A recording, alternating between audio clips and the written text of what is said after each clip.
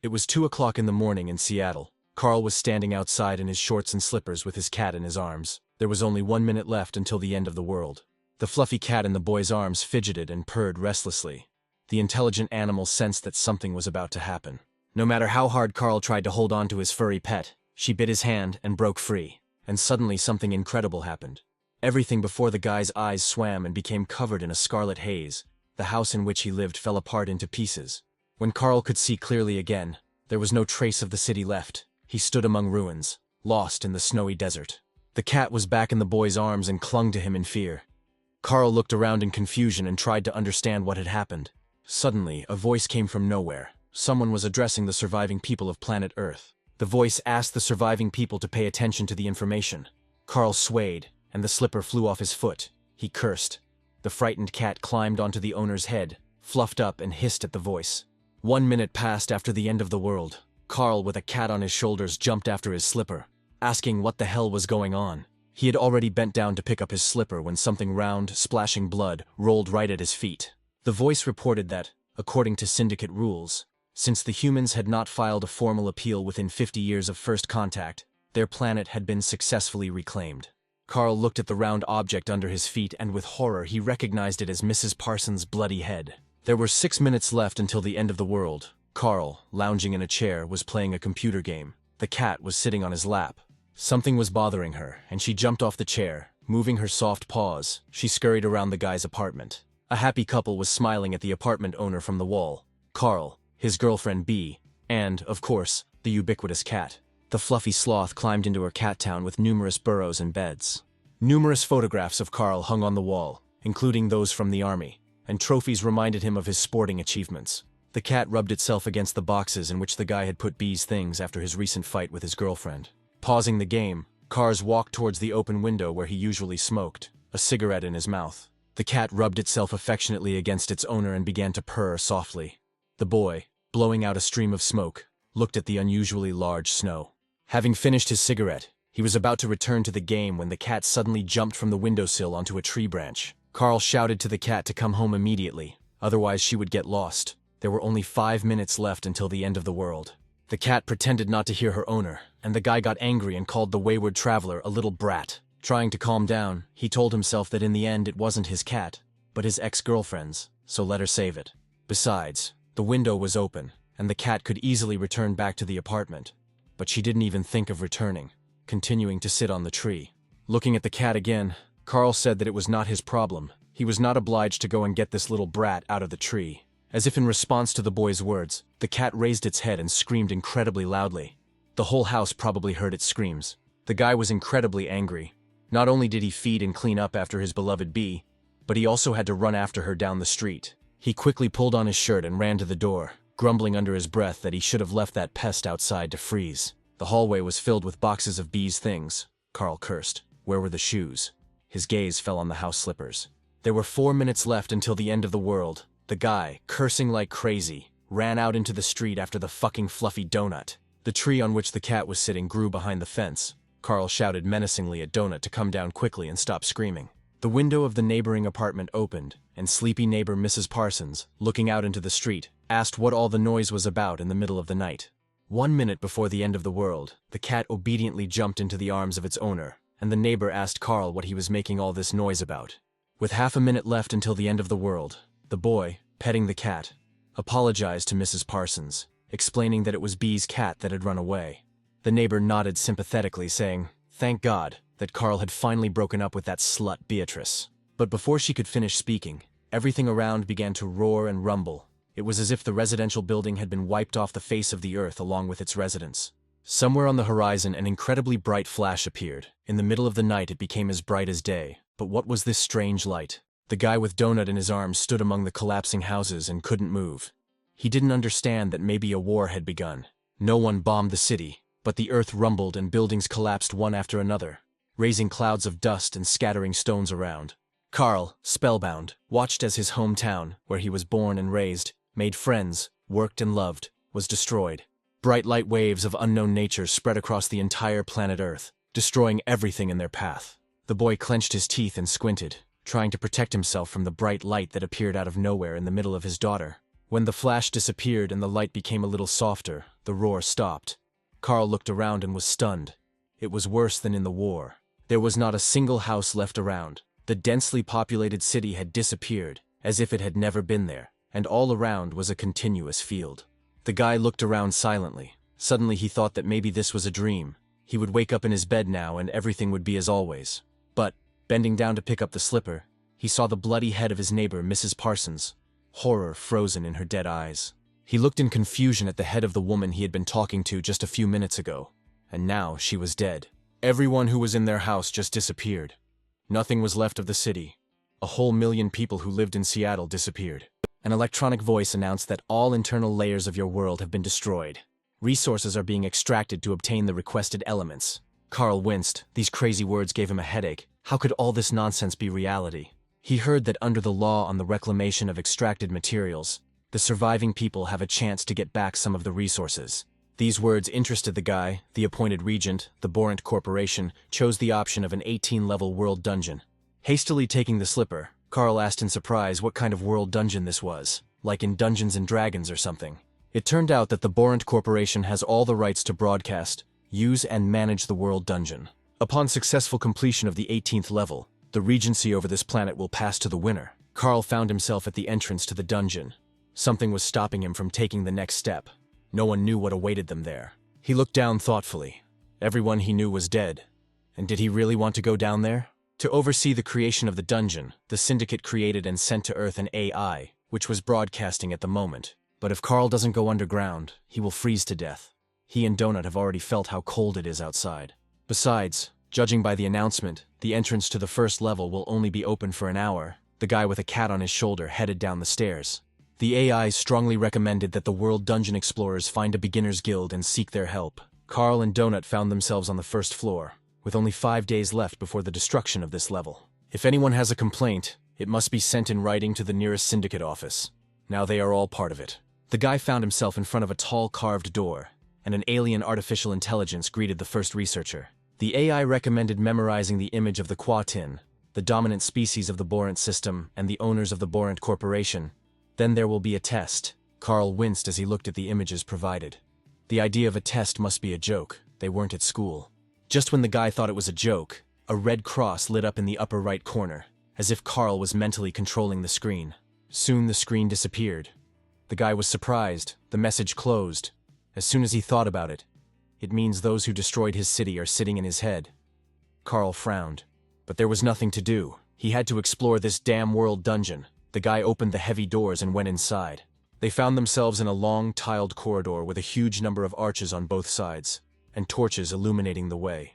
Suddenly, Carl's furry companion bit him painfully on the arm, and the boy screamed in surprise and pain. The cat broke free from its owner's arms and ran down the corridor with a speed unexpected for its size, making strange zigzags. Carl, cursing, ran after the fucking nimble Donut again. This incredibly harmful cat was running away from him again. And then he heard the doors slam behind him, which meant there was no turning back for him and Donut, only forward. Suddenly the cat stopped near one of the arches. Something unusual was glowing in the opening, which was not in the other arches. Donut clearly wanted to draw the owner's attention to this arch. The guy stopped and looked closely at the bluish glow. At the top of one of the arches, strange signs glowed with blue neon light. The cat looked at them expressively. Carl stood near the arch and tried to understand what Donut wanted to say. Why out of the many passages in the dungeon she chose this one? A screen appeared in front of the guy. The system greeted the researcher. But this screen looked different from the previous ones. As he closed the system's welcome screen, Carl thought with a grin that this all reminded him of the host of a popular game show. And then he looked at his furry companion. She was acting strangely. Carl cursed to himself. She also sees the text. Indeed, Princess Donut also became an explorer of the world's dungeon, receiving a number, level, and cat race. 2 Seattle explorers, a man and a cat, began their journey to conquer the world's underground. Entering the arch, the researchers again found themselves in a corridor lit by torches. But this time the glow was different. Carl looked around.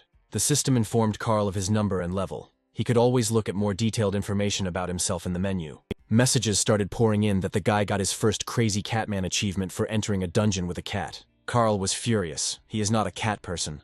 But for his first achievement he received a bronze pet chest as a reward. Since Carl was the first explorer to enter the dungeon with a cat, he earned the Pioneer Cat Person achievement. As an experienced player, Carl knew very well how important it was to read all the messages at the beginning, so he tried not to miss anything. He was incredibly angry about his cat person status, but for some reason he couldn't close the screen. Perhaps because Donut was also reading the information.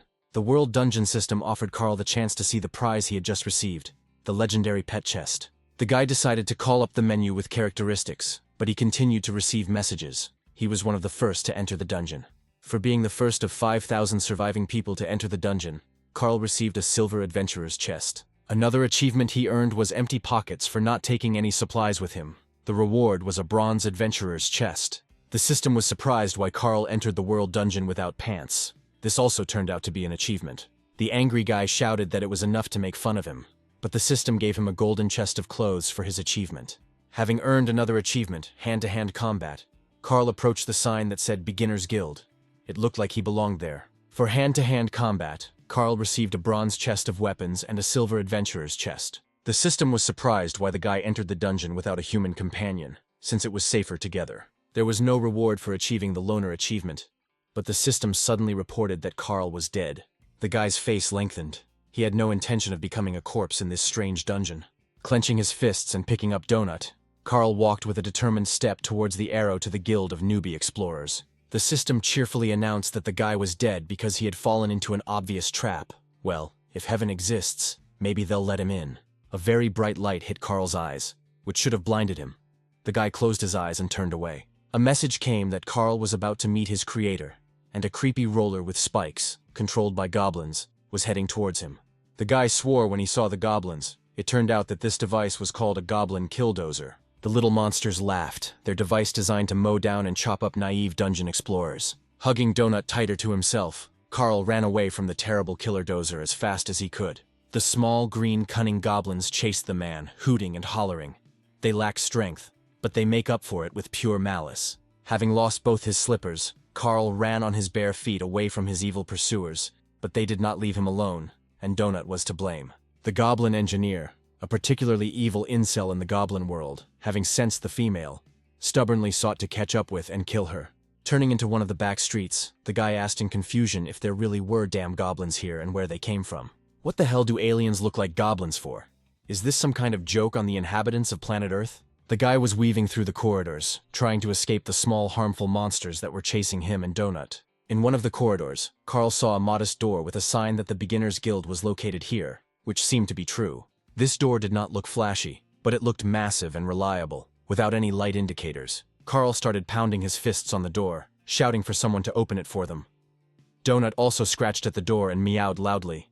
At this time, a goblin killdozer with monsters on board drove into the corridor following Carl and Donut. The goblin engineer who controlled this hellish device snapped his teeth angrily. They had finally found the escaped researchers. Two goblins, armed with clubs, jumped off the apparatus and headed towards the nimble dungeon explorers. At this time, the guild door opened slightly, and a hoarse voice asked with displeasure what he needed. His head was splitting terribly. A large, fluffy ear, similar to Mickey Mouse, appeared in the doorway. It, like a huge locator, was spinning back and forth. Then the researchers saw a furry, whiskered face with a pink nose that was diligently inhaling air. Carl asked, "This is a beginner's guild. Why doesn't he let them in?" The mouse scratched behind his ear and asked in bewilderment, "Is he a researcher or something?" The mouse turned his head and cursed. He didn't even know that the dungeon had opened again, and the goblins were approaching. The little rascals bared their sharp teeth and chuckled, anticipating an easy victory over the novice researchers. Mouse said they used to have a newsletter where they would tell you about everything that was going on, but they shut it down due to lack of budget. After apologizing, the mouse said that Carl was too slow, and that the explorers couldn't be allowed inside while the enemies were too close. "These are the rules of the world dungeon," Carl flared up. "He is the one who is slow." At this time, one of the goblins who had run up attacked the guy, and a stick with a pineapple on the end whistled right past his head. Having dodged the evil dwarf, the researcher asked the mouse to at least tell him how to open the loot boxes that had dropped on him. He replied that the guy had to undergo training, Carl barked. But how could he undergo it if the mouse wouldn't open the door for him? The mouse calmly replied from behind the door that everything that was happening to the guy and his cat was not his problem. Carl cursed. It seemed he had nowhere to turn for help and would have to get out of this mess on his own. The boy swung his fist and hit the puny goblin, causing the monster's blood to splatter. A health bar appeared above the wounded goblin's head. Carl swore in surprise. "But this is really just like in the games." The goblin engineer ran up and squealed indignantly when he saw his wounded brother lying unconscious. Not wanting to mess with a strong man, the goblin decided to make a run for it, and rushed towards the killdozer with surprising speed. Having jumped onto the apparatus, the goblin shook his fist at the man and shouted something angrily. The engineer pulled the levers, and the machine began to hum. Carl looked at the wounded enemy lying on the floor. The mouse's words popped into his head. The rules are simple. If there are living monsters near the entrance to the guild, the door will remain closed. So, in order to enter, there must be no living enemies left nearby. Carl raised his muscular leg to finish off the wounded monster. He kicked the monster with all his might, and the scarlet blood of the small, green, evil goblin spilled across the corridor. Turning to the mouse, Carl, covered in blood, calmly said, "There are no more living monsters nearby." System messages poured in. The mouse indignantly exclaimed for the boy to take his animal back. The cat deftly slipped inside. Mouse said he would be in big trouble if he was discovered to have let the researcher inside. But Donut didn't listen to anyone. Slipping into the guild room, she pressed something. The chain on the door swung and fell. At that moment, a goblin death harvester was roaring down the narrow corridor. The monsters decided to avenge their murdered comrade. Carl instantly jumped inside the room and slammed the door behind him. Another second, and the killdozer would have turned him into mincemeat. The owner of the room was standing on the carpet near the fireplace and snoring discontentedly. These researchers burst in on him without permission. The guy asked if there were any other exits besides this door, and the mouse frowned and replied that there were no others. Opening the door slightly, Carl carefully looked out to see if these goblins would really be waiting for him near the door. The mouse replied that one would definitely keep watch, and the other would run for help, and in half an hour their entire huge family would be here. The guy cursed. It was absolutely impossible to allow a crowd of these vile creatures to gather here, which meant none of them should leave. Frowning, Carl told Donut to stay there for now. The cat climbed onto the top shelf and listened attentively to her owner. Suddenly, the cat approached a pot on a shelf and knocked it onto the floor with its paw. The mouse exclaimed in horror. The pot of white powder fell to the floor with a crash and shattered into many small pieces. The mouse grabbed his head, while Carl quietly opened the guild door and crept outside unnoticed. The guy understood that he couldn't remain idle. As long as these little creatures were confident in their strength, he would try to deal with them. Now they are both here, which means we need to deal with them as quickly as possible. Carl sneaked up and quietly climbed onto the goblin's apparatus. The guy, having climbed onto the killdozer, quickly grabbed one of the monsters sitting on the roof of the device by the neck. Carl threw the green enemy against the wall of the corridor with all his might, and the goblin squealed helplessly. Hitting the wall hard, the light goblin bounced off it like a ball and flew straight into the sharp blades of the killdozer. The guy frowned. What the hell happened? Did he miscalculate the force of the blow? He only wanted to stun this bastard.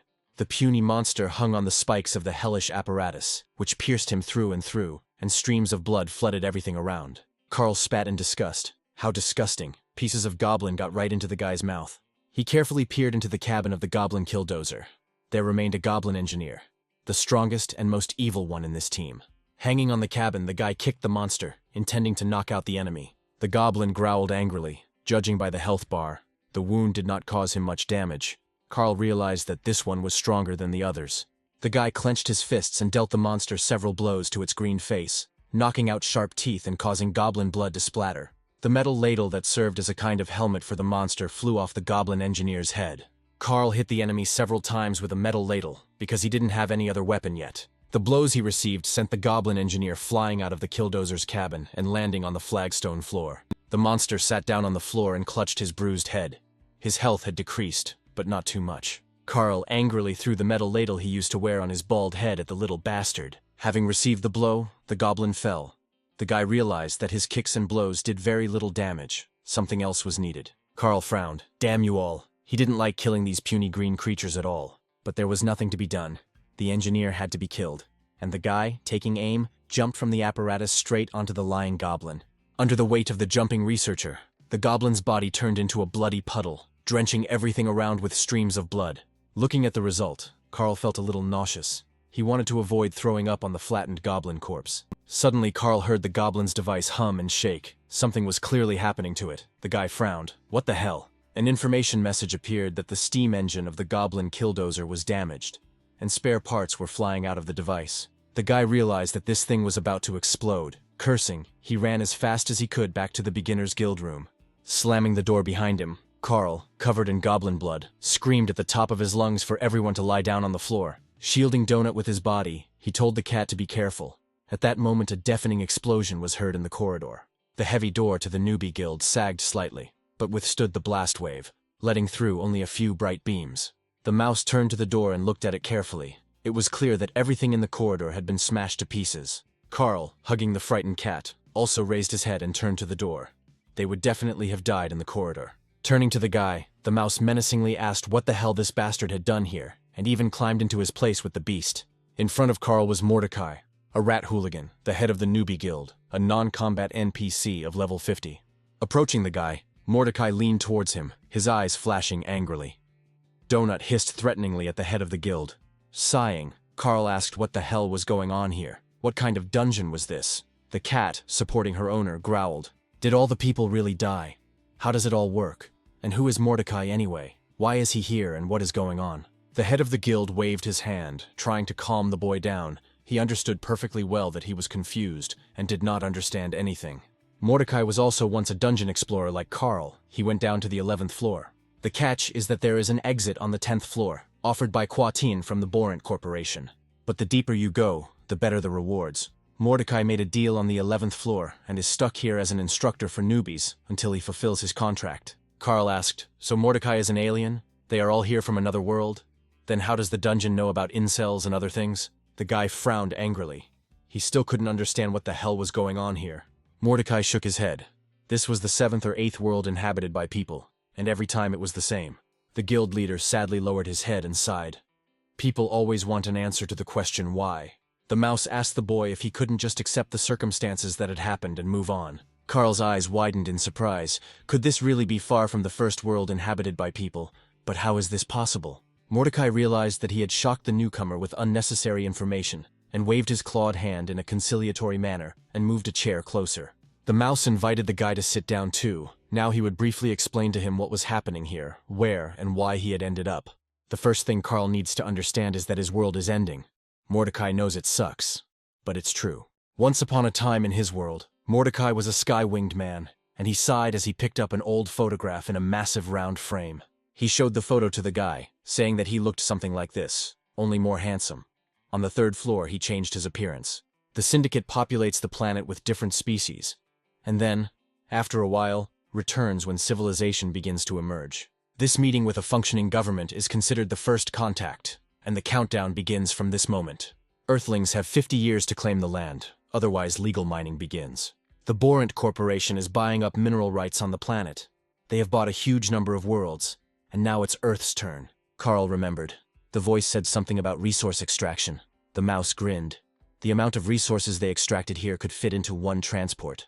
It's about 100,000th of everything on the planet. The guy was amazed. And for this, they killed all the people on Earth. The head of the newbie guild shook his head.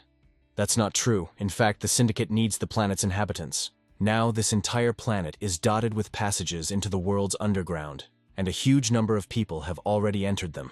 By entering these passages, people become new participants in a bloody and exciting adventure show. It's the most popular show in the entire universe, watched by billions, and astronomical amounts of money are involved. With the capture of another planet, a new season of this super popular show begins, in which newcomers fight for their lives. Residents of many worlds are glued to their screens, placing bets, arguing, discussing what is happening, and writing comments. And so the new season of the show, called The World of Explorers of the World Underground, Planet Earth, has begun. The guy was stunned, so this was all a show or something. And these goblins couldn't do him any harm. Mordecai objected. No, the guy could die. What fun would there be if the participants were not in any danger? The guildmaster's eyes flashed, and he reminded them that the death of the show's participants was the ultimate entertainment. It has always been this way, and it always will be this way. Doesn't history confirm this? In all civilizations, living beings loved mortal combat. Okay, it wasn't Mordecai's job to explain everything. He suggested they start teaching him how to explore the dungeon. The mouse clicked with the boys, and a screen appeared in front of the guy, giving the participant access to the researcher's menu. Donut waved her paw. Apparently her personal explorer menu had opened in front of her too. Mordecai explained to Carl that this was his display where he could find all the information he needed. Now the instructor advised the newbie to enlarge his minimap, where he saw himself, Donut, and the guildmaster. You can also view your menu, where the researcher can see their characteristics and system notifications. Carl looked at his stats: Strength 6, Intelligence 3, Constitution 5, Dexterity 5, Charisma 4. The guy indignantly asked the guildmaster why his intelligence was so low, but Mordecai just waved his hand in response. Intelligence is responsible for the power of spells. For an ordinary person, all characteristics range from 3 to 5, and his strength is 6, which is very good. The next screen is the rating. This is the most important menu in the game. Carl's life will depend on these numbers. The guy opened the rating menu. Now all the values there were equal to 0. Mordecai, seeing Carl's sour face, calmed him down. Spectators cannot access the first floor, but after hunting season begins, the best loot can be obtained from sponsors. If a lot of people look at the guy, then many companies will want to become his sponsors. They will add their advertising to Carl's stream, so the more sponsors he has, the more loot he gets. Borant Corporation will be airing a short highlight reel in about 30 hours. Getting into this cut is tantamount to winning the lottery. In this case, you will literally drown in views. So Carl needs to stand out to be noticed among the many other participants. He can't just kill someone, turn around and leave. No. He has to kill stylishly, brightly, excitingly. During his research, Mordecai managed to accumulate almost 30 million subscribers and 4 sponsors, which is how he survived. Speaking of loot, the newbie guildmaster has activated Carl's inventory system, and he can see everything he's dropped. This season, Borant decided to change the system a little. The guy can hold anything he can lift for 4 seconds. Although any living thing he tries to stuff in there will die, so it's definitely not possible to hide a cat there. Suddenly, Mordecai hit himself on the head and cursed loudly. He discovered one very important thing on the Seeker. Carl, who didn't understand anything, covered Donut with his hands and looked at the guildmaster in confusion, asking what was going on. Mordecai exclaimed, "Carl has a legendary pet box. There could be some very interesting items in there." The guildmaster asked the guy why he didn't say anything about it right away. Carl grimaced slightly. He hadn't even realized that it was important. The guy had a desire to hit Mordecai, but he was already level 50, and Carl had recently almost died from a level 3 goblin. The mouse shook his head. Legendary boxing, and almost immediately as soon as he entered the dungeon. Some people are so lucky. By the way, the guy can open boxes either in safe rooms or in guild halls, so they can be opened now. For killing an armed mob with his bare hands, Carl received experience and a bronze weapon box. For killing a mob that was higher than his level, he received a bronze adventurer's box and a silver goblin's box. For killing an enemy with his bare feet, Carl received a golden shoebox. The system immediately measured the size of his foot. Carl was overcome with fear from all this. He suddenly saw that his level had increased, and 3 points had been added to his characteristics. All the boxes he had received were shining in front of the guy. Mordecai said that as soon as he opened one, all the others would open too. The guildmaster smiled. So the guy doesn't have to choose which of the 10 boxes to open first. He can open anyone. Carl's desire to hit his mentor grew stronger. He didn't want to take part in this show and entertain the universe. For now, he decided to open these damn boxes and see if there was anything useful in them, and then he would figure out what to do next. First, he opened the pet's bronze box, and 2 packages flew out, one for treatment, the other with food. So now Carl could heal the cat 10 times and feed her pet cookies the same number of times. The next box contained 2 healing potions to improve health and heal wounds and regular fingerless gloves. There was also a heavy toad club lying there, suitable as a very primitive weapon, but it would do for a start. In addition, the chest contained a forged poker with a pointed end, which could be used as a short spear. The next chest contained a similar set, and the researcher methodically placed the items he had received into his inventory.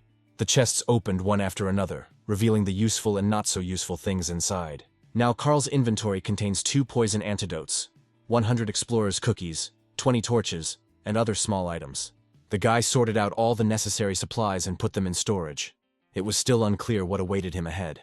At least the health potions will definitely come in handy. You never know who else they might meet, and they'll need cat food too. The next box contained a supply of arsonist explosive agent, consisting of 5 sticks of dynamite and a regular gas lighter. One of the items received turned out to be quite peculiar. It was a goblin pass. It was placed on the forearm in the form of a tattoo, which could only be hidden with a special concealing sleeve. This pass resets goblin hostility and allows passage through goblin-controlled territories. But the goblin's enemies will now also consider Carl their enemy. Of the 10 chests, only the 3 most valuable ones had not yet been opened. The boy looked at them doubtfully. Finally, he opened these boxes, and the system congratulated him on his successful purchases, which would definitely be useful. There was a cloak of fortitude of the night ghosts. It improved constitution, gave resistance to poison and ice attacks, and also improved armor. Carl also got an enchanted trollskin t-shirt that protects against blows, and an enchanted skunk ring for his leg. The guy immediately put the most valuable things on himself. It all looked pretty funny. All that was left was to open the legendary pet box, and both Carl and Donut looked with interest at the beautiful chest. And finally, a glow came from the box. Numerous locks clicked, and the chest began to open. Imagine the boy's disappointment when he saw that there was only one cookie in this painted chest. True, it was an enchanted cookie, but still, it was so small that it was unclear why they packed it in a separate chest. Carl picked up the enchanted cookie. It was a little bigger than his fingernail, he asked in confusion, and that was all. The system responded that this was no ordinary cookie, and he could feed it to his pet at his own risk. Mordecai asked the boy if he wanted to give it to his pet here in the safe room. Donut jumped off her owner's shoulder in anticipation of a treat, but the guy was unsure whether to give her the thing or not. He asked the guildmaster what this cookie did. The cat did not take her glowing yellow eyes off the enchanted item. Mordecai shrugged. The effects vary. The only way to find out is to let the animal try it. Or you can keep it until you stumble upon a store. Such a thing can cost several hundred gold. The cat looked at the guy with glowing eyes. She clearly wanted to get the enchanted pet cookie. But Carl was tormented by doubts. What if this thing would harm the cat? What if it would turn into something incomprehensible? He looked again at the naughty Donut, Bee's wayward pet, whom she had left with Carl along with his things. The guy sighed. He was the only one she had left, which meant Carl was responsible for this wayward ball of fur. But if Carl gives her this cookie, how useful will Donut be in the dungeon? She's just a cat. Carl can't even protect her properly, no matter how terrible it is. But the most adequate thing he can do is... And then the guy howled in pain. It seemed the cat had caught his thoughts and decided to do everything her way. Donut sank her sharp teeth into Carl's hand, in which he held the enchanted cookie, and ate the item. The angry boy shook the cat off his hand, cursing loudly. But there was nothing to be done. The cookie had already been eaten. Donut, somersaulting in the air, purred contentedly. How delicious this very pet cookie was. Having fallen to the floor, the fluffy cat stopped moving. Now she looked more like a rug in the hallway. Carl looked in surprise at what the cat had turned into after swallowing the magic item. Had she really died? He called out Donut's name loudly, but Mordecai took the boy's hand and told him that he needed to wait a little. But Carl, his eyes flashing, yelled what the hell had happened to his cat. What did it all mean? And could it all be fixed? Mordecai explained that the transformation was happening, but it was definitely not bad. Otherwise the guild would have teleported her out of here immediately. Nothing can harm an explorer or NPC in the newbie guild or safe room. These are the rules of the dungeon. Then Carl and Mordecai saw a hologram of the executive producer. He greeted the explorers and reported that the dungeon was sealed. Almost 13 million human explorers passed through the gate and entered the dungeon. Carl was surprised. So few. The producer added, however, that this number has already been reduced to 10 million people. Also, the entrance to the second floor won't open until the introductory episode of the Dungeon Explorers World program begins, which will happen in about 30 Earth hours. On behalf of Borant Cascadia Corporation, the showrunner thanked everyone for their participation and wished them good luck and happy exploration. The guy sadly lowered his head, which meant that out of all the humanity on the planet, only 10 million people survived.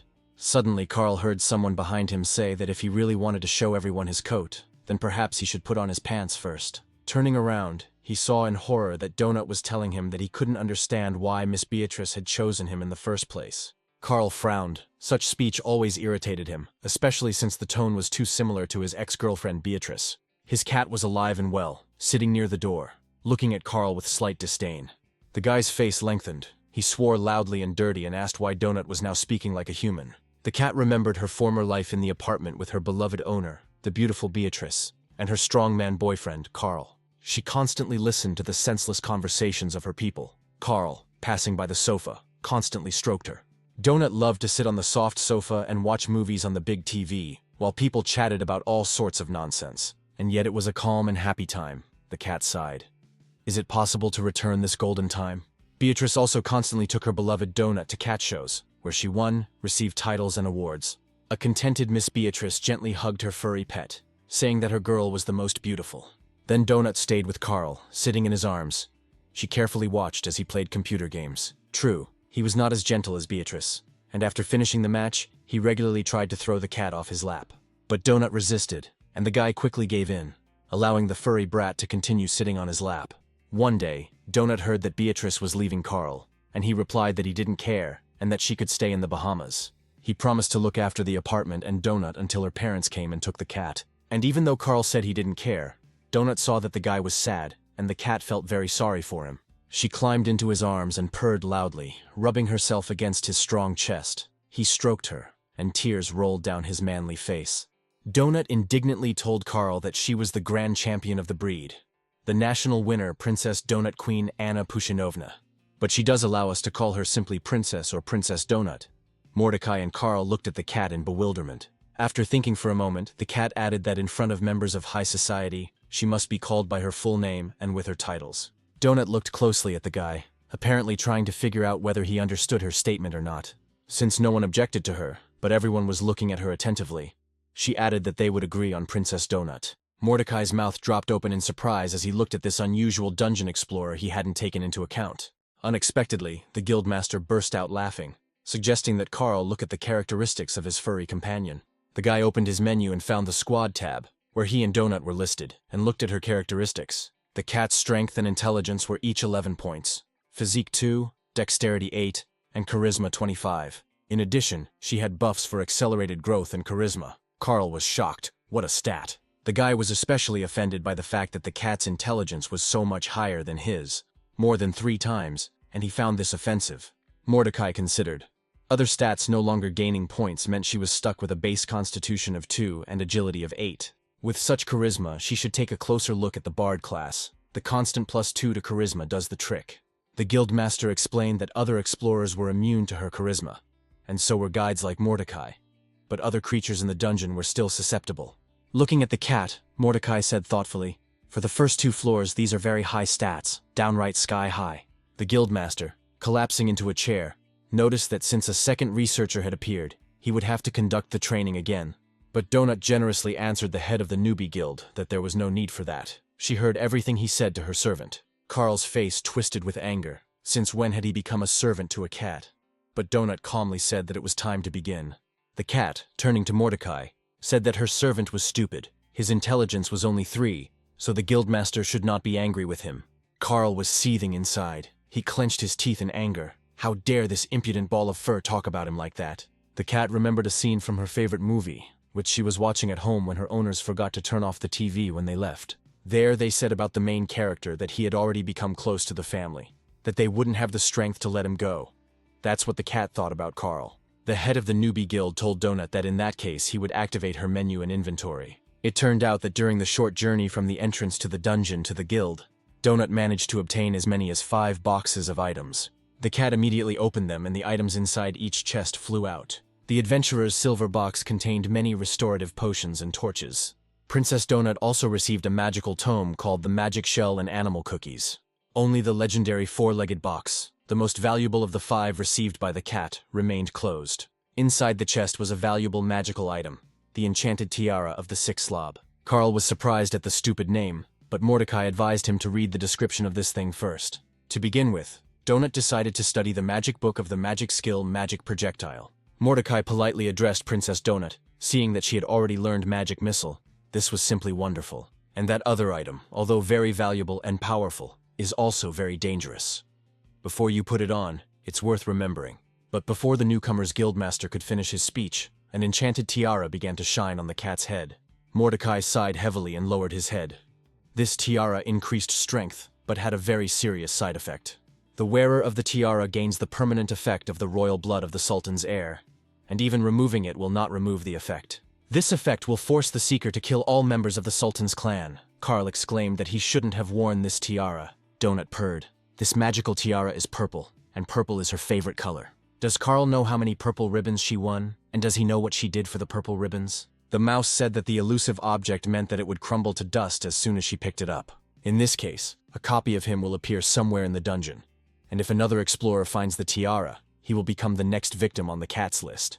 At this time, Donut was putting away all the items she had received into her inventory like a boss. Carl glanced sideways at the cat. He didn't like the prospect of having a bloodthirsty psychopath next to him all the time. The guy cursed and asked what he should do now. Donut calmly answered instead of the guildmaster. Everything couldn't be clearer. Stretching, she told Carl to help her reach level 18 so she could leave this godforsaken place. The system reported that Donut had named the squad Princess Donut's Royal Retinue and changed Carl's title to Royal Guard. The guy shuddered. Was this serious?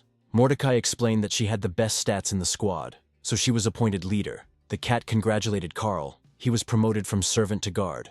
Seeing the boys upset, Mordecai told him not to worry. Titles weren't that important here. Right now, Donut is a little stronger than Carl, so for now it's better for them to stick together, and then we'll see. The cat walked up to the front door and ordered it to open, the guildmaster added, at least until they reached the 9th floor. As he walked Carl to the door, Mordecai advised the boy not to forget the main thing. The crown was on her head, not his. By the way, since Mordecai prepared them, when they enter the beginner's guild, they will be instantly transported to this room. So if they have any questions, he will always help them. Carl nodded his head in agreement and wished Mordecai luck with his damn contract or whatever he had with that corporation. The guildmaster lowered his large round ears and frowned. He muttered good luck to the explorers as well. Suddenly Mordecai jumped up to Carl and quickly grabbed him by the cloak, pulling him towards himself so that he could hear the whisper. The guildmaster whispered to the surprised boy that they shouldn't tell him, that no matter what they promised, it wasn't worth it. Mordecai now knows this for sure, but Carl, tired of fighting and bloodshed, may agree to a calm and safe contract. The former dungeon explorer's eyes were shining, filled with fatigue, despair, and a desire to help the newcomer. He added that negotiations should not begin until you reach at least the 12th floor of the dungeon. But even then, Mordecai advised to negotiate until the last minute. Carl looked at the guildmaster in surprise, wondering what was wrong with him. Mouse let go of Carl's cloak and, slightly pushing the researcher away from the guild door, told him once again to remember this. The puzzled boy took a couple of steps away from the heavy door behind which he and Donut had taken refuge at the dangerous moment. Mordecai slammed the door, and now he and the cat had to continue their journey on their own. Carl remembered what the guildmaster had just whispered to him, but the guy didn't immediately understand what he was talking about. It seemed that Mordecai wanted to say that death was better than agreeing to the proposals on the 10th and 11th floors. The guy lowered his head. Did the guildmaster really think that Carl would get there? 3 million people died in just 1 hour. He grabbed his head and cursed. Just think, 3 million people. And then Carl heard Donut's words that it was time for them to go. Carl turned around in surprise. His cat seemed to have actually decided to command him. Such a commander was amazing. But Donut continued calmly. They needed to go that way. If they were attacked, she told Carl to protect her. The guy asked if the cat just wanted to hang around. She replied that they had about 29 hours before the aliens started the show. This means they have 29 hours to do something great. But first they need to find Carl some pants. Donut declared that she would not allow herself to be shown to the entire universe in such an unsightly and ridiculous form. Now she can read comments on the Martian social network. One wrote that the cat is very cute, but why is her guardian without pants? Carl noticed that Donut wasn't wearing pants either, and she countered that cats didn't need pants, and that there was no point in trying to be witty. The guy was tormented by questions about how he would survive on the next floor, and whether he would really have to fight with people and kill them.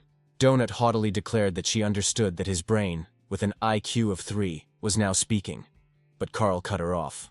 He said that he had had enough of Ponchik's caustic remarks, and that he would now go in that direction.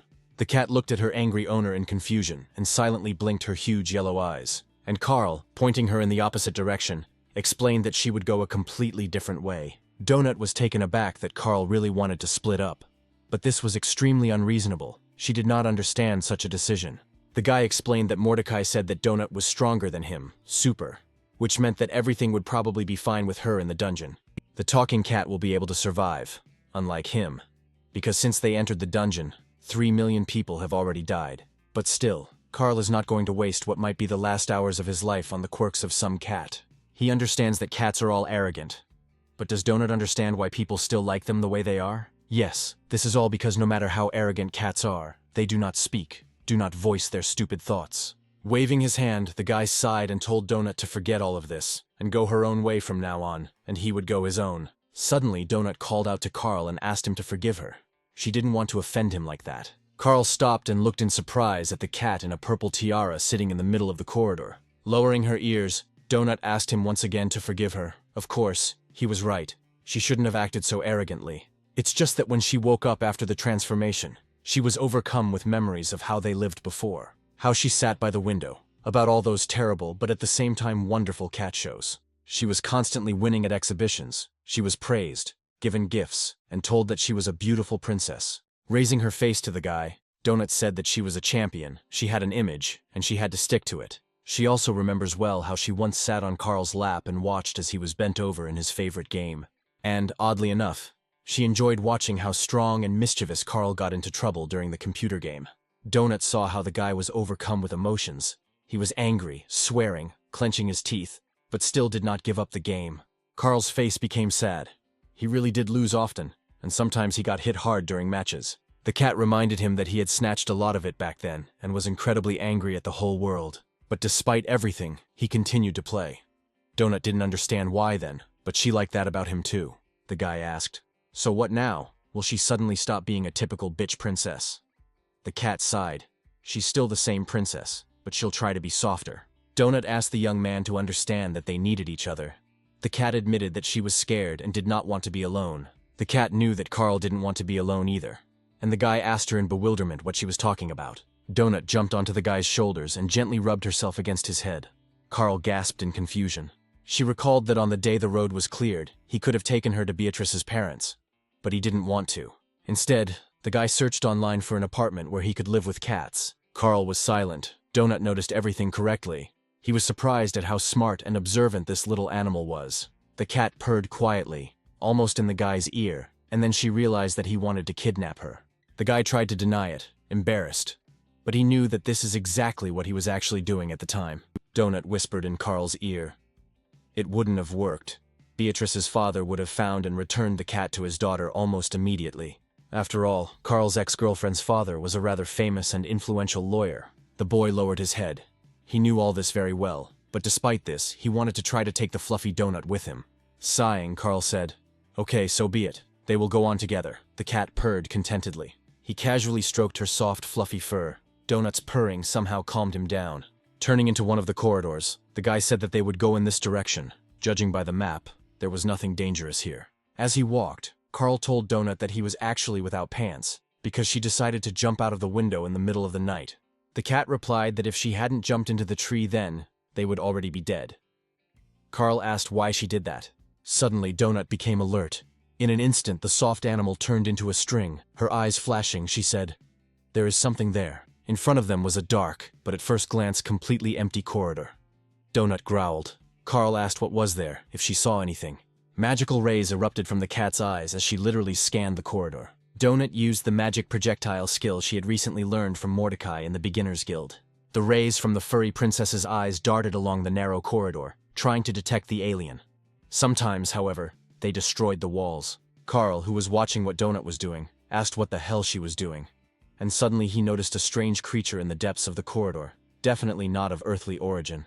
His blood-red glowing eyes were already clearly visible in the corridor. It seemed that a new enemy had appeared before them. The monster opened its toothy mouth and growled loudly in pain. Donut's magic projectile had wounded her. The contented cat, having settled comfortably on Cal's shoulder, said triumphantly, "This is how you can wound an enemy from afar." She told Carl to finish off the enemy, but he replied that it would be a good idea to first find out who we were hitting before firing randomly. And if there was a person there, Donut could easily kill him, the cat responded irritably. It's obvious that it's not a person. And indeed, Carl saw that in front of them was a strange-looking animal that was clearly going to attack them. He screamed in fear at Donut to launch the projectile faster before the monster trampled them. The cat fluffed up and fired a beam, very similar to a laser. Their enemy was close, so it was easy to aim. Donut's magical blast hit the monster right in the eye and completely burned it out, making the enemy even more angry. The system informed them that they were facing a bad third-level llama. She might bargain, or she might spit. Then things would be very bad for them.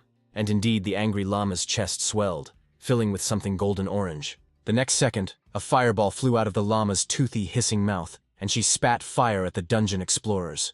Donut immediately hid behind Carl's broad back, because the llama was aiming at her. The guy dodged, and the fireball flew past. Carl looked with interest at what the llama spat at them, and was surprised to discover that it was real lava. The guy was shocked that a llama could spit lava, while several pools of burning lava were already blazing around him. He shouted at the cat to fire another projectile at the dangerous animal, but Donut replied that she had no mana. Rushing to the llama, Carl asked the cat if she hadn't been given a mana potion, but there was no time to think. The llama was about to spit again. Flying up to the monster, the guy hit the llama on the chin, changing the direction of the lava flow. Now it flew in the other direction. Without giving the monster time to recover, Carl dealt the llama blow after blow to prevent it from generating another batch of lava. Suddenly he felt the bones in his right hand breaking from the powerful blows against the monster's body. But despite the sharp, burning pain, Carl continued to fight, gritting his teeth. He beat the bad llama until it swayed. Finally, the llama's long legs began to move apart. It began to sway, and blood flew out of its toothy mouth along with lava. The dying monster tried once again to spit at its enemy, squeezing out a few drops of burning liquid. Carl's broken arm was shaking. He felt incredible pain, but he clenched his teeth and endured it, not allowing himself to even cry out. The guy concentrated. He couldn't relax now. The fight wasn't over yet. The llama was wounded but still alive. The danger remained. Carl remembered the army, everything he had been taught then, and suddenly his face became calm. He clenched his fist and rushed back into the fight. The guy put all his remaining strength into a blow to the llama's chest. He hit the very bag in which the fiery saliva collected. The force of the blow caused the bag on the llama's chest to burst and lava to spill out. This blow proved fatal for the monster. The llama coughed, kicked its hooves helplessly, and fell to the floor. The animal shook its head painfully. Now the bad llama was no different from an ordinary earthly animal. Finally, she began to quiet down. The eye became cloudy, and the bag of lava became paler and paler, as if the lava had begun to harden. Carl grabbed his hand. He cursed under his breath. It hurt so much. Only now did he allow himself to fully feel the pain. The guy remembered that he had healing potions in his inventory. It was time to try their effect on himself. By clicking on the healing icon in the menu, Carl selected the appropriate action he needed. The system showed the researcher the healing process. It turned out that in the fight, Carl managed to break as many as 6 bones in his arm. To the guy's surprise, the pain in his arm went away almost instantly. He was amazed. It works so quickly. But how is that possible? Donut ran up to her wounded companion and worriedly placed her soft paws on his broken arm. She said how careless Carl was. It was bad. He shouldn't allow himself to get hurt like that in every skirmish. The guy was outraged. What a fight. This thing was spitting lava. They need to be more careful, otherwise they will die very quickly. Donut approached the dead llama. She thoughtfully said that what they really need is to raise their levels. The cat opened her inventory and replenished her food supplies with the meat of the killed animal, as well as the fluffy skin of a llama. A satisfied Donut informed her companion that she had dealt 71% damage, so she should be the first to loot. The fluffy princess waved her tail, and on the floor of the corridor lay the already skinned carcass of a llama, and part of the meat was cut off. Having taken all the most valuable things, Donut turned to Carl and said that now it was his turn to replenish supplies. The system told Carl that he could get 1 piece of raw steak and 2 packets of low-grade amphetamine. The guy moved all of this into his inventory without much enthusiasm. He didn't like the fact that Donut had won the victory over the llama. The cat jumped up and down with joy, exclaiming that she had made new achievements after defeating the bad llama. For killing a mob that was higher than her level, the cat received a bronze adventurer's box and experience to level up. For using the magic projectile and hitting the target, Donut received a bronze magic box as a reward.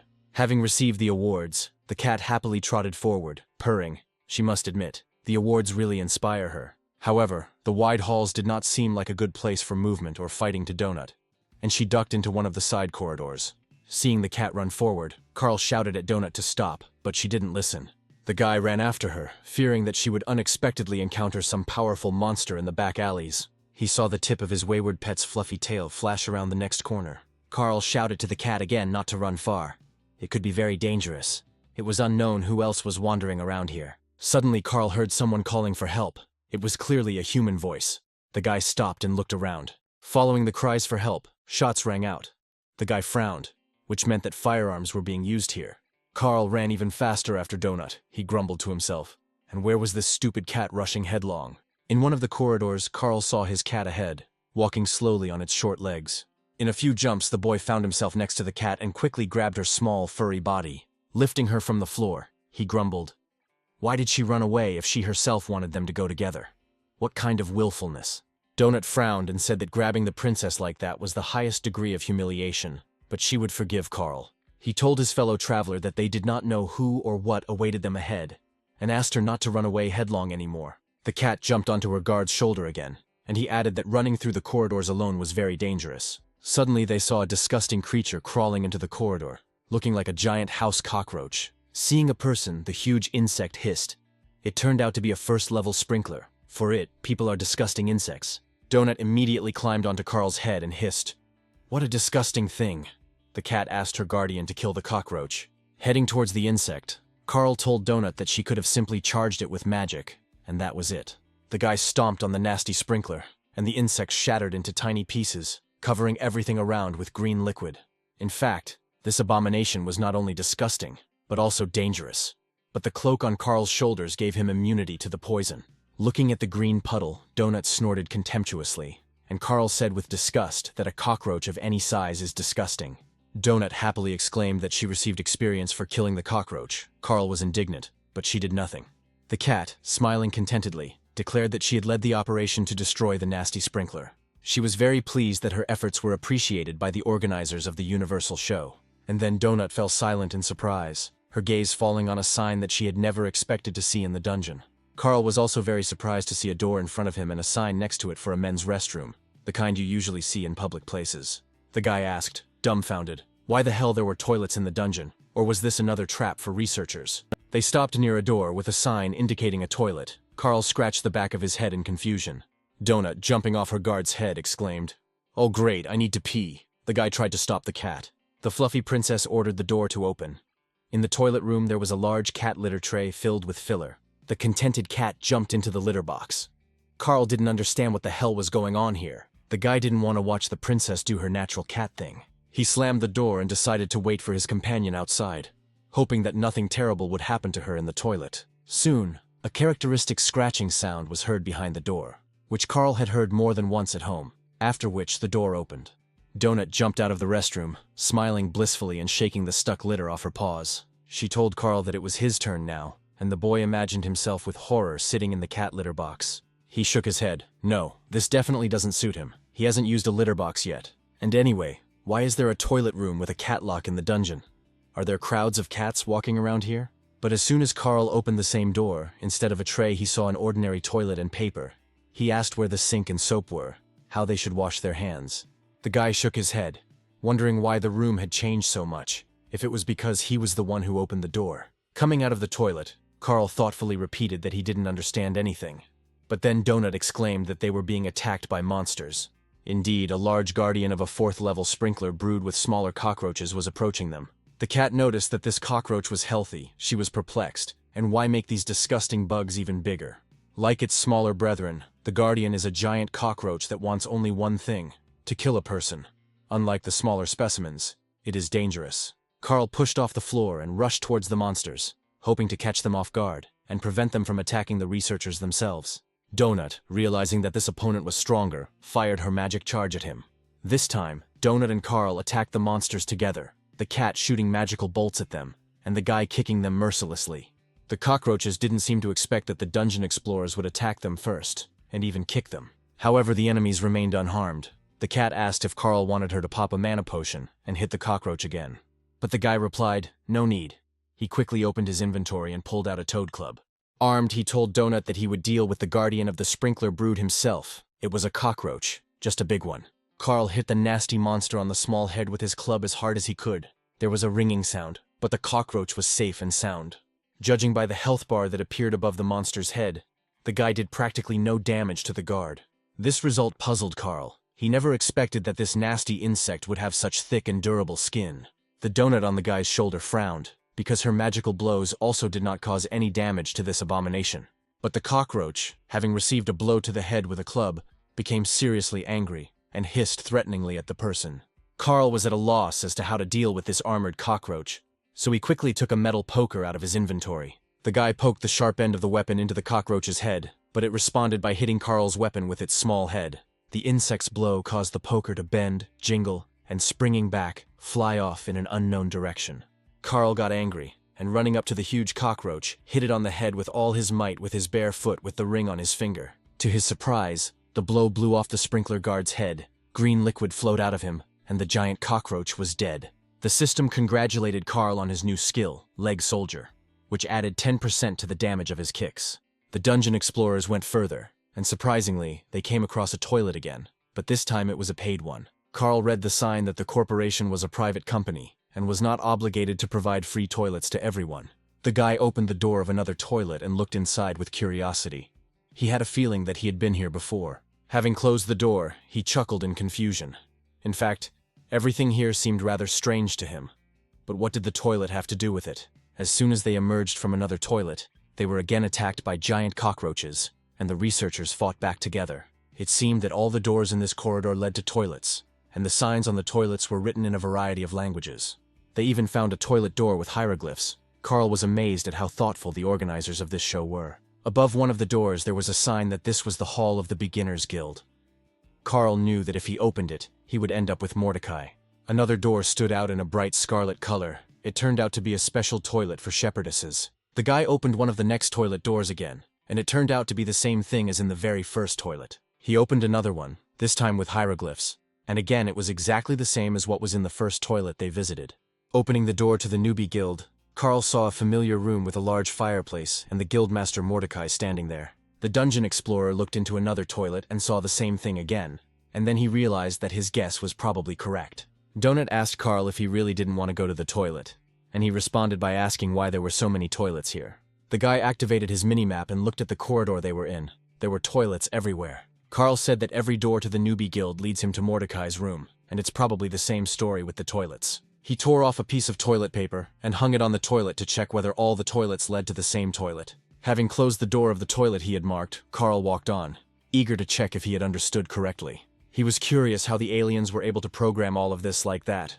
Perhaps their physical laws worked differently. Opening the door of the next toilet, Carl saw a piece of toilet paper, so it was the same toilet, although he still didn't understand what it gave him. The guy closed the door and thought. Donut, looking worriedly at her guard, told Carl that she was worried about him. The cat narrowed his big yellow eyes. His obsession with toilets was clearly unhealthy. It would be better if he squashed cockroaches again. It doesn't upset the cat as much, even though it looks disgusting. The guy didn't answer, and they silently continued their way down the corridor with various toilets. Soon the travelers were attacked by giant cockroaches again, and this time Carl crushed them with his feet without thinking, for which he received an achievement. The system was delighted. Carl kills with his feet, with his bare, beautiful human feet. He places his bare foot on a living creature, and presses with all his passion until it dies. The guy read these comments and was shaking with anger and disgust. His legs were already covered in green slime from the cockroaches, and the cockroaches kept growing in number, and since there was no other way to kill them, Carl had to crush the vile creatures with his feet. The amount of pressure Carl can apply to enemies with his bare foot increases by 10% with each skill level. Donut said thoughtfully that they probably wouldn't buy Carl shoes. His bare feet worked much more efficiently. But the guy didn't agree with the cat. They would buy him shoes, and as soon as possible, he was already fed up with these comments about bare feet. The cat pointed out to her companion that the show's organizers seemed to like him just the way he was. Well, or at least they like Carl's legs, which he uses so skillfully to kill his opponents. Ponchik was sure that this sympathy should be taken advantage of. If the organizers liked them, perhaps it would be easier for them. Carl understood that there was some truth in Donut's words, and perhaps that was what he should do. But it was very unpleasant for him. The cat objected. He was wrong. Being eaten by a bad llama, that was really unpleasant, and the rest was bullshit. Jumping into the guy's arms, Donut purred that Carl was probably just very tired, which is why he thought so. Once he gets some sleep, all these jokes about bare legs and the like will seem like nonsense to him, because they didn't sleep all night. Carl thought, God, it's not even morning yet, but it feels like several days have already passed in this damn dungeon. He told Donut that they needed to find one of those safe rooms Mordecai had told him about, and get some rest. Perhaps in this room they will also get more answers about where they ended up, what awaits them, and how best to behave. Soon the guy found what they were looking for. Donut was delighted. She asked her companion what this magical place was. The cat's eyes sparkled. She exclaimed happily and squirmed in Carl's arms, clearly eager to explore the room. The boy let go of Donut, and she rushed towards her intended target, her fluffy tail flashing among the tables and chairs. Leaning against the glass wall, she exclaimed, "This is the biggest cat tree house she has ever seen." Having opened the door, the cat jumped around the structure with joyful squeals, rolled around and hit the toys with her paws. Carl looked around. It looked like he could eat here in peace. Besides, there were several screens hanging on the wall that looked like televisions. The guy walked up to the bar counter. There was someone there, but only the owner's hat was visible from behind the counter. Carl leaned over and looked behind the counter. A stocky gnome stood there, looking intently at the guest with large, sad eyes. The guy greeted Tally, the keeper of this safe room, a non-combat NPC of level 63. Tally looked sullenly first at the guy, then at the frolicking cat, then asked Carl if they wanted to eat. Carl smiled. What? Tally is inviting them? Maybe there is some kind of menu here. He is new here and doesn't know anything yet. Tully knows the guy is new because the dungeon just opened. But it opened without warning, so Tully didn't have time to prepare. But he can cook food for a human explorer, but not for a cat. But he has milk. It is better than pet cookies. Donut was absolutely delighted. She shouted to Carl, "This place is simply amazing." He can see for himself how much fun she is having. Carl smiled. Actually, the cat loves yogurt, but you can't give her too much. Carl stopped short. For some reason, he suddenly remembered his ex-girlfriend Beatrice. Whether she was alive, whether she had also gone into the dungeon. Coming to his senses, Carl said that cats need meat to survive. Tally promised to bring meat. He again asked if the man wanted to eat. Tally would cook. Watching Donut play, the boy asked what Tally would advise him to eat, since he didn't know the menu. Carl watched with a sad smile as the cat frolicked among the toys. It reminded him of his former carefree life. Turning to the safe room keeper, the boy said that he didn't know what would be best to prepare for him. Gnome Bobka asked Carl if he wanted Tally to choose what to cook for him to eat. The guy confirmed that it would probably be better that way, since Tally knows everything here better. The only request is that it not be a fish. Tully asked what level of spiciness he wanted between 1 and 5. Carl said he liked it hotter, so 4. But only if that was on the human scale. The keeper asked the guy if he would rent a room. The preview announcement would only be in 10 hours. Carl didn't understand what the announcement was, Tully explained.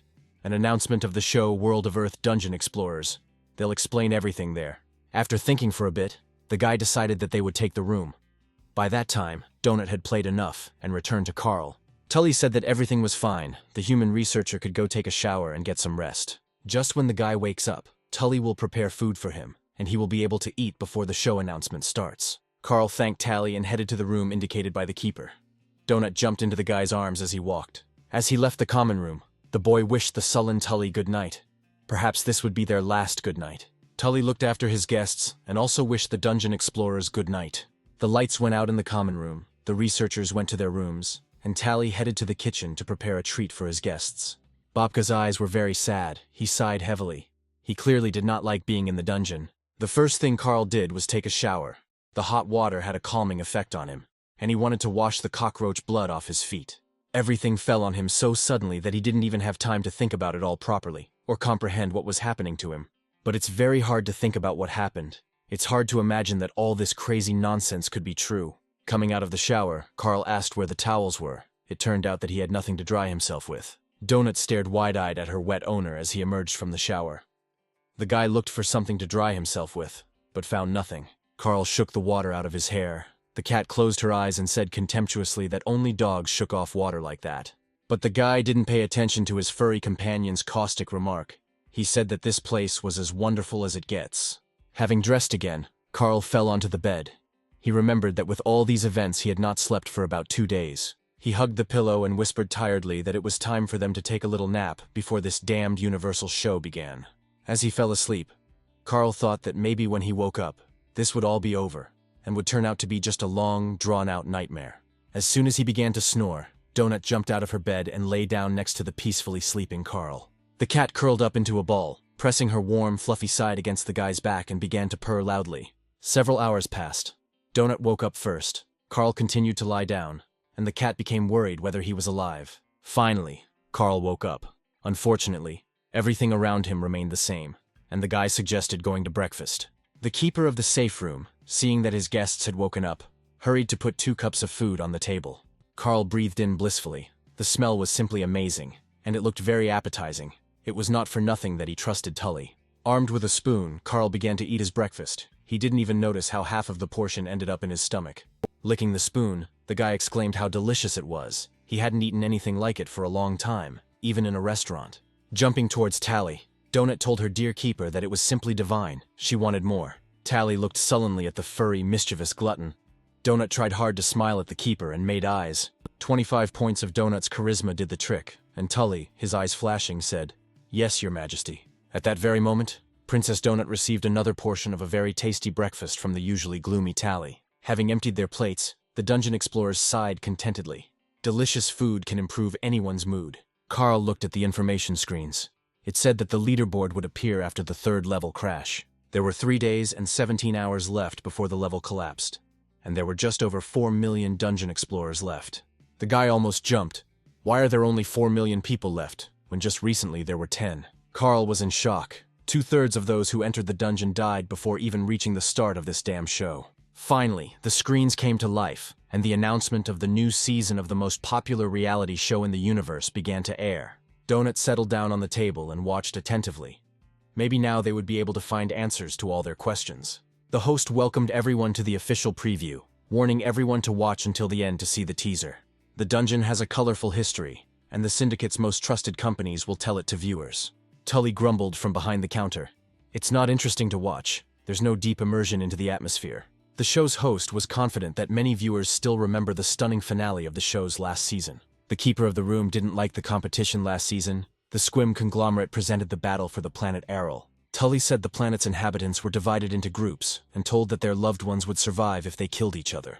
And naturally, the Aurelians began to do this. Blood flowed like a river, mountains of mutilated corpses, incredible cruelty. As a result, the strongest and most bloodthirsty became the winner of the show's season, killing all the other inhabitants of the planet. Carl asked if it was true that their relatives survived, and that the syndicate had not deceived the winner of the show on that planet. Tully sighed. Yes, that's true, but Squim completely sucked the atmosphere out of the planet. Everything there died anyway. The safe room keeper said that a quick death was better. Borant at least gave people a chance to survive. The show's host smiled widely before they began the preview, giving the floor to their sponsor. A serious voice began to praise the Borant Corporation in every possible way, as the most reliable partner in the entire universe. This is not the first season of the show World of Dungeon Explorers, which is presented by the Borant Corporation. All seasons have been a great success. The corporation's administration hopes that this season will bring all viewers a lot of emotions and exciting adventures. Carl winced. He hated commercials, and tried not to watch or listen to them, but there was no way around it.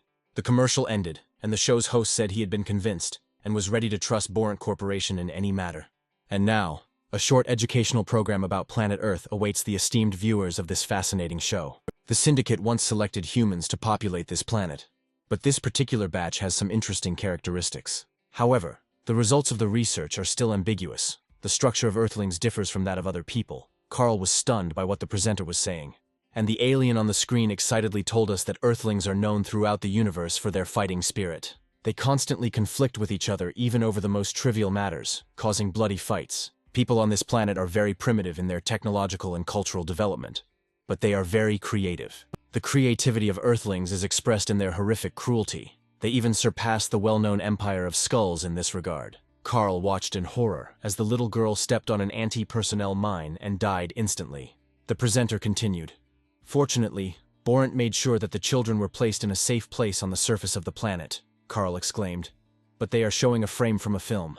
The showman also said that Borant also took care of preserving the Earth's important cultural heritage. The rules are similar to those of Borant's last season, with ladders located throughout the floor, but some have bosses assigned to them. Suddenly the broadcast was interrupted, and only color setting tables flashed on the screens. Carl asked what the hell was going on. The broadcast was restored. The presenter announced that this was the entire teaser. I wonder if any of the researchers will be brave enough to challenge the boss. The alien was sure they would find out everything at the premiere of the new season of the show World of Underground Explorers, Earth. Donut was surprised. She didn't think that Earth was so terrible, Carl objected. Half of all this was from the movies. They try to make it look like they are saving Earthlings from themselves. The cat sighed. It wasn't that important anymore. They needed to find the boss and kill him. That way they would definitely get into the show. Jumping down from the counter, Donut said that while they were in a safe place, they should open the chests they had received. The cat smiled affably at her companion and said that if Carl wanted, he could open his boxes first. The guy received a few more torches, healing potions, bandages, and a ring that added points to his constitution. Carl didn't want to take any of these items right now, so he carefully moved everything into his inventory. Donut exclaimed that for being among the first 100 who raised the level of her magic projectile, she was given mana restoration potions, and in another of the cat's chests, there was a slate decoration in the shape of a small butterfly. It gives +4 points to lightness of legs, and +1 point to intelligence. Donut was delighted. Now the winged fairies would not be hostile towards her. Moreover, the cat received a blessing from them. She was literally flying around the room. Carl asked her to be more careful. This skill does not mean that she cannot get hurt when she lands. But Donut didn't listen to Carl. She ran around the cat town faster than the wind, squealing with delight. Carl asked Tally where he learned to cook so well. He must have been a dungeon explorer before. The safe room keeper shook his head, his eyes growing even sadder. He told Carl that this was not so. Judging by the size, this topic was very difficult for Tully. But he told his story. It turns out that the Syndicate doesn't select all worlds in the universe for its show. Sometimes the planet's inhabitants are offered a deal, and that's what happened with their world. One day, representatives of the Syndicate appeared on the planet and announced their conditions to Bobka. These conditions were simple. They would take the inhabitants, and in exchange, they would promise not to conduct excavations on their world. Tally had a family, but everyone understood that those who signed the contract would be making a small contribution to the survival of their home planet. The Syndicate came, and the world of the planet of the Babka people began to perish. Then Tally decided to take a contract in the dungeon. He didn't want to calmly watch his people die, and he couldn't. Now he had to be here so that his family could live. Donut said it was sad, and they needed to be interesting so they could get fans and get on the show. The cat added, and they also need to become stronger as quickly as possible. Otherwise they simply won't be able to survive here. Jumping onto the counter, Donut affectionately rubbed herself against the gnome Babka and purred her gratitude to Tally for the shelter and the delicious breakfast. Tully stroked Donut's silky back and thanked his guests for their warmth. Carl was very surprised, and what Tully was thanking him for, it seemed like he hadn't done anything special here. He was just being polite. Purring loudly for the delighted keeper of the room, Donut told Tally that they would return when they were finished. The cat jumped to the floor and resolutely headed towards the front door. She called Carl. It was time for them to find the boss and kill him. The guy's face lengthened, judging by what they had already seen here. This would not be easy at all. Donut smiled and her eyes sparkled. They had to not only kill this damn boss, but do it with style. After leaving the safe room, the cat asked her guard how they could find the boss of this floor. Carl, pointing to a flock of cockroaches approaching them, replied that they needed to keep an eye on the enemies. A large group of very large sprinklers hissed as they crawled towards the dungeon explorers. The largest and most vicious specimen crawled ahead, its small eyes flashing, its whiskers twitching, and its hissing menacingly. The guy boldly rushed towards the crawling enemies. They had already met many times, and Carl knew what to do with them. He ran up and kicked the leader of the cockroach pack. The others lifted their butts, preparing to douse the man with their poison. At that moment, Donut entered the battle, firing several magic projectiles at the cockroach swarm. The sprinkler leader, having received a magical blow, helplessly twitched his paws and rolled over onto his back. The cat continued to hit the cockroaches with charges, not allowing them to get up and spray their poison around. Paralyzed by magic, the sprinklers fell to the floor and were unable to move for some time. Donut continued shooting at the swarm of giant cockroaches. She had already learned to aim and almost never missed.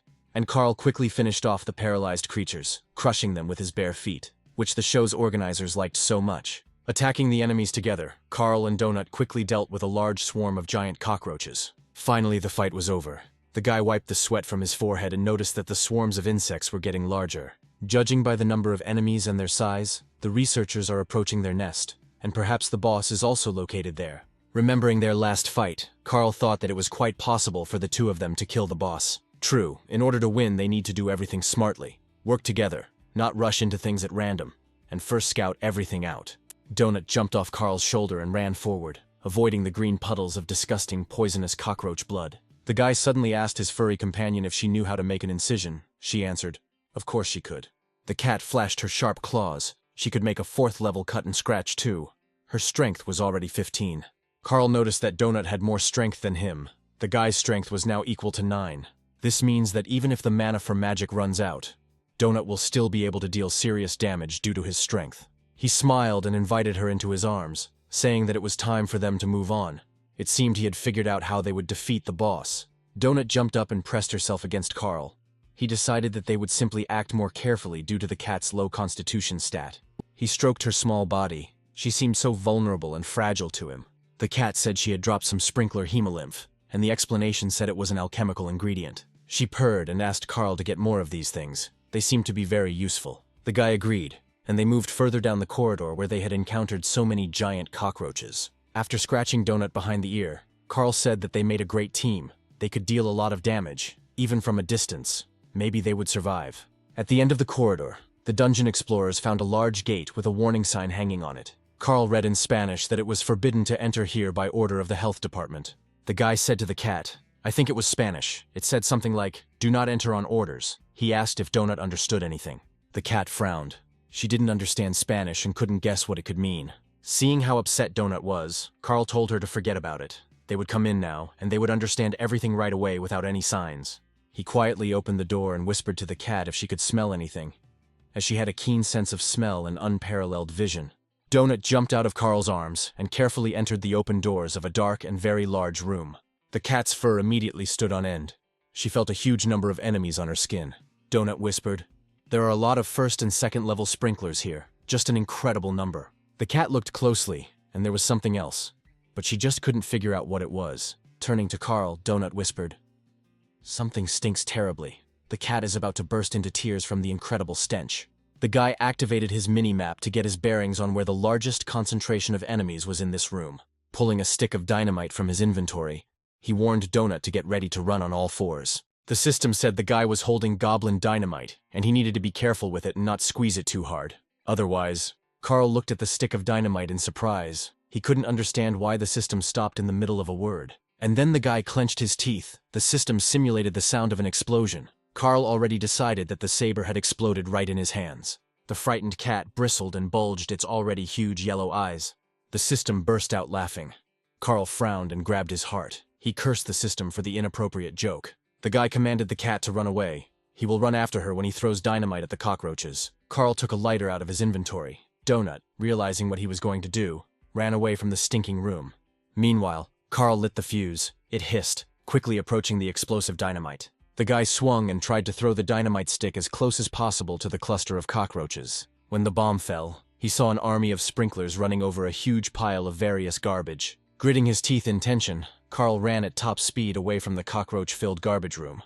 The sprinklers gathered around the strange hissing object and raised their tails menacingly. There was a deafening explosion. The entire room was filled with fire. There definitely shouldn't be any living cockroaches left there. Carl didn't have time to run far enough. The blast wave caught up with him and knocked him off his feet. The system sounded an alarm, informing the researcher that his health was very low. The guy grabbed his head. Everything was swimming before his eyes, and blood was gushing from his mouth and ears. Donut was saying something to him, looking worriedly at her companion, but he couldn't understand the talking cat. Having patted her behind the ear, Carl quietly said, "Everything is fine. The main thing is that Donut is fine." The cat answered him something, but he did not hear what. Opening the menu, Carl saw that his health was extremely low, but after a successful attack on the sprinkler nest, the guy had already reached level 5. His skill with explosives also increased, and the level of the goblin explosives themselves also increased.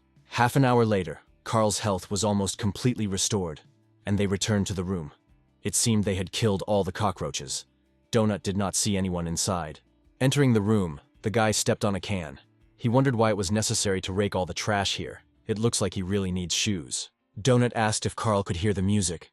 The system informed them that they had dealt damage to the dungeon boss, but they would find out about the reward in a couple of minutes. And then the massive doors slammed behind the seekers. The bolts on the doors closed by themselves, and heavy chains appeared on top of the bolts. Donut jumped onto Carl's shoulders in fear. The guy was holding a burning torch in his hand and looking around, expecting an attack. There was a huge pile of rubbish right in front of him.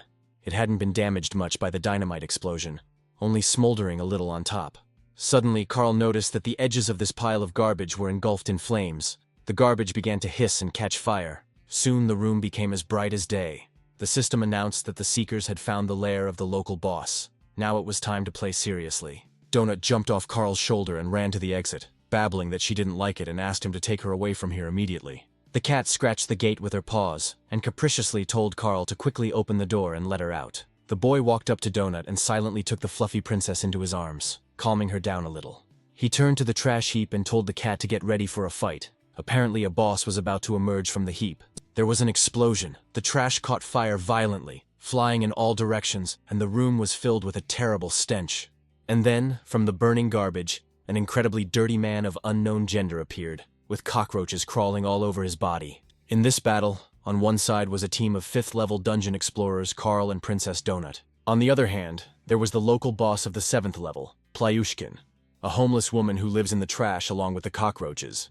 A terrible woman, herself resembling a huge cockroach, crawled out of the burning garbage, her tattered clothes already beginning to smolder. Her hands were covered in tiny sprinklers, apparently where they had hatched and grown in the warmth, dirt, and debris. Carl pulled out another stick of dynamite from his inventory, preparing to blow up this disgusting, stinking creature along with the cockroaches.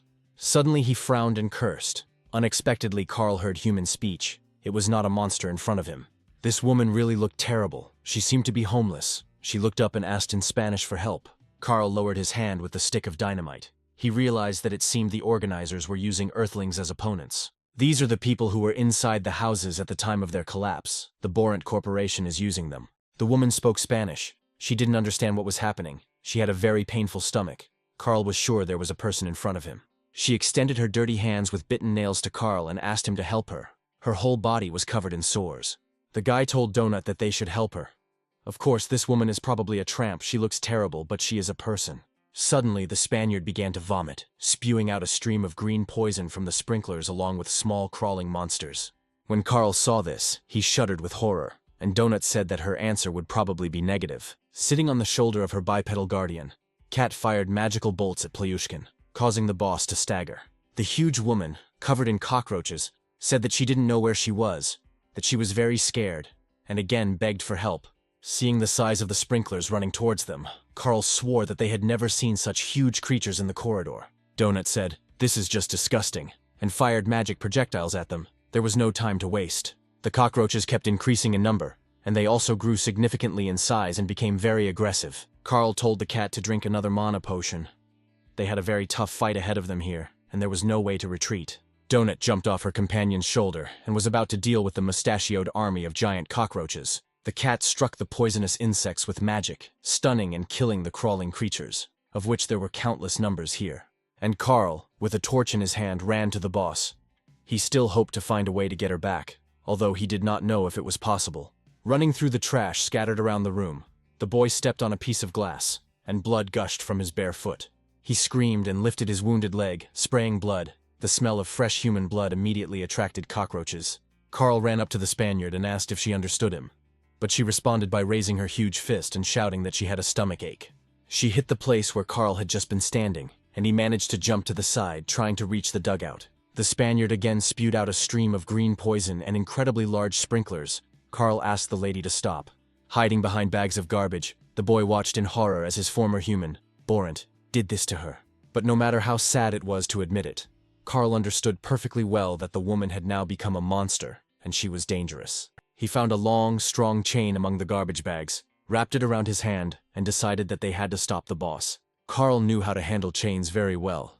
Having untwisted the ring, he wrapped the chain around the poisonous Spanish woman like metal fetters. Having wrapped the chain around the boss, the guy pulled it by both ends, shouting to Donut to distract the enemies for now.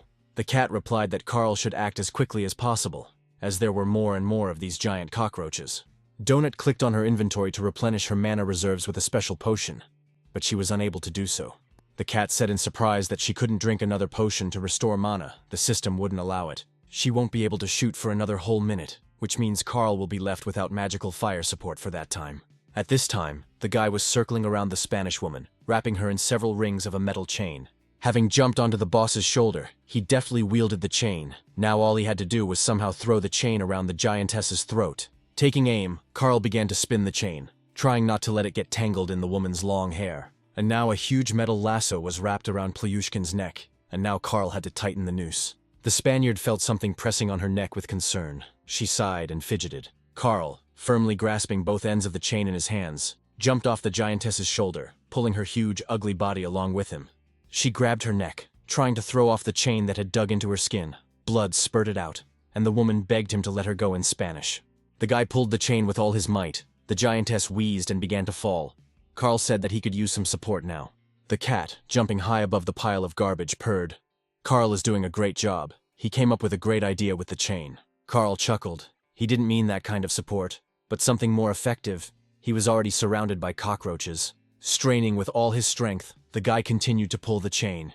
He really didn't like it, but there was no other way out, so he cursed. At this time, one of the giant cockroaches quietly crept up to Carl because the cat had stopped shooting. The huge sprinkler sank its teeth into Carl's already wounded leg. Blood spurted out, and the boy cried out in pain. He loudly cursed Donut to help him, otherwise the cockroaches would bite him while he was strangling the boss with a chain. Carl shouted that if the cat couldn't shoot, she could certainly use her damn sharp claws. Donut replied, "The boss is almost dead. Carl will succeed, we can't stop. There's very little left." The giantess begged in Spanish to save her. She was already wheezing, helplessly opening her mouth, and a stream of cockroaches was flying out of her mouth. Suddenly the chain on the boss's neck snapped, leaving a bloody furrow on his throat, and the woman began to breathe again. The guy cursed like crazy. It almost worked. But what to do now? There is no other chain here. He fell into a pile of stinking garbage and both halves of the broken chain flew at him. Carl literally growled with anger. Lying among the bags of waste, he feverishly thought about what to do. His thoughts were interrupted by an attack by a giant cockroach. The insect was slightly smaller in size than Carl himself. And then Donut's powerful magic projectile flew into the huge sprinkler. The monster twitched its paws and died. The cat happily informed Carl that she could shoot again, and without wasting any time, Donut shot the boss. The guy looked at the dying woman with regret. Not long ago, she was a human being, and he didn't want it to end like this. The cat continued to shoot, piercing the Spanish woman's body through and through. Scarlet blood gushed out, and the woman staggered. The health bar showed that the boss was about to die. Carl hurried to run out so that the owner of the trash wouldn't crush him when she fell. There was a terrible noise. Bags of garbage and cockroaches flew in all directions. A huge woman fell to the floor. She was dying. Carl jumped on her giant body. She whispered in Spanish to be forgiven if she was a bad person.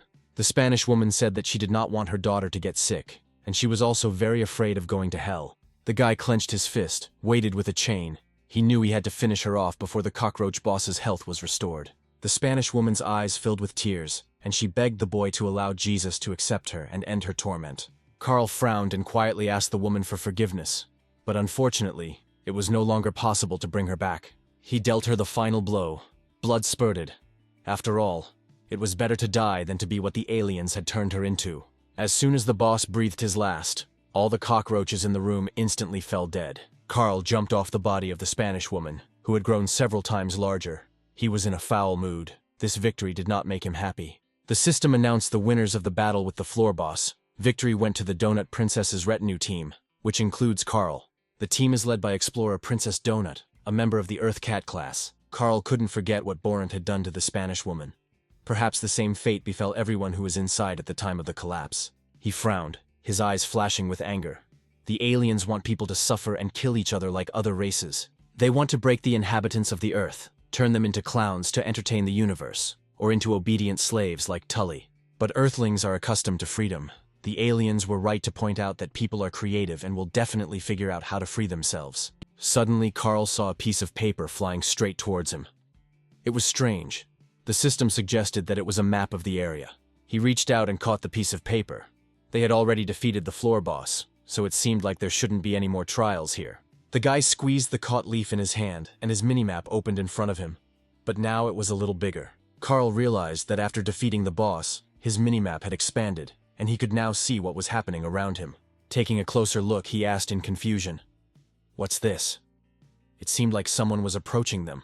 He called Donut to also look at the expanded map of the dungeon area. It seemed there was a person there. But upon closer inspection, the boy realized that in front of him was the corpse of Level 3 researcher Rebecca. Carl's face fell. He sighed heavily. They were too late. The girl was already dead. There were no living people nearby. A message came from the system that for advancing up the career ladder and killing the first boss, they receive a bronze boss chest. Donut snorted in displeasure. Why only bronze? It was not an easy fight at all. She was even scared. An expanded map of the first floor of the dungeon also fell on the disgruntled cat's nose. Throwing the card off her face, Donut grumbled. She thinks that she deserves at least the legendary boss chest. Carl, without looking away, looked at the red cross that marked the dead girl. What a pity. She was already dead. Apparently she went to rest or open chests and died right next to the safe room. What a shame. She didn't quite make it. Donut suggested searching the dead girl's body. Maybe she had something valuable. But Carl replied that it was too early. Her killer could be nearby. Looking at the map, he said that they were not far from the guild. It was better to go take a rest and open their chests. Carl also really wanted to chat with Guildmaster Mordecai about everything he had seen here. Soon, Carl and Donut found themselves near a door marked Beginner's Guild, which would take them to Mordecai. Entering the familiar room, the researchers saw that the Guildmaster was sleeping, and next to him stood a whole battery of empty bottles. Mordecai clutched to his chest a portrait of the same Skywing that he had shown Carl at their first meeting. The guy cursed. It seemed the Guildmaster was tormented by his inner demons and was trying to drown his sorrows in alcohol. Carl started shaking the leader of the newbie guild until he woke him up. Mordecai was embarrassed to be caught like that. Waking up from his sleep, Mordecai fell into his chair and began to tell the story of how there were 6 main types of bosses in the dungeon. They vary in strength and size. There are local bosses, district bosses, city bosses, regional bosses, country bosses, and floor bosses. There are also elite, super strong ones, but it's too early for them to worry about them. They won't meet them very soon. Carl asked. So they killed the easiest boss? Donut couldn't believe that they fought the easiest boss. Mordecai grabbed his head. How loudly they speak. Yes, it was the easiest, the guy asked. And which side is easy? The Guildmaster reassured him. In fact, even against bosses like these, researchers usually go in a large crowd. Looking into the bottle, Mordecai said that such things have certain rules, and that they would meet other bosses at the premiere. By the way, to watch the premiere, they need to find a safe room.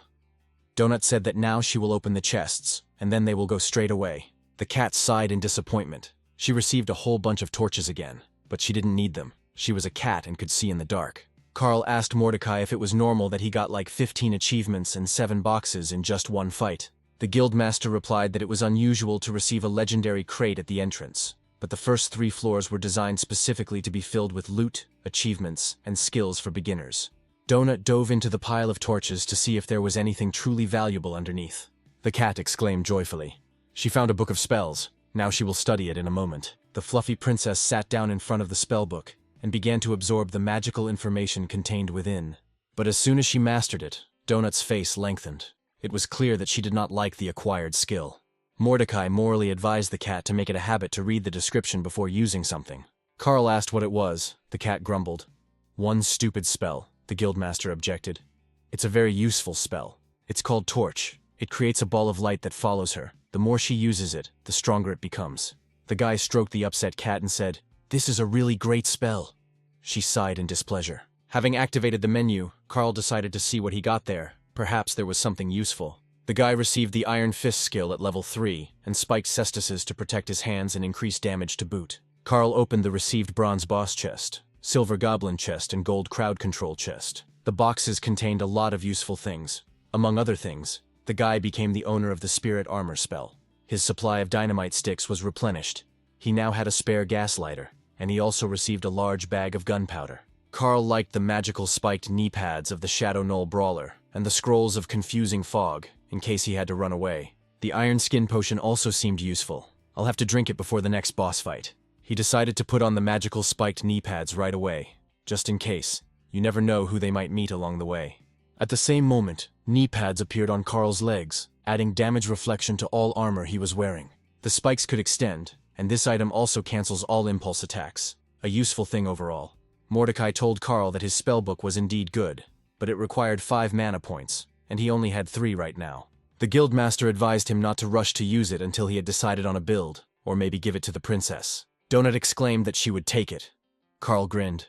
She doesn't even know what kind of spell it is, but she already wants to take it. The Spirit Armor spell surrounds the body with pillars of light, offering little protection from physical attacks, but virtually negating incoming magical damage. This spell also provides temporary immunity to mind control, and provides illumination and a mystical effect. After reading the description of the spell, Carl decided that he would keep this thing for now, and then we would see. Donut lowered her head sadly. She really liked all sorts of magical things. They really attracted the cat to them. Mordecai said about the explorer's corpse. The mobs can certainly loot it, but they can't get into her inventory. There really could be something valuable there. Carl and Donut returned to the room that was in charge of Tally. The cat rubbed itself affectionately against the little keeper, just as the premiere of the World of Dungeon Explorer Earth began. The presenter said that the herd instinct initially sharply reduced people's chances of survival in the dungeon. Looking at the mass murder of Earthlings, Carl whispered, "Many people were simply beaten like dumb cattle." The showman smiled cheerfully, but those who survived were among the lucky ones. They will become real explorers. One group of Earthlings even managed to kill the district boss, which certainly speaks of their strength and promising abilities. These researchers were able to equip themselves well, train themselves, and organize themselves into a well-coordinated team. There are other successful teams that manage not only to survive, but also to kill many monsters and increase their level. The monsters had a hard time meeting such fighting Earthlings, and many monsters were brutally killed. The show's host congratulated the new dungeon explorers on their first victories over bosses and regular monsters. Carl and Donut watched the footage of various battles between Earthlings and monsters, but they were not among the heroes. They recalled their numerous encounters with hordes of vile sprinkler roaches spitting green poison. The first battle with the evil goblins, which almost cost them their lives due to the explosion of the goblin death machine. And of course, the giant cockroaches that attacked Carl while he was strangling the cockroach trash boss with a chain.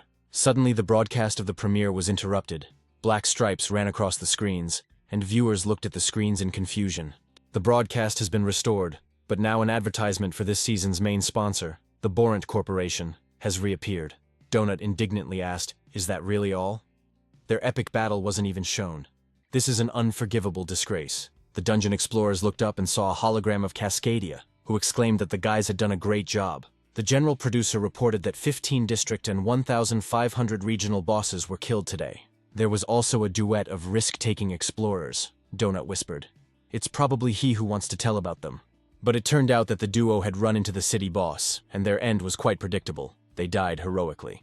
The cat's face became sad, contrary to her expectations. No one noticed their team. They were not shown on the news. Bad. The news ended. Carl and Donut decided to go and look at the body of the recently killed female researcher. The boy's bare feet were already habitually stomping on the stone slabs of the first floor of the World Dungeon. Cascadia calmly reported that the number of human research casualties did not exceed the expected value. He announced several patch notes that fixed the ability to kill mobs by moving them to your inventory. Listening to the messages from the general producer of this season of World of Dungeon Explorers, they approached the body. Cascadia reported that a bug with the bathroom has also been fixed. If you open the door and someone else walks in, they will no longer explode. The producer added that while they are flattered by the Earthlings' creativity, all vulnerabilities will be patched. So don't get carried away. Carl smiled. The aliens studied them and did not think that the first thing people would do would be to try to break their entire system, such as human nature. Suddenly he heard Cascadia tell him to now go where he was in such a hurry and kill. The guy suddenly stood rooted to the spot. The picture he saw was terrible. He spoke in confusion. This can't be. Donut also stopped in horror and looked in confusion at the torn and naked girl. Everything around was covered in the blood of the murdered dungeon explorer. She didn't even have any underwear left on her. The system informed Carl that Level 3 researcher Rebecca had been killed by researcher Frank Q, leaving her with only an apple core. The guy was confused about what could have made one person kill another. Could it really have been a simple robbery? Looking closely at the body, Carl noticed that there was a gaping bullet wound in Rebecca's chest, meaning she had been shot with a firearm. The cat gasped. My God, it seems that this Frank Q cannot be considered a good person, since he did such a thing. Carl glanced at the minimap, but there were no other blue dots, meaning there were definitely no human dungeon explorers nearby. I wonder if it is possible to hide yourself from others on the minimap.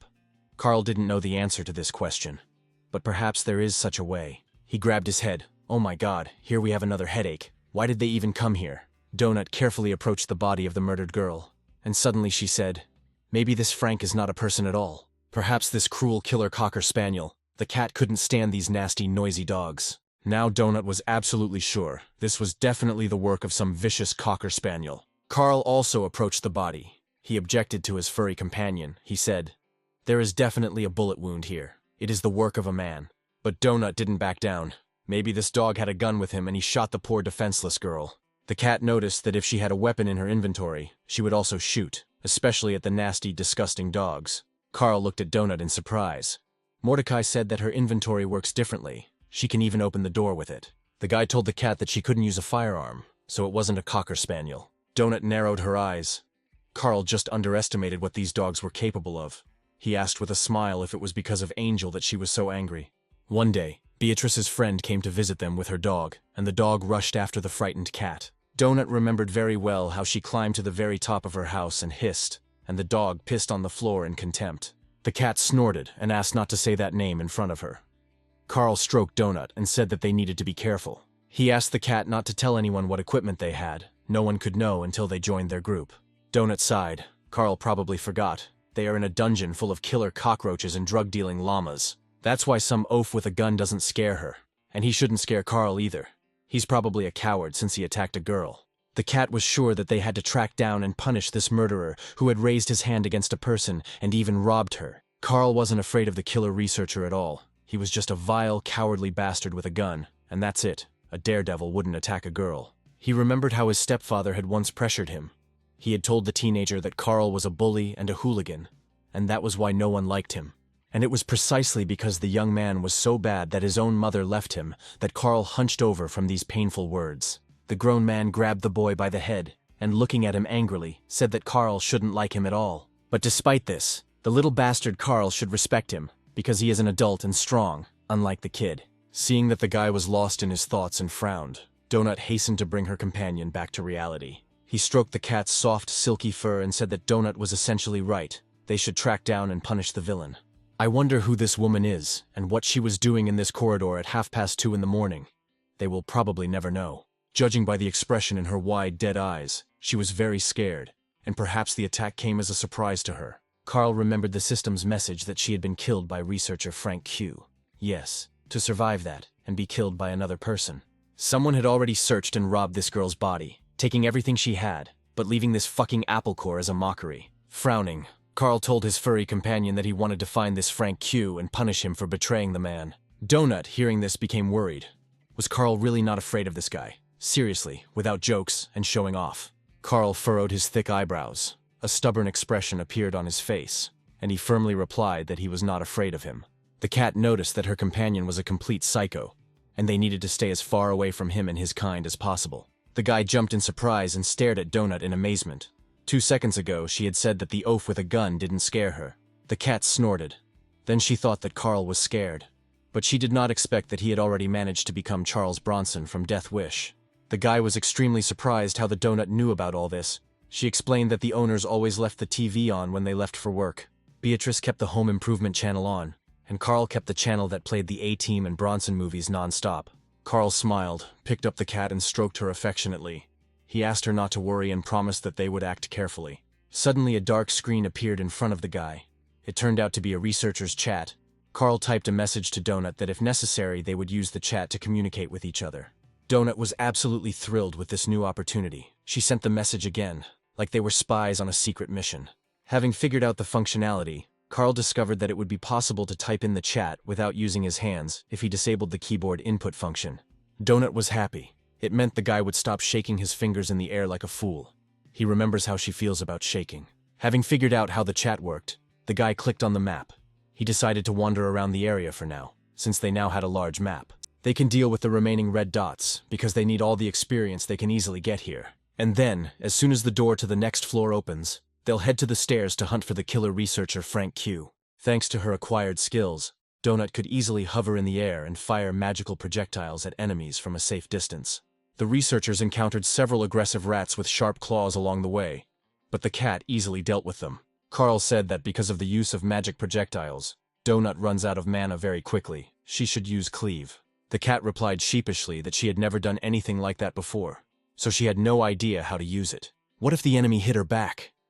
The thought sent goosebumps down Donut's fluffy back and his eyes widened in horror. She doesn't want that, she sighed, looked at Carl and quietly admitted that she was very afraid that she might get hurt. This confession really surprised the guy. How Ponchik manages to be so lively, even aggressive and timid at the same time. But a cat simply cannot control its instincts. Just a few generations ago, its kind were wild tigers stalking prey in the jungle. Carl took the cat in his arms, saying that he knew its pedigree, that nothing had changed for several generations, and that there were no tigers there. And Donut's uncle was also her grandfather. The cat looked around and said that they had already been here. The guy recognized this place. From here they entered the dungeon and accepted the first battle. Here they met the guildmaster Mordecai.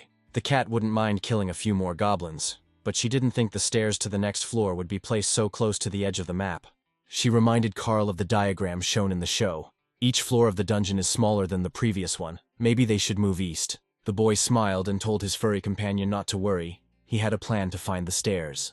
He looked at the map. They were surrounded by red dots on all sides, which meant there were 3 enemy squads around them. The frightened cat, looking at the map, told Carl in a trembling voice that there were a lot of goblins here. They wouldn't be able to cope with them. And indeed, soon a whole crowd of green goblins jumped out of the 3 arches. The monsters surrounded the dungeon explorers. The sound of motorcycles could be heard. The goblin engineers, their sharp teeth snapping angrily, were riding towards the enemy on iron horses. Donut pressed herself against Carl's shoulder and asked fearfully what they were going to do. But the guy was surprisingly calm. A motorcycle with 3 goblins was already approaching the researchers. One of the green fighters was preparing a club with a pineapple for an attack.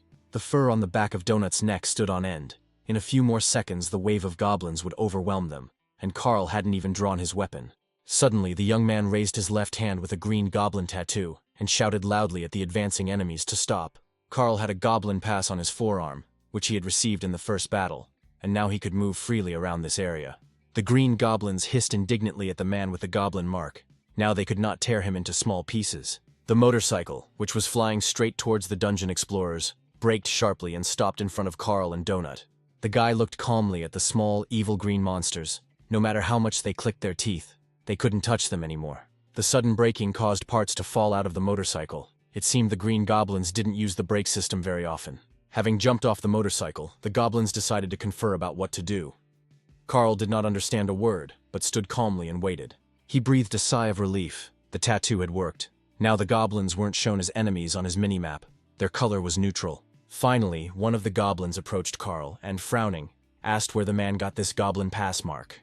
The guy knew that this question would definitely be asked when meeting the goblins, and he had been preparing an answer for a long time. But suddenly Donut intervened in the conversation. She said that they blew up their nasty tractor, and the brains of 3 of their friends were smeared on the cobblestones. She waved her paw to the side, saying, "They are a little further away, in this area. Suddenly they want to scrape their remains off the floor." Carl whispered a curse at the cat and said that he would be the one doing the talking. What was she talking about? They would turn her into cat meat now. Hearing the cat's answer, the goblin hissed angrily, baring his sharp wedge-shaped teeth. How dare she mock him? But literally the next second, the green monster's eyes lit up, his muzzle turned pink, and he looked at Donut with admiration. Carl reminded the cat that he actually had the tattoo with protection, and she good-naturedly patted him on the head with her tail. Winking, Donut replied, "But she has 37 charisma points, and now let Carl watch carefully." Jumping off the guy's shoulder, the cat approached the goblin and, calling him Sunshine, asked him to answer a few of her questions. The goblin, enchanted, looked at the strange furry creature with a shining tiara on his head. She asked what his name was. The green monster was confused. It turns out he didn't have a name. These goblins were considered lower creatures, and they only had roles. Donut purred. What a pity. But this is so inconvenient. She will have to fix the situation and come up with names for these creatures. Standing on her hind legs, she told her first interlocutor that from now on she would call him Bachelor. The cat, purring loudly, named the second goblin, who was sitting behind the wheel of the crumbling motorcycle, Morda. The third green goblin enchanted by Donut also received a name. From now on, everyone will have to call him Murdoch. The 3 young goblin fighters looked at each other in confusion. They felt very strange and did not understand anything. Donut whispered to her companion why they had come here at all. Carl whispered that he needed the goblins to do something for him. The cat tenderly asked the bachelor's darling to take her and Carl to their goblin engineers and inventors of various gadgets. Most likely, these are the gentlemen who wear kitchen utensils on their heads. Donut remembered the evil creature that was chasing her. The goblin bachelor stuttered as he told the cat that he would do whatever the ma'am wished, and turned to show the explorers the way. But Donut stopped him. She didn't like the way her new admirer was addressing her at all. These goblins were completely ill-mannered. She fluffed up her fur, raised her tail like a pipe, trying with her whole appearance to show importance and charm at the same time. Turning to the goblins, the cat, frowning, declared that she was not ma'am, she was Princess Donut, and demanded that they call her that. Turning to the bachelor, she asked if he understood. The goblin stuttered and mumbled that he understood everything. Not hearing her title, the cat bristled and hissed menacingly. The frightened goblin hastened to answer, "Okay, Princess Donut." The squad of goblins obediently moved towards their lair. Carl asked the cat what the hell that was. Did she really know that everything would turn out like this? Donut reminded me about her stats. It's simple. Mordecai said that her charisma would influence the creatures in the dungeon. There are also certain limitations. The cat's charisma affects the inhabitants of the dungeon if their icons are not red, if they are not bosses and not higher level. When they fit the conditions, Donut can control them. She smiled contentedly. She really liked it. The goblin engineers, with cooking ladles on their heads, turned to face the strangers. The presence of the female greatly disturbed them. But Donut's charisma did its job. The green monsters looked at her with oily eyes, ready to do anything. Mordecai had once told her that on the first 4 or 5 floors, she would be able to convince every creature to obey her. Before the Seekers stood a level 5 goblin bombard, an expert in explosives that could strike with destructive force even at long range. Even his fellow goblins looked at the bombard with apprehension, because he always had bombs in his hands that he could throw. The explosives expert looked at Carl suspiciously, like everyone else. He was puzzled why the man had a goblin pass. Having learned that strangers had appeared in the lair, a 7th-level goblin shaman headed towards the researchers of the world dungeon. The goblin shaman is the most revered class in this species, coming immediately after the chieftain and warlord and specializing in torment magic. To graduate from the shaman university, goblin mages must fulfill 2 of 3 mandatory conditions. First of all, they must have sex. This condition is usually fulfilled by everyone first and with great pleasure. The second condition is that graduates must know how to cook, at least to properly brew potions, and maybe even food. The third condition is that they must eat their own parents, in which way the shamans are free to choose for themselves. After completing all the training requirements, young female students receive shaman diplomas and are sent to serve in their clans. Most female students and future shamans do not choose to learn to cook, preferring to eat their parents. Approaching the guests, the shaman looked at them carefully and said that the cat could read, but humans were not welcome here. The guy said he wanted to buy a motorcycle from them. They would have to travel a lot.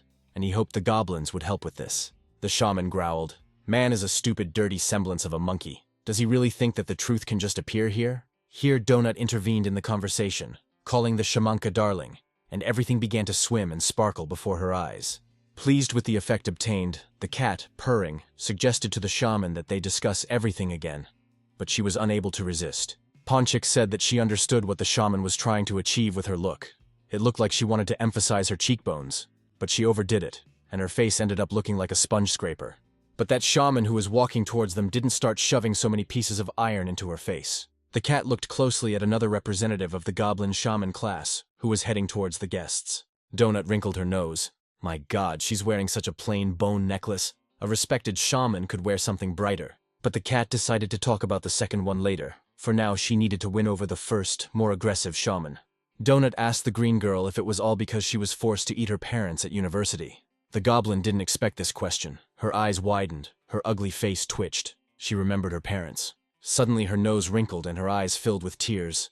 Carl was stunned. Could goblins really cry? The shamanka fell to her knees next to Donut and burst into tears. Yes, that's why there was so much metal in her face. The second shaman heard the cat's remark about her necklace and was about to hit her with a staff with a pineapple. But it was enough for Donut to look into the goblin's eyes and her expression changed dramatically. The cat named the shamans Rory and Lorelei, and now they both cried, remembering their parents eaten alive.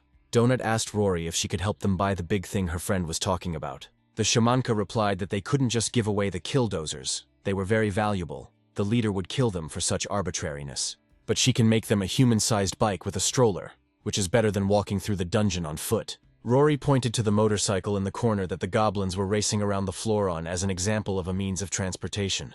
Stroking the purring cat, the shaman said that this would not be for free.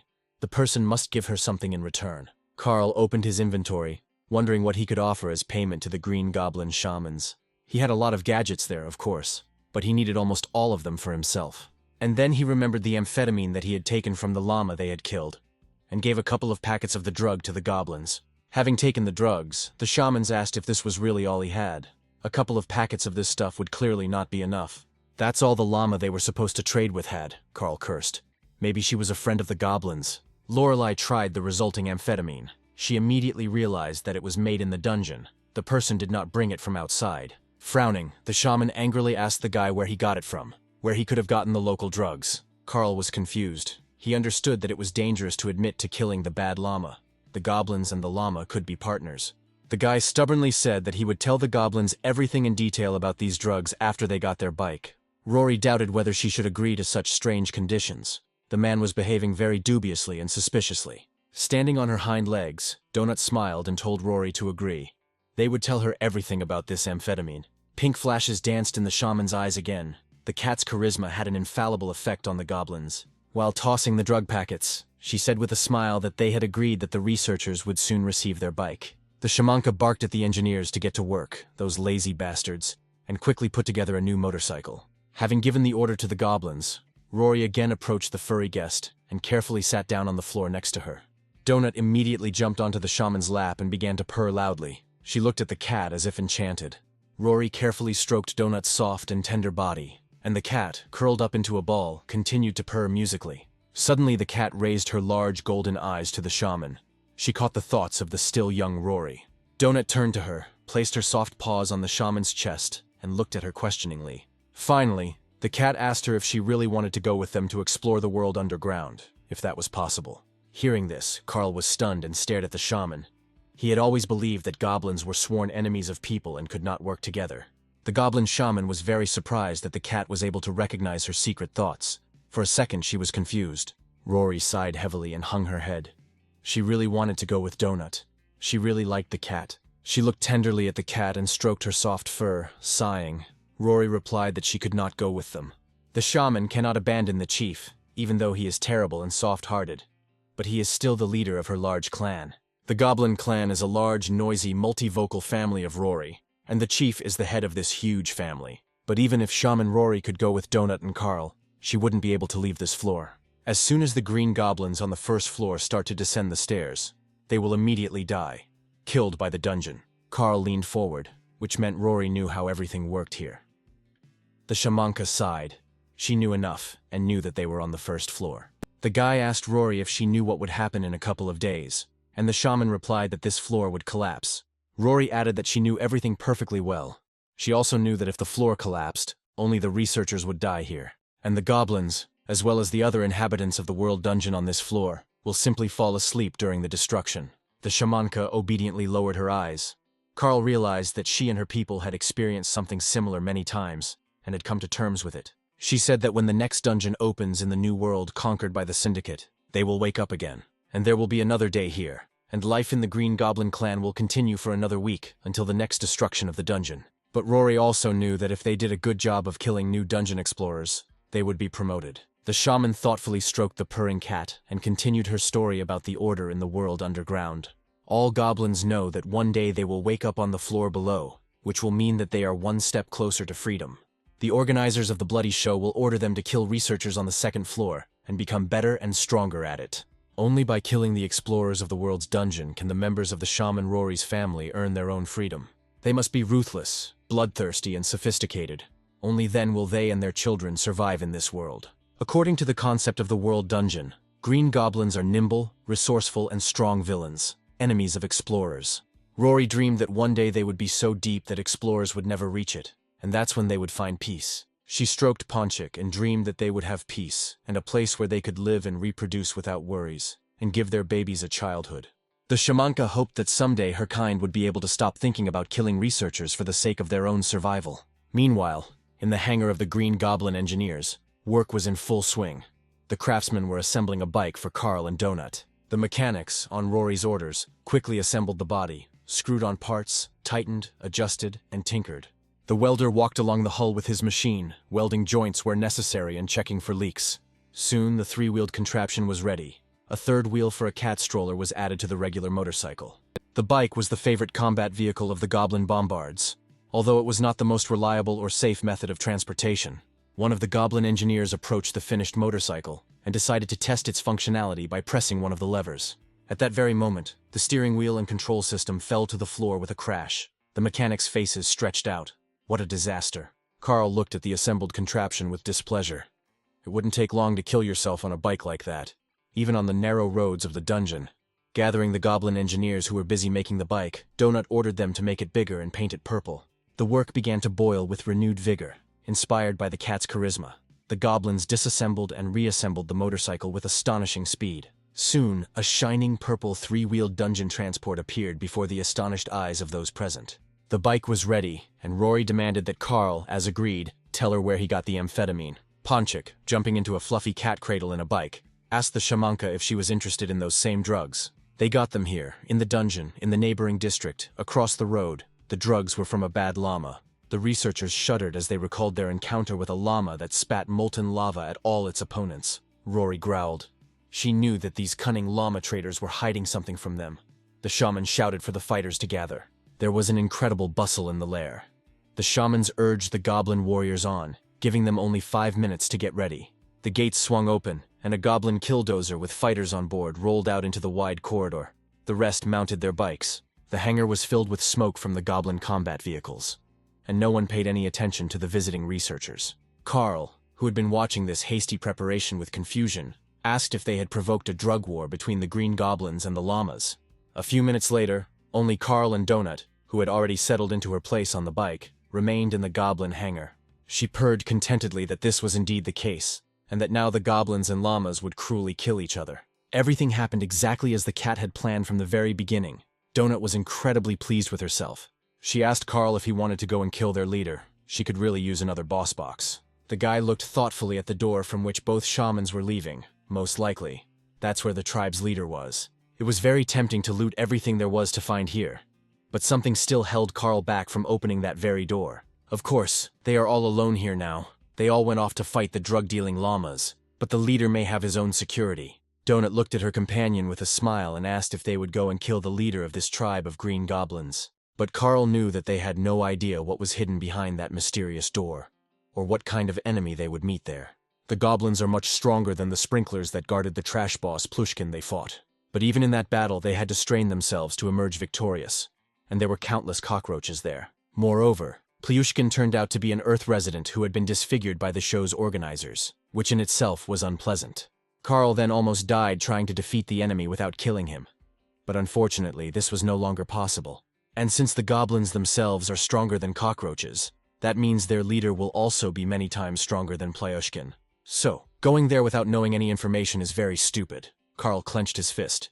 He didn't want to fight with the leader of the goblin tribe. It was even more vile to act in such a way after the goblins had helped them so much by assembling a bike with a sidecar for them. The guy sighed and lowered his head, saying that he did not want to go and kill the leader of this tribe, even though the rules of the show required it. The cat's eyes sparkled with excitement. She smiled and said that everything was working out just fine for them. She jumped happily on the side of the motorcycle and screamed that if they killed the goblin chieftain, it would just blow up the show's ratings. Carl walked around the large room where goblins were crafting all sorts of weapons and mechanisms, keeping an eye out for anything that might come in handy. The guy threw the items he liked into his inventory. The goblins had a lot of useful explosive gadgets here. The cat left her cozy cradle on the motorcycle and joined her companion. We need to prepare for an attack on the leader. Carl's attention was drawn to an explosive cart with 4 barrels filled with metal elements. This cart was equipped with a remote detonator that set this hellish mechanism of death into action. Carl and Donut peered cautiously out into the hallway to make sure the goblin clan hadn't returned home yet. The guy decided to first move the bike he got from the goblins into his inventory so he could quietly leave this place. Donut asked Carl if he thought Rory and Lorelei would be upset with her if they killed their clan leader. Lifting the heavy goblin thing, the guy replied that the shamans would probably be offended by it, since they trusted the cat so much. Finally, the bike was moved into inventory. Carl wiped the sweat from his forehead and added, Rory seemed to dislike the chief. The guy hoped that they would never know whether they were offended or not. A bike sign lit up in a special inventory compartment, and now Carl could get it from there at any moment. Looking at the cart, Donut asked if this was enough. The cat thought that this would not be enough for the goblin leader. Carl explained that black powder is not designed to cause damage with an explosion, but it does scatter metal well with the blast wave. So if the boss is there, they'll stuff him full of these pieces of iron? The guy doubted that the boss on the first floor was that strong. In any case, if this didn't kill him, Carl didn't know how else he could be defeated. The guy rolled the explosive cart up to the large doors behind which the goblin tribe leader was supposed to be. Carl asked the cat if she was ready. She tensed up, glowed with mana, and replied that she was ready. Donut ordered the doors to open, and they began to slowly swing open, letting Carl in with the deadly cart. The cat carefully peered inside the room. She needed to make sure that the huge leader of the goblin clan was here. Having seen everything she wanted, she whispered to Carl to roll the explosive cart with gunpowder inside. The boy pushed the cart with all his might, trying to speed it up as much as possible so that the leader couldn't stop it. The explosive cart jerked forward, the small wheels barely supporting the weight, pieces of rubber flying off them. Donut quickly jumped back to avoid getting hit by the wheels, and Carl accelerated the cart faster and faster. Jumping into the doorway, the guy pushed the cart with gunpowder forward as hard as he could into the dark room. He shouted to Donut to run away quickly. Otherwise, those who were guarding the leader of the goblin clan could chase after them. There was a noise, confused shouts and swearing coming from the room into which Carl had just pushed the explosive cart. Turning the corner, the boy asked the cat if she had seen the goblin clan leader in that room. Maybe they had pushed the cart there in vain. Donut confirmed on the run that yes, there was a very large, nasty, dirty goblin sitting there. Carl was pleased. It meant they had calculated everything and done it perfectly. He pulled out a remote detonator from his inventory. The cat stretched out on the cold floor tiles and groaned that she hated running. Her short, delicate paws were tired. She suddenly remembered that very tribal leader, whom they were now going to blow up in his own lair.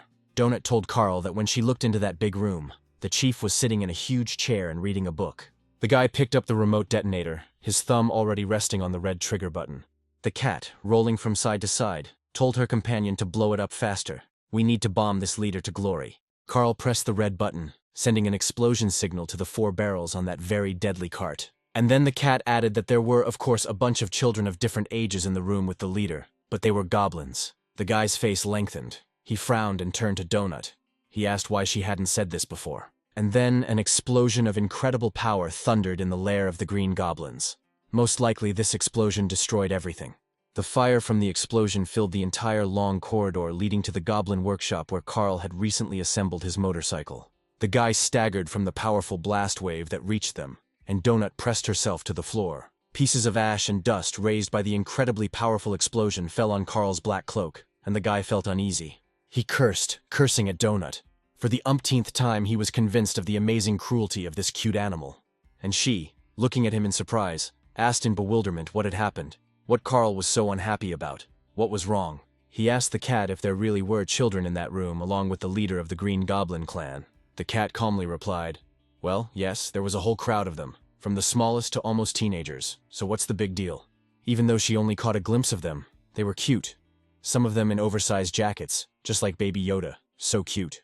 But there, along with that huge goblin, there were not only children, there were also old goblins sitting there.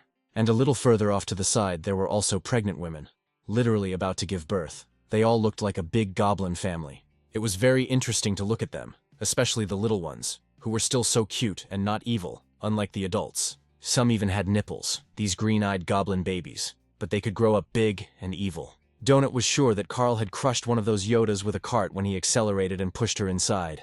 The cart was heavy, so that little one died quickly, without even needing an explosion. Carl listened to the cat and felt worse and worse.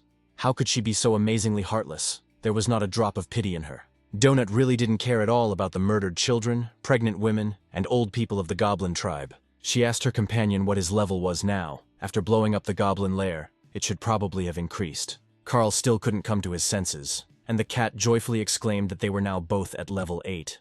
Donut sighed.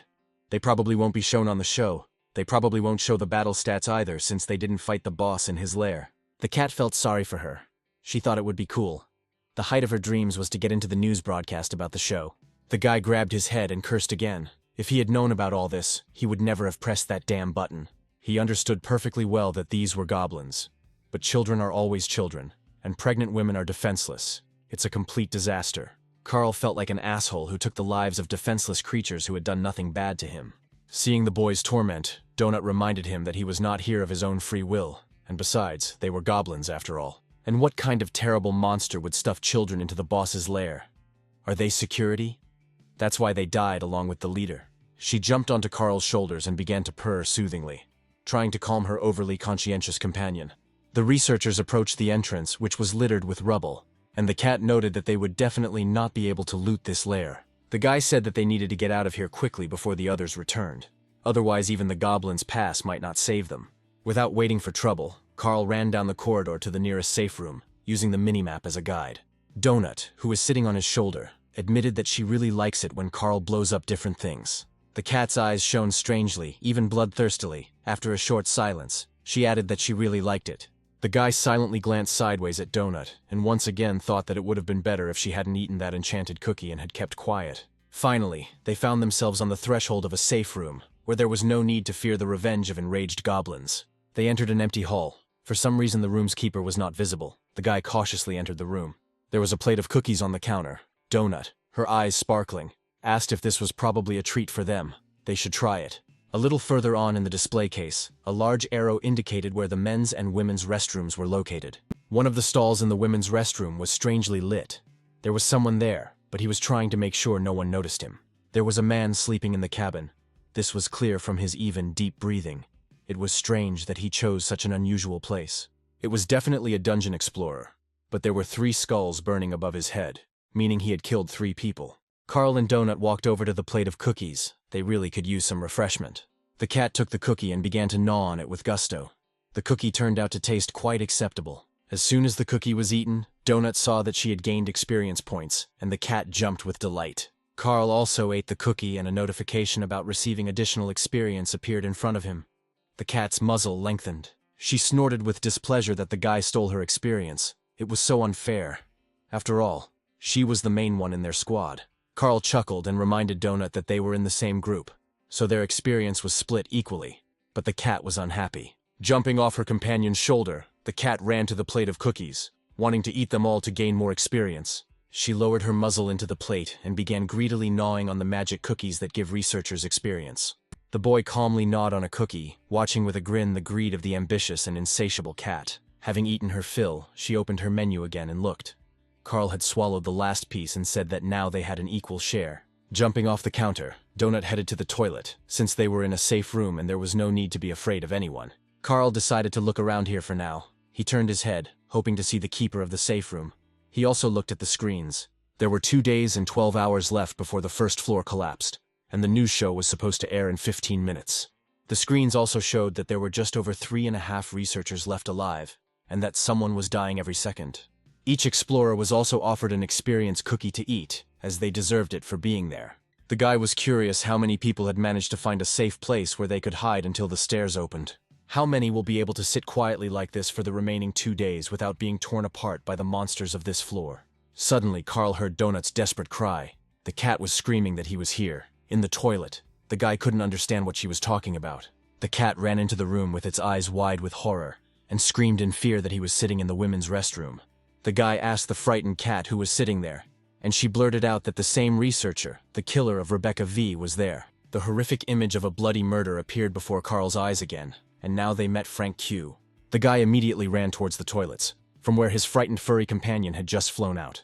Looking at the map, Carl was surprised when they came here. His point was definitely not on the map. He specifically looked to see if they were alone. It couldn't be a misunderstanding.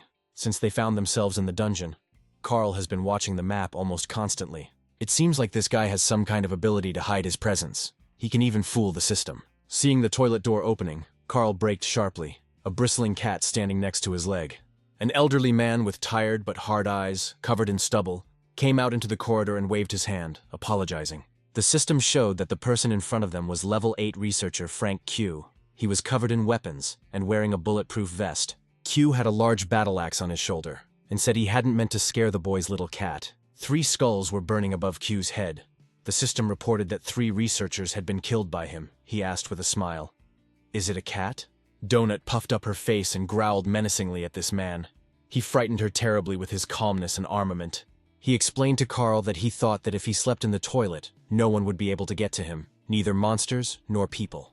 The closer Frank Q got, the louder Donut hissed and growled, showing her small but very sharp teeth. Q said he didn't know the toilets in the safe areas were different from the ones in the dungeon passages. Looking at the guy standing in front of him, Frank asked Carl in surprise, "Where are his pants? Why is he looking like that? And where are his shoes?" he asked Carl in bewilderment. Had he really been walking around the dungeon barefoot all this time? And the researcher's name is strange. The system called him the Royal Protector Carl from Princess Donut's retinue. And the cat's name was the greatest dungeon champion, Princess Donut, the commander of Princess Donut's royal retinue.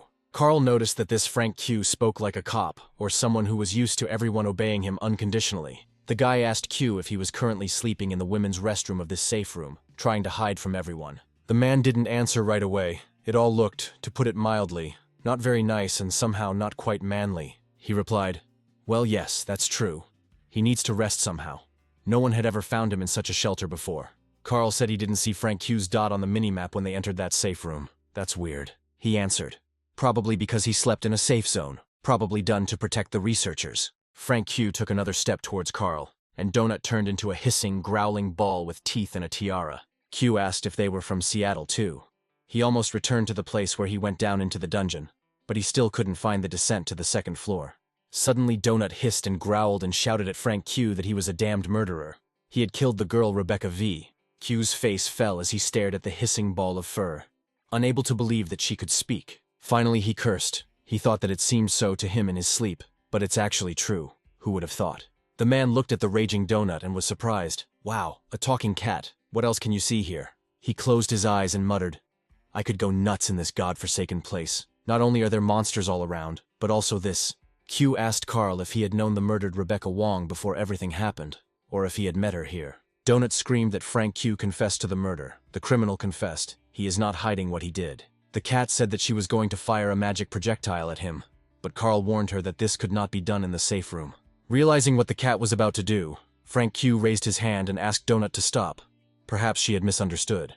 He said everything is not as it seems. He had no other choice. If they knew Rebecca, then he apologizes. Carl said that they didn't know her before the tragedy or in the dungeon.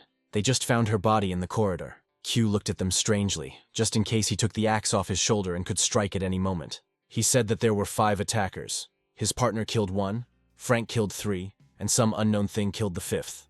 This was the first living person Carl had come across. Even if he was lying, the guy wanted to hear what he had to say. Carl asked if Q's partner was also hiding in the toilet, but the man replied that he was alone now. The guy suggested continuing the conversation in front of the TV. He didn't want to miss the news from this damn show. Their lives depended on it. Moving to the common room, Carl asked Frank Q what had happened to his partner, and where he was now. Taking a cookie from the plate to increase his experience, the man replied that his partner was dead. She had been shot. He crunched on a cookie, involuntarily interrupting his story. An oppressive silence hung in the room. Everyone felt the tension. Finally, Frank Q added that his partner had been shot by Rebecca Wong, and now it was just him and his trusty axe. After listening to the man's story, Carl said meaningfully that everything was clear. The guy did not take his eyes off the researcher. Everyone in the safe zone was staring at each other, and the guy was watching Q's expression very carefully, and he was trying to understand what impression his chatter had made on the boy. A predatory expression flashed in Frank Q's gaze. Donut sat on Carl's shoulder, looking with her big yellow eyes at Frank Q, who was hung with weapons. The show's host announced that they would next show a wonderful bloody battle with the local boss. A whole horde of brave explorers of the world's underground from planet Earth came to fight him. The cat finally managed to go to the toilet and flew into the common room, hearing the voice of the host of the show World of Dungeon Explorers. Jumping up on the counter, she exclaimed in disappointment that they had missed the start of the show's news broadcast. The cat turned to Frank Q and snorted at him. It was all his fault because he was such a jerk he was sleeping in the toilet. Carl sensed that Q was preparing to attack them, which meant the guy needed to act very, very carefully. The only exit from the safe zone is also the entrance through which he and Donut entered. Carl asked Frank Q if he had seen the latest episode of the show, as they had been delayed and hadn't been able to see what it was. He replied that he had seen it and recounted to the guy in detail the contents of the previous news broadcast, who had been recognized and why. There is also a safe room 5 kilometers from here, where Frank Q was able to watch the previous episode of the show. The man gripped the edge of the counter tightly, tensing like an animal about to pounce, choosing the right moment to attack. Carl noticed this movement and was convinced of his suspicions. This scoundrel was going to kill and rob them, like the rest of the people. This man's entire appearance was tinged with cruelty. Most likely, before all these events, he was a common criminal. The guy asked Frank Q to tell him how he got into the dungeon and how he managed to survive when everything collapsed. And on the screen was the most popular show in the universe, World of Underground Explorers, where Earthlings were killed by the thousands for the amusement of the public. Q involuntarily looked to the right and up. He was making things up, Carl realized. Frank had said that he and his partner were working at customs at the time. Q means they worked for immigration and customs enforcement, and judging by Frank's behavior, that could be true. While the man spoke, the screen showed a bloody battle between human explorers and a giant rhinoceros boss. Frank said they'd been monitoring a warehouse for a while, trying to disrupt a Chinese human trafficking operation. The man lowered his head and said that when it all started, they found themselves there, but not alone, but with those same bandits. 15 bandits at that very moment decided to leave the building for a smoke break, and that's how they were saved. But the rest disappeared. He and his partner involuntarily exposed themselves and were fired upon. But then an entrance to a dungeon opened right under their feet. Many bandits fell right there, unexpectedly finding themselves in this terrible place. But there was nowhere to go. They had to go.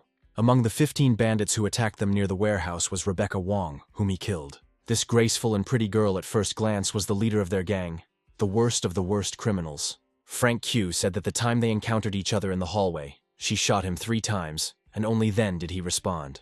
He shot back and immediately hit her right in the heart. He didn't feel sorry for her, because people like her are always a threat. Pressing his hand to his heart, the man admitted that he thought he was going to die from his wounds because he was bleeding.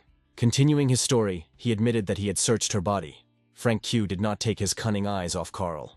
The man chuckled, saying that he searches every world dungeon explorer he kills for loot. Carl stood near the exit from the safe zone, and from there talked with Frank Q, carefully pretending to be a simpleton.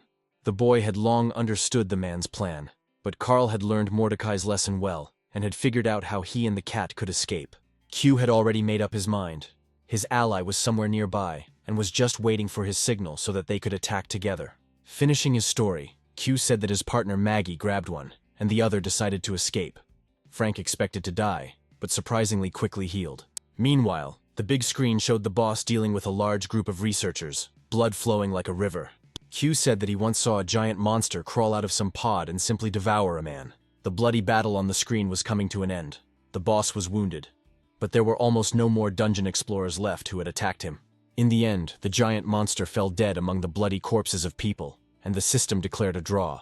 And Frank Q continued to tell how he found a guild for newcomers, and then tried to survive in this monstrous world. He assured his interlocutor that he had run out of ammunition long ago, so now he was using a battle axe. Donut, touched by Frank Q's fictitious story, stood up on her hind legs and looked sympathetically into the killer's face. She purred to the man what a poor thing he was, how hard it had been for him, and what a good fellow he was for being able to get out of it. The cat said that the story of his deceased partner Maggie brought tears to her eyes. The killer looked with distrust at the cat reaching out to him. Being a liar, He himself did not trust a single word of others. But realizing that the cat had fallen for his crude lie, he broke into a satisfied smile and thanked her for her sympathy. Carl asked Q if, since he was searching those guys, he might have some pants or shoes that fit the guy's size. The man looked at Carl doubtfully. Was this guy really such an idiot, or was he just pretending? But there was no point. Frank laughed dryly and cheerfully answered the guy. Of course, he would have something.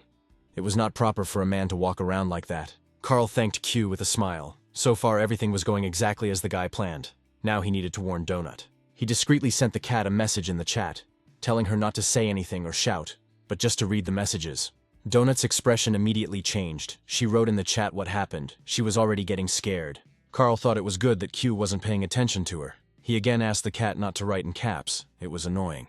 Q narrowed his eyes like a cat who has spotted prey, his whole body tensing, his predatory gaze never leaving his potential victims. The guy warned the cat that Frank was going to attack them, but she should not react or resist in any way. This is important. Whatever happens, Donut shouldn't shoot magic missiles. Let them do what they want. The cat should trust him. The cat was puzzled. Because Frank was an American hero, Carl replied. Q was a piece of shit. He was pulling the wool over their eyes. There was someone else hiding nearby, ready to attack them, so the cat should get ready to run away. Donut's fluffy ears drooped sadly, and she wrote to Carl that she didn't like all of this at all. Taking out a pair of bloody trousers from his inventory, Frank Q said, "These are the largest pair of trousers he has in stock." He threw the pants to the guy, adding that he had another pair of shoes, but the size was not written. Carl thanked his interlocutor. One glance at these trousers was enough to understand that they were women's. The guy texted Donut that he would set himself up so that Frank would attack first. Turning away, he pretended to put on his pants. Seeing that Carl had turned away, the man pulled out a gun, and without a second's hesitation, he shot the cat sitting next to him. Everything happened so quickly that Donut didn't even have time to scream. At that very moment, Frank Q's murdered partner, Maggie, appeared out of nowhere in the safe zone. There were 5 skulls burning above her head, meaning she had already killed 5 researchers. Maggie shot Carl in the back. The guy saw a bright flash and realized that exactly what he expected had happened. He and Donut were attacked by a gang of killers. Turning around, Carl smiled. They fell for his provocation and rushed to attack them right here. He beat them. The boy remembered his horror when he saw Donut helplessly sprawled on the floor in Mordecai's room. He then thought that she was dead. He was furious and yelled at the guildmaster, asking what the hell happened to his cat because of that enchanted cookie. Mordecai then replied, "There is a transformation going on, but it's definitely not a bad one. Otherwise the guild would have teleported her out of here immediately." He emphasized then that nothing could harm the explorer or NPC in the beginner's guild or safe room. The word scoundrel appeared above the head of the researcher killer Frank Q. He was temporarily immobilized by the system. The same thing happened to his accomplice Maggie. Her body was shaking, but she couldn't move. The frightened cat jumped off the stand and started running away from the man who had just shot her. She threw herself into Carl's arms and trustingly pressed herself against him. For the first time in the dungeon, Donut was truly scared. Throwing down the bloody pants Q had given him, Carl told the cat that it was time for them to run away while the two were immobilized. Donut looked at the two with her eyes wide with horror and exclaimed why they were going to kill them. But how did Carl find out about this? Is he a psychic? And where did this lady come from? Donut's point is not visible on the minimap. The guy looked at Q's partner. It was the 9th level researcher Maggie Mai. It seemed she was the one who commanded the gang. Above her head hung the 5 skulls of the explorer killer, and the woman's gaze was as cold and cruel as Q's. Carl was amazed. These bastards had already killed 8 people on the first floor alone. It looked like they were hunting people. The guy clenched his teeth, but he couldn't attack them now. Otherwise he would be immobilized too, and he and Donut wouldn't be able to escape. He looked around and decided that the best thing they could do now was to get out of here and try to survive. Carl hugged Donut and quickly ran out of the safe room while the 2 scoundrels still remained motionless. Just in case, right on the run, the guy pulled out a very useful bottle from his inventory, because they didn't have any bulletproof vests. He opened the cap, and in Carl's hands was a bottle of iron skin potion, which could protect him from bullets for a while. The guy took a few sips and immediately felt that something was happening to his body. His skin seemed to begin to thicken. Carl took out another bottle. He needed to protect his partner with her incredibly fragile constitution. He handed her the potion and told her to drink it too. He didn't know whether the bandits would pursue them or not. Donut clutched the life-saving potion in her paws and said thoughtfully that she simply didn't understand these two. The cat moved the iron skin potion into her inventory to use to defend against attacks. She asked Carl why they were doing this. The guy answered, "Probably to take other people's things, experience, and just for fun." Looking at the map, the cat noticed that there were a lot of red dots on it. But she couldn't see anyone, although they were surrounded by enemies. And indeed, the mini-map showed that there were many enemies both to the right and to the left of the dungeon explorers. Carl looked around carefully. He knew that the map was not lying, but for some reason they had not noticed the enemy. Methodically examining everything around, the guy looked up and immediately understood why they did not immediately see their enemies. Right under the ceiling sat a vile creature called a red-faced remora. The system called them crazy kamikaze ravioli. As soon as the researchers reached the first remora, a strange red creature jumped down with a whistle. Carl looked with horror at the approaching monster. The remora was clearly aiming at him. He was confused and didn't know what to do. The red-faced remora lit up as it leaned against the guy's shoulder, and Carl screamed and clenched his teeth, a searing pain piercing his body. Donut jumped off her companion's shoulder and fired at the remora. The monstrous parasite exploded right on Carl's shoulder. The system reported that the knockdown was neutralized by the troll skin t-shirt. Carl cursed how painfully they bite. The cat looked up and saw a couple more biting red parasite suckers. They needed to be killed before they had time to attack. Upon seeing the researchers, the remoras rushed to attack the small, fluffy cat, considering it easy prey. One of the red-faced clingers pushed off the wall and, spreading its three-fingered paws, flew straight at Donut. But the cat was ready for the monster's attack. She simultaneously fired magical charges at both clingers. The dead enemies lay sprawled on the floor, and Carl and Donut once again ran away from the gang of dungeon explorer killers. Suddenly the cat stopped and asked Carl why they were running away from Frank Q and Maggie May instead of fighting them. Pointing to the recently killed remoras, Ponchik said that they were strong and could easily handle this gang. But Carl wasn't so sure about this. He also wanted to punish these cold-blooded criminals.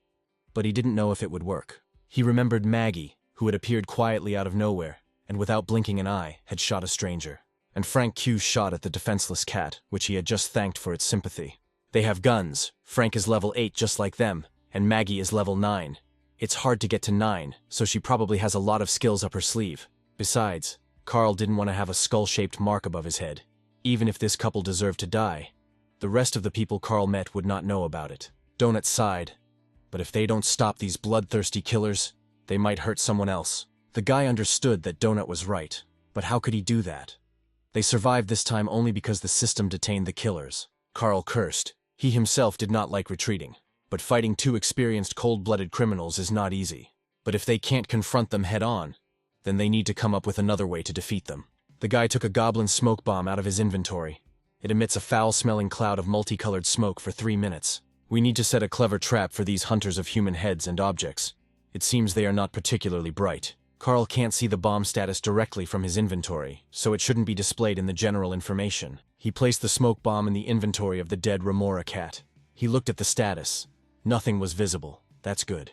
The guy decided to check if the fuse was burning, and in just a couple of seconds the stink bomb's durability status dropped 3-fold. Carl remembered Frank Q. He searched Rebecca completely, even took her clothes, leaving only a fucking apple core. He took out the goblin dynamite from the storage, which he and Donut had used to blow up the army of sprinklers in the boss's lair. The fuses needed to be lit so that as soon as Q took it out of the repellent storage, the dynamite would explode instantly. People like Frank Q and Maggie May always pocket everything, even the blood-stained belongings of the people they killed. Carl doubted that the mobs would drop dynamite as loot, but if he was lucky, Frank wouldn't even think about it. As soon as he got the dynamite, it would explode, and now it was time for them to go. The cat doubted that Q worked at customs. Carl replied that maybe that was the only thing he didn't lie about. His behavior was like a cop, but everything else he said was bullshit. Frank Q said that he and Rebecca shot each other almost simultaneously, but that can't be true. This girl, Rebecca Vaughn, was level 3. Her inventory system was activated, meaning she had been in the guild. All that was left in her inventory was an apple core. But there had definitely been something there before, since she had completed training in the beginner's guild. Carl also noticed how many experience points Frank got when he ate the cookie. If he had been alone, he would have gotten 10 points, but he got less, which means he was in a group with someone. The guy also noticed that his finger was twitching, as if he was trying to type something on the keyboard to his partner in the chat. Donut was surprised when it came to some strange things. Carl behaved like James Bond, and when Beatrice dated 3 different guys, he didn't even suspect. Carl jumped in surprise at how many guys his girlfriend had dated. Was it really true that she had dated 3 at once? He only found out about one thing, and after that he and B broke up. Carl said that he didn't care. She could stay in the Bahamas. And then all the explorers of the world's underground saw a hologram of the producer of this season of Cascadia.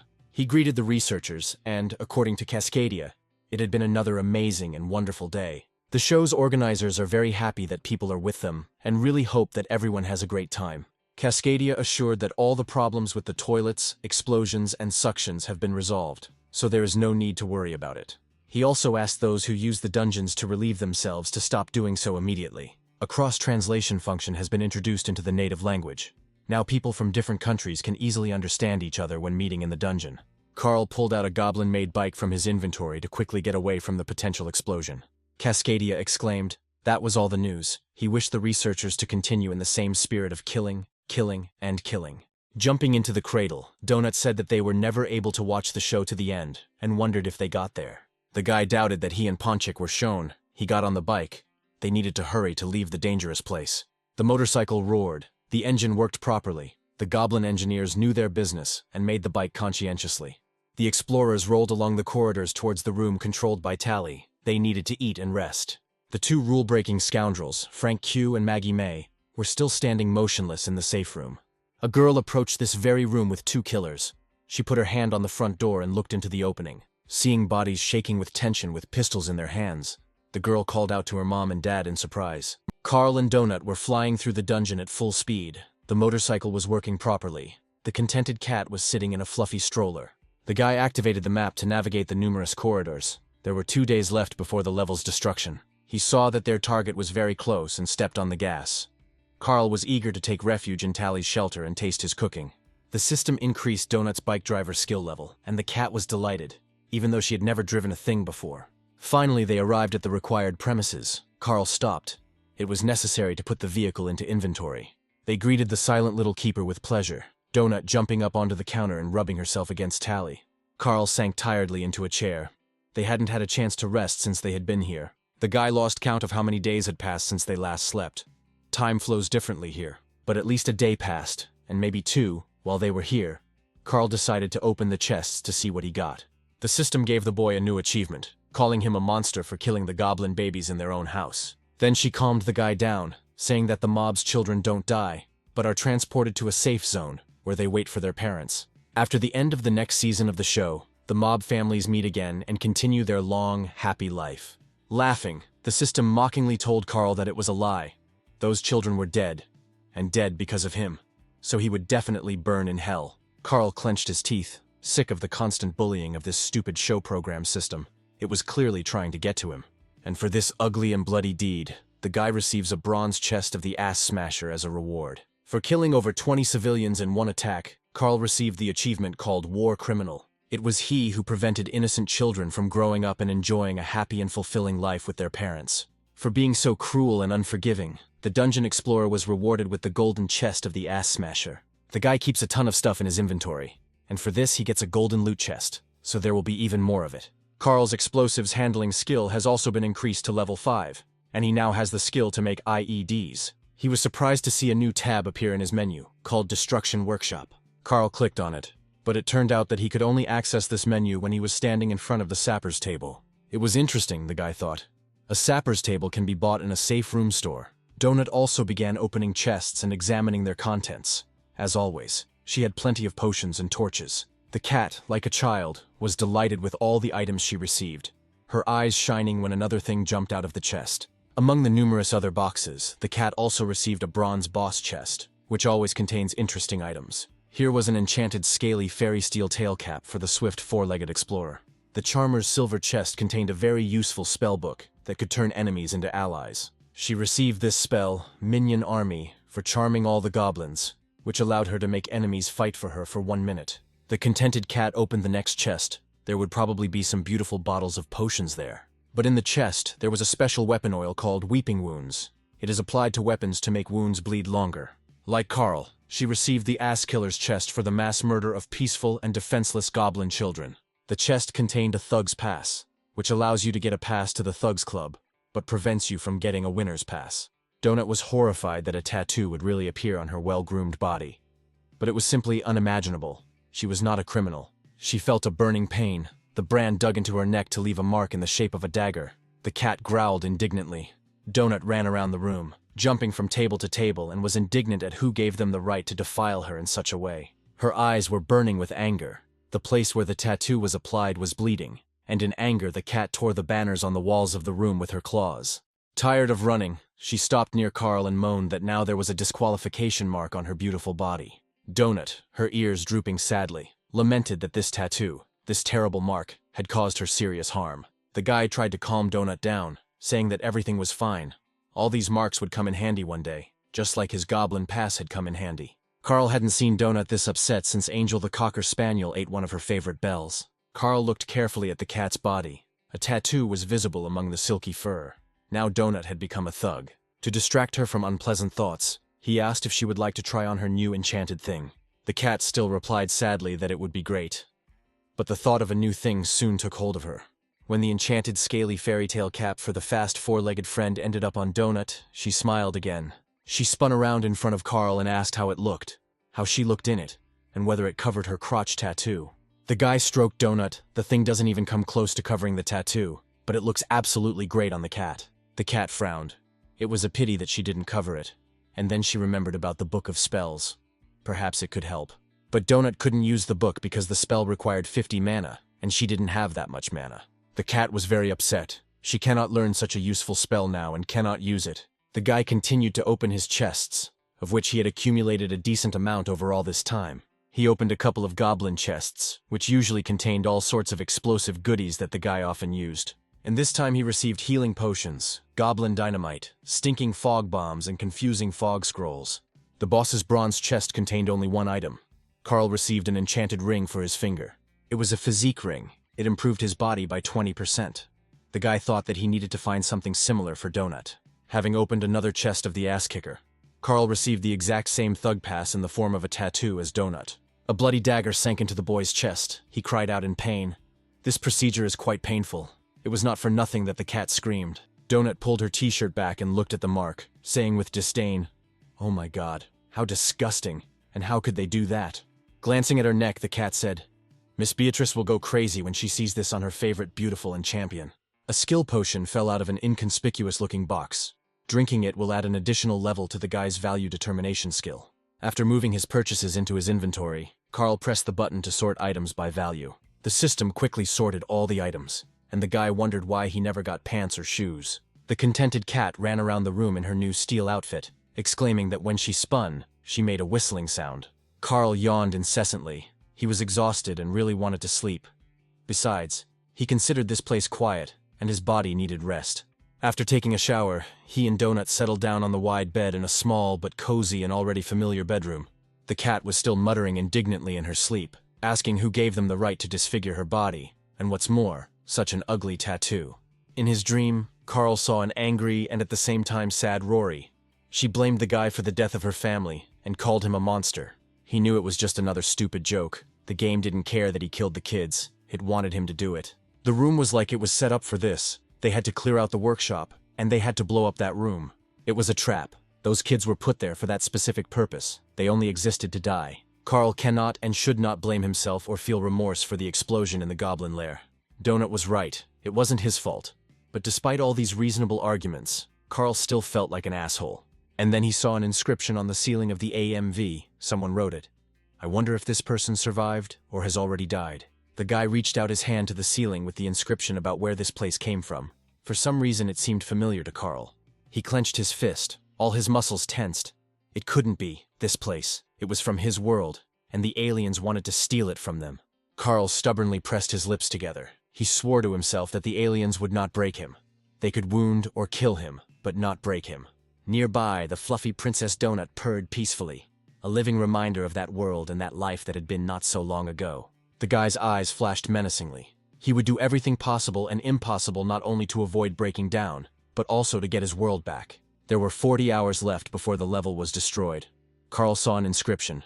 2 crossroads to the east, 3 to the south, a staircase plus people. The guy looked at the inscription in confusion. He was at a loss to guess who had made it.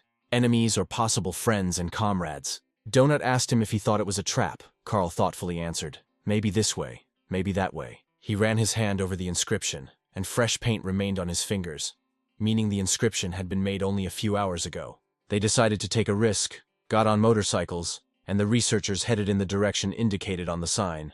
The road was littered with the corpses of level 4 ice goats, killed by researchers Brandon N. and Chris Andrews. Carl told Donut that they would go look for these very researchers who cleared the way to the stairs for them. The guy stepped on the gas and they sped forward with the wind. Carl couldn't wait to find normal people here. The system reported that Carl's driving skill had improved, and he could now step on the gas with complete confidence. Along the way, the same inscription was found here and there. It seemed the guys were showing the researchers the way to the stairs. The messages were on the walls and on the floor slabs in the corridors. Suddenly, Donut yelled at Carl to stop. As they drove, the cat watched the minimap very carefully. She showed Carl a staircase that had appeared on the map. Although it had definitely not been there before, it seemed to have opened recently. The boy asked the cat if there was anything else there. Maybe he could see anyone nearby, other explorers or monsters. Donut replied that there was something written on the ground. She suggested getting off the motorcycle and reading. After all, it was very dangerous near the stairs. Carl put the bike back in his inventory. They were going to go on foot from here. The guy didn't want to show the transport to anyone. The explorers of the world dungeon slowly and carefully moved forward. Judging by the video, the bosses here are very serious. They saw another sign on the floor. The road is safe. The parking lot is 2.5 kilometers away. They can't go any lower. Otherwise, the district boss will be activated. Carl cursed. How could they even defeat this district boss? All these monsters were simply terrible and strong. Donut pressed herself against the stone slabs. She felt a very slight vibration, as if someone was approaching them. She told Carl that there was some movement up ahead, but she couldn't yet figure out what it was, or whether it was dangerous for them or not. Now the guy, too, could hear noise and a slight rattling of the floorboards far away in the corridor, which meant that someone big and heavy was walking. Soon dust began to fall from the ceiling, and the dungeon explorers realized that it was definitely not a friend moving towards them.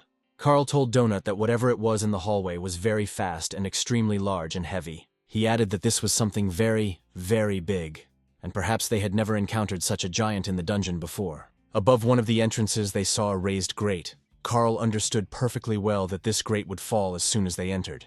The guy walked up to the grate and looked inside. It turned out that there were more passages further on, like some kind of labyrinth. Suddenly they heard something rolling noisily down the corridor right next to them, and a huge brown ball appeared. It rolled right up to the grate where Carl and Donut were standing, and the researchers felt that the ball stank. The guy winced and said that it smelled terribly of sewage. Donut's eyes filled with tears from the stench. She whispered, "It's just awful." Carl suggested looking at the map. Maybe they would find the one who left all these messages with clues. Suddenly, he saw that a very large group of dungeon explorers was moving not far from them. The guy happily told the cat to look at how many people there were. They finally found a large group. Judging by the dots, there are at least 40 people there. We need to go to them. Together, they will definitely be able to break through to the stairs to the second floor. Carl's eyes lit up with joy. He was glad to see people, and Donut was also glad that they wouldn't have to fight the terrible boss themselves. The guy was sure that with that many people they could easily take down the district boss, although it depended on their level. Turning the corner, Carl and Donut entered a corridor where, judging by the map, there were people. The guy greeted them warmly. But when he looked closer, his face lengthened. He certainly didn't expect to see this here. These were indeed people, and there were a lot of them. Donut turned to Carl in confusion. In front of them were very elderly people, some of whom moved with the help of walkers. The cat whispered, "There are only old people here, some in wheelchairs. With them they will definitely not defeat the district boss." Carl thought, these aren't just old people, but oh my god, I love you, Grandpa. But damn, how come you haven't crumbled into sand yet? A strange old woman sat near a large cart with things and looked around with big crazy eyes. She muttered that she didn't take those sandals, and there was no need to slander her. She didn't need other people's things. She was an honest person. Carl heard a young voice. Some guy shouted to him, thank God he came to their base. 2 young men were walking towards Carl. One of them asked if he had probably seen their messages. Carl answered, yes, they had seen the inscriptions.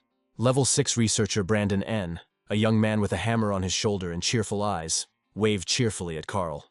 Next to him was Level 6 researcher Chris Andrews, and it was these guys who cleared the way for him and Donut to the stairs. Brandon didn't understand why Carl said we. He asked the guy who else was with him. They thought he was alone. The young man saw the strange name of the explorer, but did not understand anything about this. What kind of royal retinue this was. Maybe it was just a joke. The indignant cat jumped off her companion's shoulder and stood majestically before the 2 young men. She said that we means we. She is right in front of him. Can't this rude guy see her? She is Princess Donut. The stunned guys looked at each other in confusion. It seemed they clearly didn't encounter talking animals every day. Brandon apologized. He didn't understand right away. I saw them and I thought... Carl smiled. They probably thought he was crazy. Meanwhile, the cat is talking, and she may have the highest stats of all those present. Brandon Ann dropped to one knee and gently stroked the cat, saying, "Nice to meet you, Princess Donut." The cat was still unhappy that she was taken for a blank space, and not for an equal explorer of the world's underground. Brandon asked to forgive him if he had suddenly offended such a beauty. He had simply never met a talking cat before. Donut smiled and accepted the apology. Carl and his companion, along with the boys, went to the other fighting members of this large but strange detachment. They were met by Archer Yolanda Martinez, a level 6 explorer and member of a group called the Meadowlarks.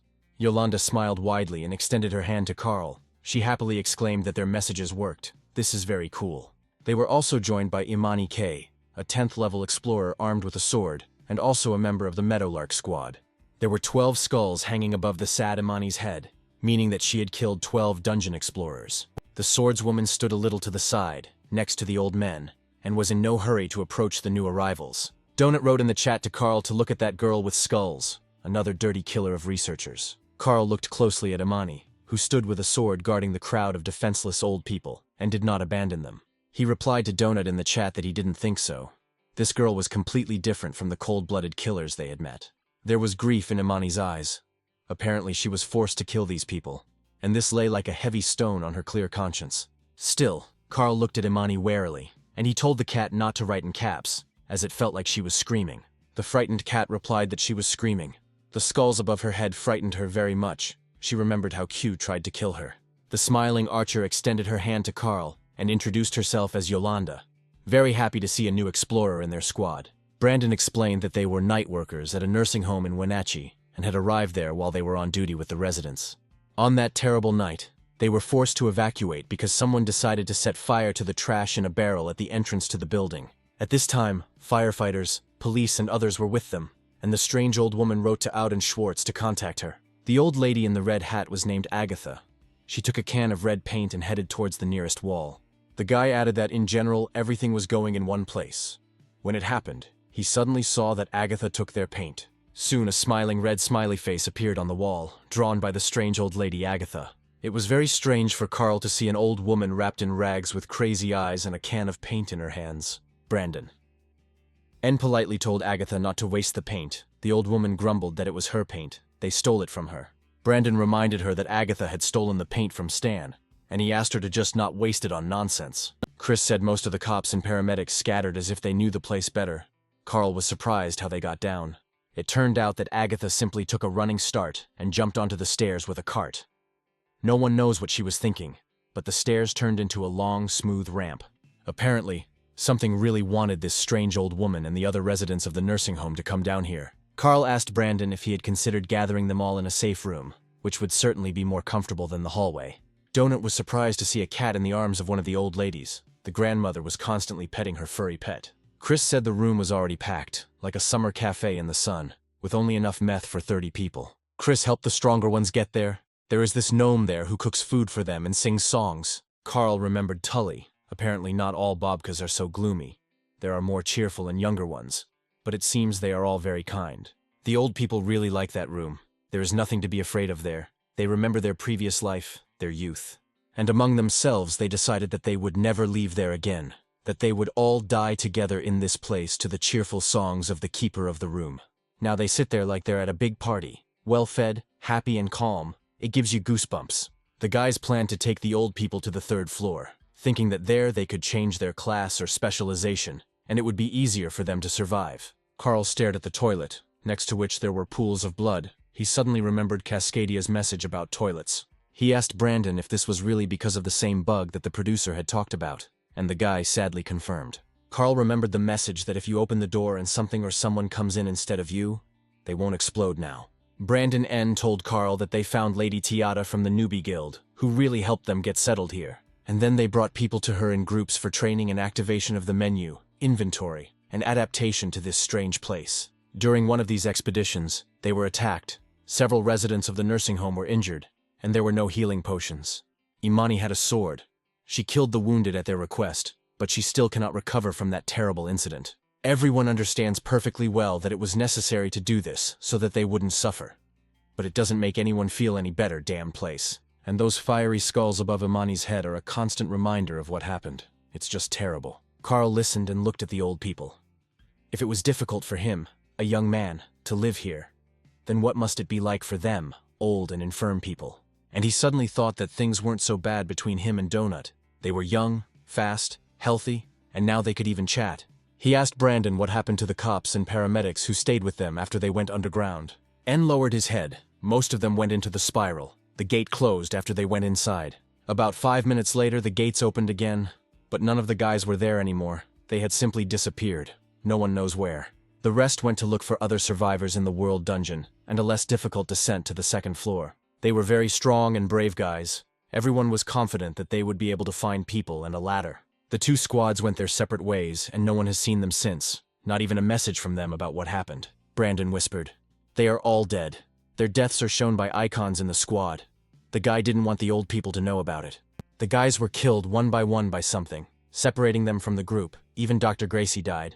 And she was an MMA fighter. Seeing Donut, the old woman with the cat extended her hand to her and greeted the cute cat in a trembling voice. Donut jumped into the arms of her grandmother in a wheelchair, who, even in this situation, did not abandon her furry pet. Brandon concluded that they were the last 4 who were not residents of the nursing home, plus Agatha, Carl thought. What a nightmare. And he thought that everything was bad for him. But here everything is much worse, just some kind of darkness. He looked at these feeble old men in the corridor of the world dungeon. They shouldn't be here at all, but they are here. The world of Earthlings has come to an end. There is no place for the sick and the old in this bloody show. But what to do with them if they still end up here? Of course, it would be wiser for those guys to give up and abandon those old people, but they don't do that. They take care of them. The cat caught the sad thoughts of her companion. She sadly lowered her soft ears and asked what Carl was thinking about. The guy understood perfectly well that this was a hopeless business. But how could he abandon them? Would his conscience be at peace if he did so? He closed his eyes, frowned, and firmly decided to stay with the guys and help them save these frail people. It would be the humane thing to do. Carl looked again at the old people. Many of them were moving with difficulty, but still tried to encourage each other. The guy thought that if he died saving them, at least he would do it for a good cause, and not for the entertainment of the show's viewers. Carl asked the boys what they had learned about the area, and whether there were any safe rooms that weren't packed to capacity. He suggested doing this. He and Donut would go level up by killing various local monsters on the floor. If there was a chance to borrow a couple of cans of spray paint from Agatha, Carl would take them with him just in case. Hearing this, Agatha anxiously pressed her supply of spray paint cans to her skinny old chest. Carl said that he would try to improve his skills as much as possible in the remaining time, and it would be good for the guys to do the same. He warned them to beware of other explorers, especially those with skulls. They met 2, Frank and Maggie. They were killers. Carl promised the guys that they would watch the next episode of the show Dungeon World, get some sleep, and come back here again. Donut, hearing Carl's words, jumped off her grandmother's lap with the cat and headed towards her companion and guardian. The guy said that when they returned, he, Donut, and 4 guys would go there. Carl pointed towards the stairs. The 6 of them will definitely defeat this boss that the bloodthirsty aliens, lovers of bloody murders, have prepared for them. By winning, they will give the old people the opportunity to go down and continue living and moving further underground. Imani asked incredulously. How was Carl going to do this when so many people had already died fighting terrible bosses? Carl smiled. They don't need to worry. He has an interesting idea. He will tell them everything later when they return. When they were alone, Donut asked Carl what his great plan was. She was curious to know what he had come up with. How will they kill the terrible boss of this floor? After everything that happened, the cat unconditionally believed in the genius of her companion. But the guy casually replied that he had no idea how they would do it. But he would definitely try to come up with something. They have to force the others to train. It's the only way out. There's very little time left. Better to fight a familiar enemy than God knows who, Donut objected. But they don't know who will be there. Carl, taking paint from his inventory, began to paint over the sign indicating the way to the nursing home base. Donut asked why he was doing this. He asked if she had seen Imani's level 10, partly because she had to kill those people from the nursing home. The cat was surprised. Did Carl really think that someone would show up who wouldn't hesitate to kill those old men just for the sake of experience? Donut sighed heavily. She was sure that the guy was greatly exaggerating. There are no people that evil. But then a memory of the recent attack on them came to her mind. She timidly asked Carl if she was right about the people. The guy knew perfectly well that she was wrong, but he replied that he didn't know and didn't want to know. And in any case, it wasn't worth the risk. Carl remembered Frank Q's cold, predatory eyes. and without blinking an eye he would chop down defenseless old people with his terrible axe. Donut asked, what if some good people like them showed up and walked past because Cal had painted over the messages? He replied to his companion that they were very lucky to find them. These guys are very good, kind people and real fighters. The good guys don't wander around in crowds, not in these places. Don't forget where they are. The system encourages players to kill. So here you are, either a small fish or a huge shark that is trying to eat these small fish. The cat asked Carl in confusion. Who are they then, small fish? She didn't like that at all. The guy silently turned the corner and walked away. He knew for sure that they were small fish, and many would like to gobble them up. As they wandered through the corridors, they constantly encountered enemies. But these rats were much larger than those they had encountered before. This means only one thing. They are already very close to the lair of their boss. The guy constantly asked himself if he was ready to fight him. Brandon N. told Carl that they had destroyed the two bosses closest to them, securing the area somewhat. Some guys tried and killed the first district boss. They don't know them. They didn't have time to get to know them. The four of them defeated the second district boss, which increased their level and allowed them to arm themselves and level up a bit. N warned Carl that they needed to be wary of the lizard-like creatures. They were extremely dangerous in combat. Carl and Donut fought another squad of large rats. The cat successfully extinguished them with magic projectiles, and the guy finished them off. He asked Brandon to tell him more about the lizards. He replied that they jump. Some creature even bit his hand. He thought it would die. It was good that the poison wore off quickly. Otherwise it would have killed Brandon. And now Carl and Donut were facing those very same lizards. The poison of these hideous green creatures is so strong that healing potions have difficulty neutralizing it. You need to drink many vials to survive. Donut took out from her inventory a potion of iron skin, given to her by caring Carl, to protect her body from bites. The cat swallowed the protective liquid and felt as if her fragile body had suddenly become filled with metal and strengthened. Carl also opened his inventory and took out a piece of chain that he found during the battle with their first boss. He wrapped the chain around his fist to increase the force of his blow against the vile, poisonous enemies. According to N, they are very nimble. One of the second-level pygmy troglodytes had already rushed at the researchers. The system warned that they were fast and poisonous. Donut immediately fired magical projectiles at the approaching poisonous and biting enemies. The cat's spell level increased, and now she could not stun, but immediately kill enemies with her shots. The green lizard, having received the magic projectile, bulged its yellow eyes in surprise and helplessly opened its toothy mouth. Carl tested his iron fist by hitting the jaw of one of the green lizards that jumped up to him. It worked perfectly. The blow sent the monster flying up and somersaulting in the air. As soon as the monster was close enough to the floor, Carl jumped up to it and delivered another blow to the head. The lizard couldn't survive this blow. It was torn into small pieces, and everything around was covered in scarlet blood. The guy shook himself off. He didn't like the bloody splashes. He wondered why there was so much blood on all the creatures here. Carl approached one of the green lizards killed by Donut with a magic projectile, and it literally fried. The guy was very surprised. This didn't look at all like the 3-mana projectile the cat had previously fired at enemies. The system informed Donut that her magic projectile had reached level 5, allowing her to spend between 3 and 6 points per projectile. Looking at the stats, Carl saw that Donut's intelligence was now 24, and she could fire as many as 8 projectiles if she reduced the spell's cost to 3 mana.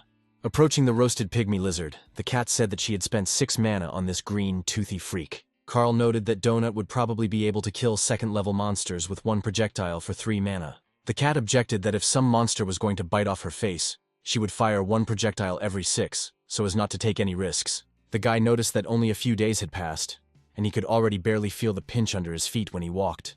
They were getting stronger. Now they faced a fight with stronger lizards. They were larger and more muscular, but just as fast and no less poisonous. The guy had long ago noticed that the strongest mobs in this area were at most level 4. Carl really hoped that the boss would be only slightly stronger than them. 7th, maybe 8th level. Then they would be able to deal with him easily. The guy noticed a tongue appearing from the lizard's mouth. He remembered Brandon's warning. The monster jumped up and threw out its poisonous tongue. Carl turned around, covering Donut with his body. He smiled.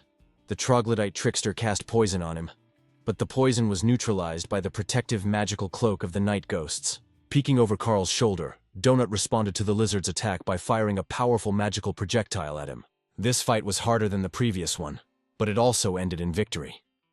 Carl sighed with relief, beads of sweat streaming down his face. They only have a little bit left to level up to the 9th level, then all their stats and skills will also increase. But with each level, more and more experience is required to move on to the next one. So for now, They are marking time in one place. Although Carl can't distribute stats, his combat skills are steadily increasing, meaning his attacks are becoming stronger. He understood perfectly well that the real difficulties would begin when they went down to the floor below, where everything would start all over again. Donut approached the recently killed troglodyte lizard.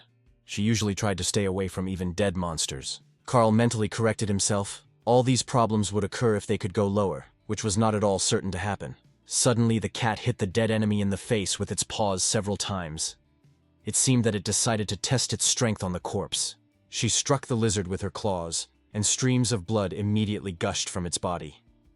Donut watched the result with interest. Suddenly, from the blow of the paw, the body of the large lizard spun in the air, and the head burst, flooding everything around with pools of blood.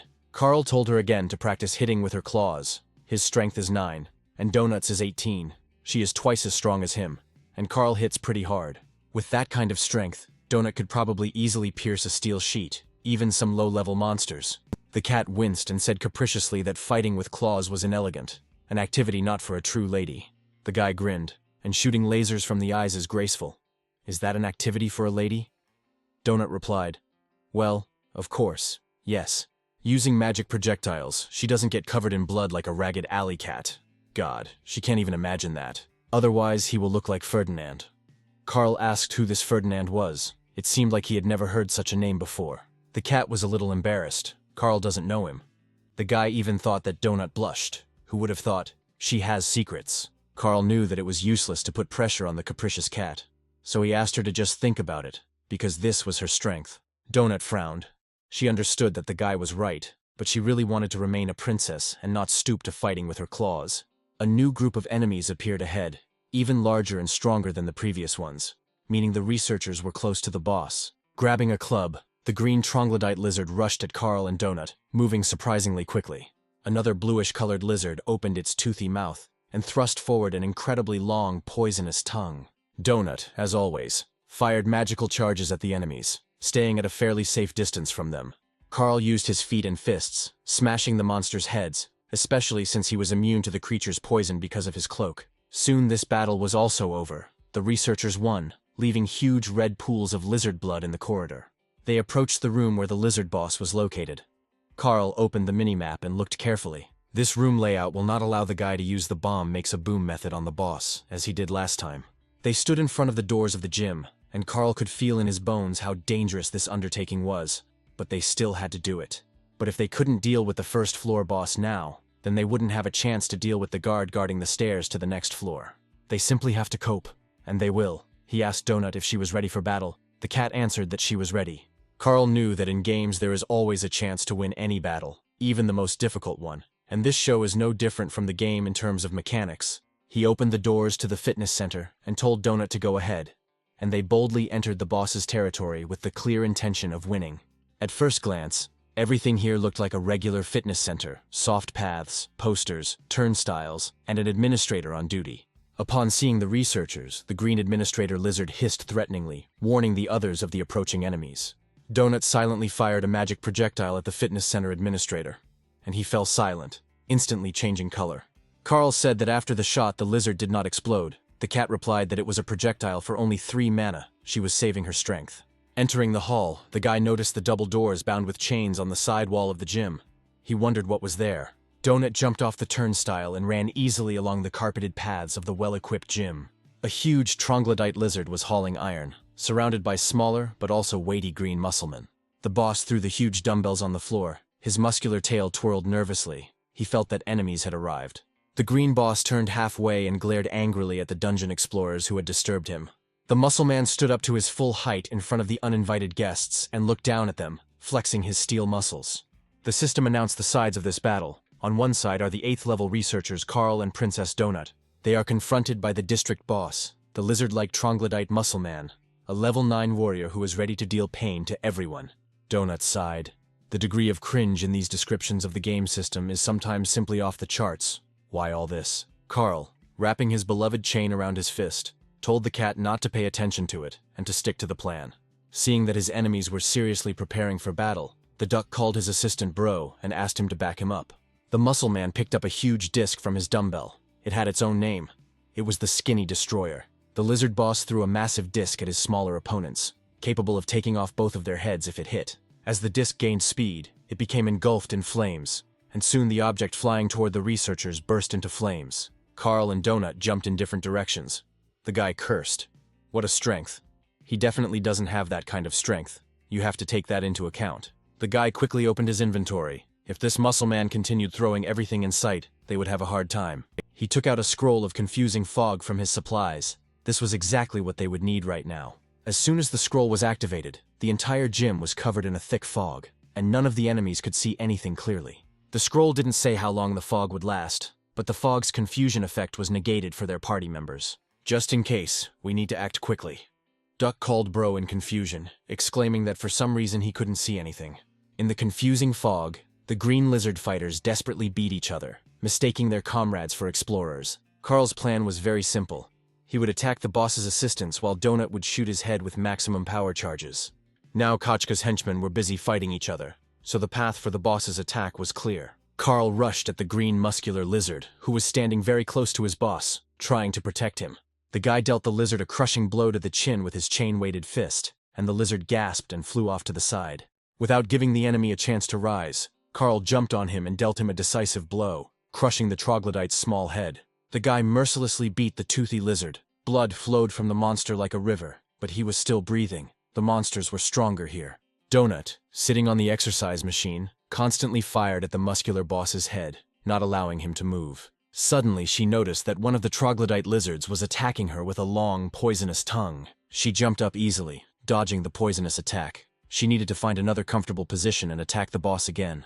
Carl kicked another green fighter athlete so that he could no longer get up and attack them from behind. The guy cursed. The boss was burned by the cat's attacks, but still alive. Besides, the effect of the scroll of confusing fog ended. Carl quickly clicked on his inventory to get another saving scroll and provoke the enemies to fight each other. The muscle man, noticing the enemy's movements, threw another burning disc at him.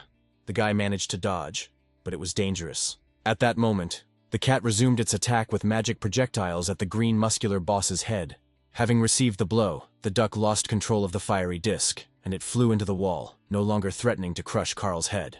Donut stood very close to the boss and shot him in the chin. The upper part of his body was already starting to darken from the attacks. Seeing that her mana was running low, the cat opened her inventory and took out another bottle to replenish her energy levels. She shouted to Carl that she was drinking a mana potion so that he should cover her and be careful himself. The guy responded, saying that he accepted the information.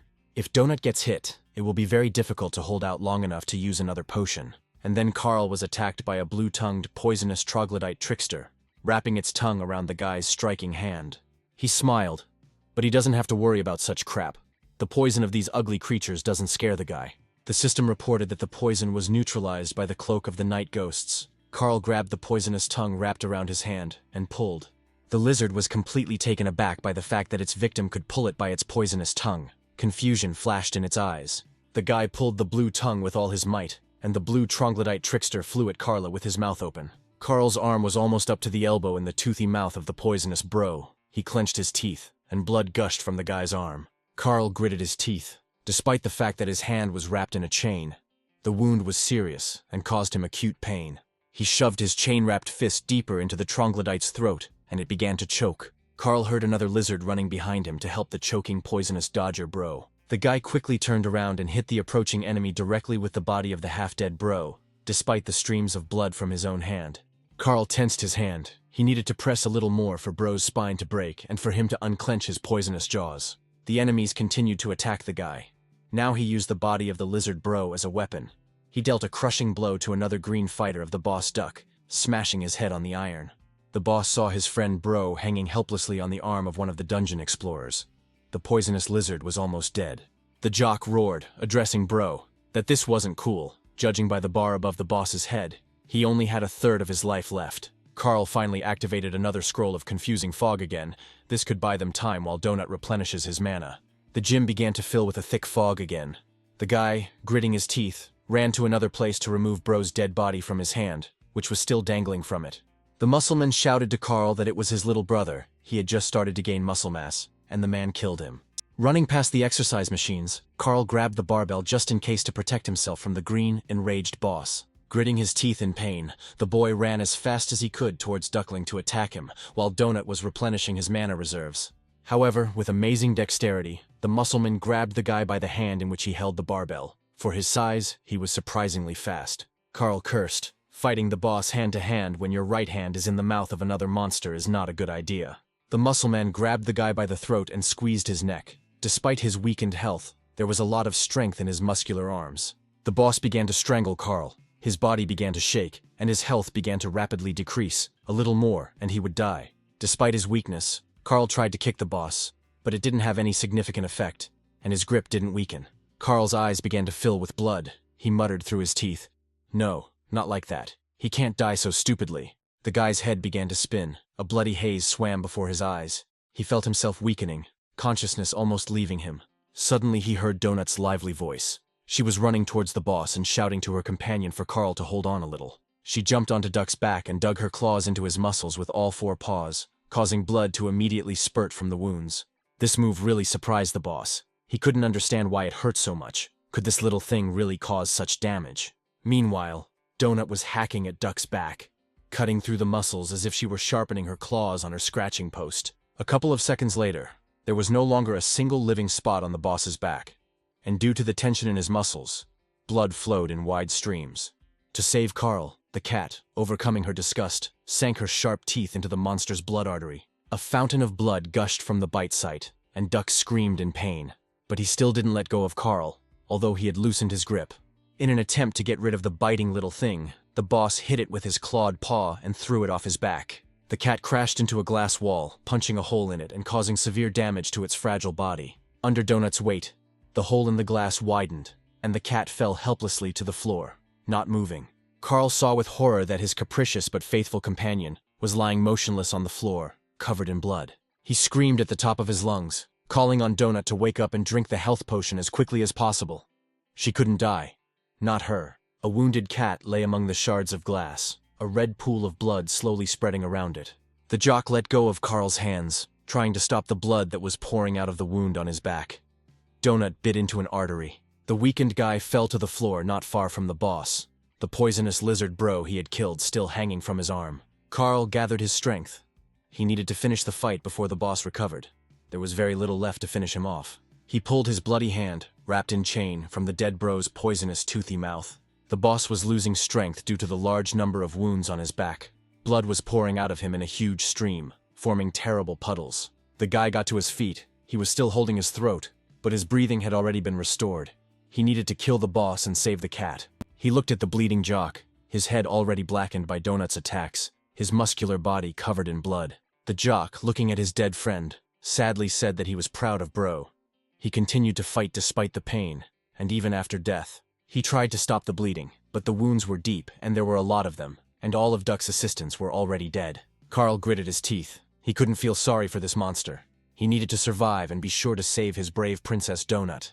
Gathering his strength, he jumped up and struck Duck on the chin with his chained fist. He swung his paws, and the blood gushed out even more. The boss fell helplessly on his back. He didn't move, but the guy knew that his enemy was still alive. Taking a running start, Carl jumped onto the huge muscular body of the jock and dealt him a final decisive kick. Having dealt with the boss, the guy ran to the cat lying on the floor in a pool of blood. He called loudly to her, begging her not to die. Falling to his knees in front of the small body, he again called to Donut, asking what to do and why she wasn't recovering. The life bar above the cat showed that she had only 1 bar of health left. She was almost dead. He extended a trembling hand to her, cursing. He told the princess that she wanted to get into the show. It was time to come to life. After stroking her silky fur, all smeared with blood, Carl asked Donut not to do this to him. The system revealed the winners of this battle, researchers Carl and Princess Donut. But no matter what Carl said, Donut didn't respond. She still lay motionless, and her health bar showed 1 bar. The boy's lips trembled and his eyes filled with tears. He asked the cat in confusion why she wasn't healing. He frantically opened his inventory. He had a pet healing scroll. The guy clicked on it. It should help. The healing scroll was moved from the storage, but the system reported that there was no suitable target. The game mocked the idiot for wasting a valuable scroll. Carl cursed like crazy, but she was still alive, so there had to be a way to bring her back to life. But what was it? He took out a green healing potion and had already opened the cap to give it to Donut, because it always helped him. He was about to pour the healing potion from the bottle into his companion, But something stopped his hand, trembling with excitement.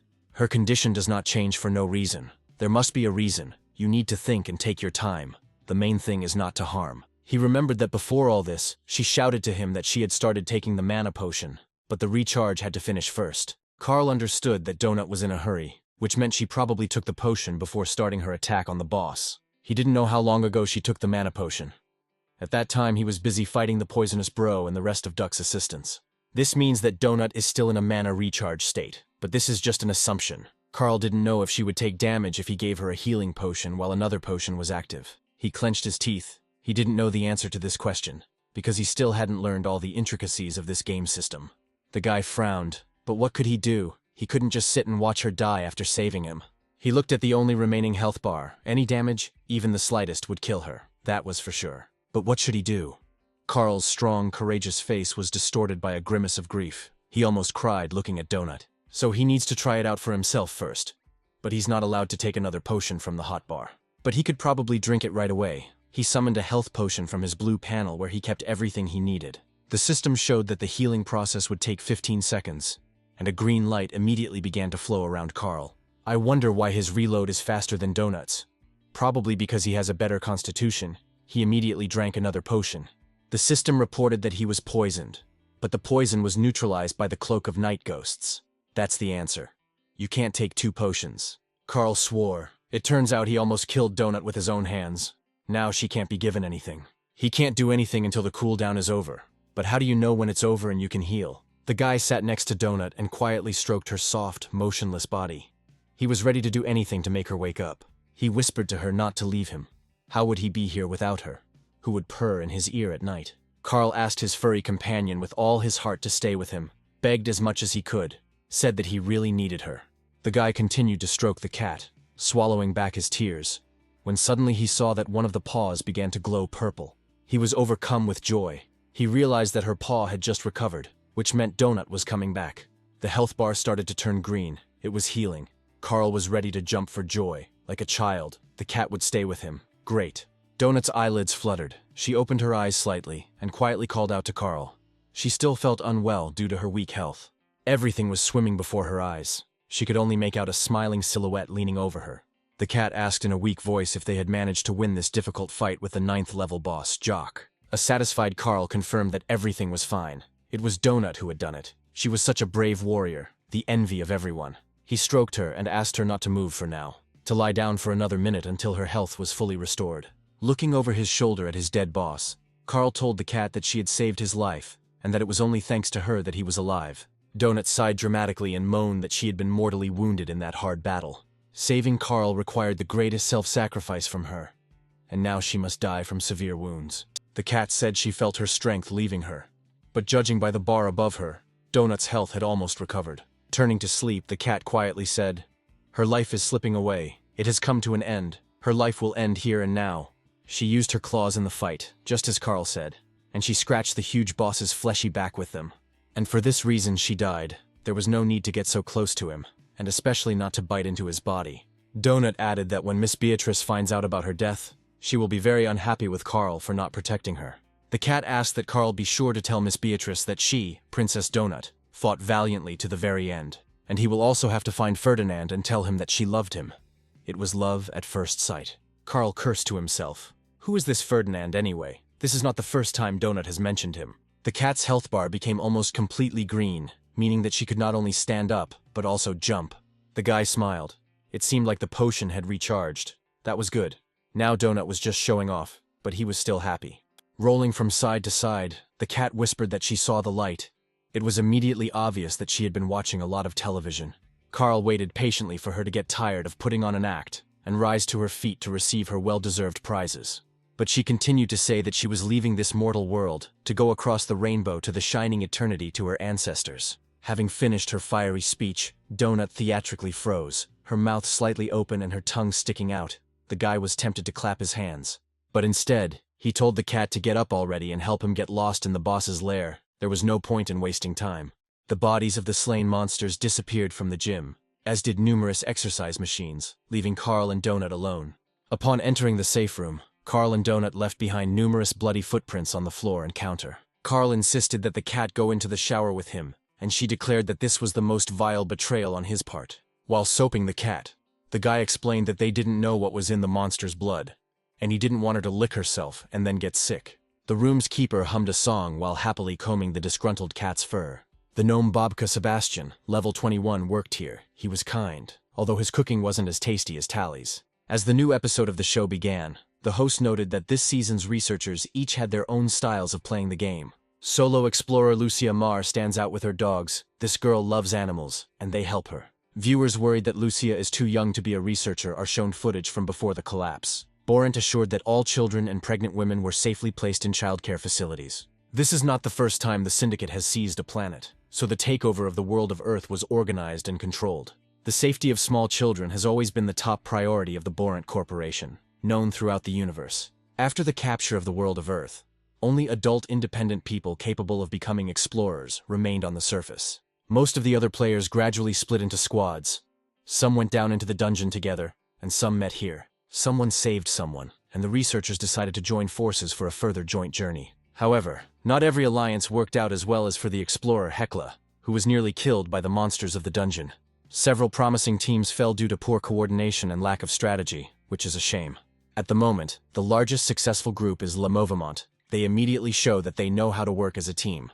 Now they are waiting for the stairs to the next floor to open so they can fight the boss guarding the descent down. The host reminded viewers that streams would begin on the second floor, and asked them to write down who they would be following. The broadcast has been interrupted. Another news episode of the show World of Dungeon Explorers has come to an end. Donut was incredibly outraged. They killed the boss of the 9th level, she sacrificed herself for Carl, and they weren't even mentioned. There was such a passion there, such a heavy bloody battle. And not a single word, it's unthinkable. They show whatever comes to mind. The Explorer counter on the screen showed that there were currently 2.5 million people remaining in the dungeon. Carl was horrified. From 13 million in less than 4 days, the number of survivors fell to this figure. How terrible. The hologram of Cascadia appeared overhead again. The producer greeted the researchers and exclaimed that the show was excellent. The producer knew for sure that thanks to the cross-translation, everyone would now understand him, and hoped that he would not have to repeat himself. Listening to Cascadia's story about the new patches, Carl and Donut headed to the newbie guild. The guy wanted to talk to the guildmaster. As soon as they entered the familiar room, the cat happily informed Mordecai that they were now both level 9.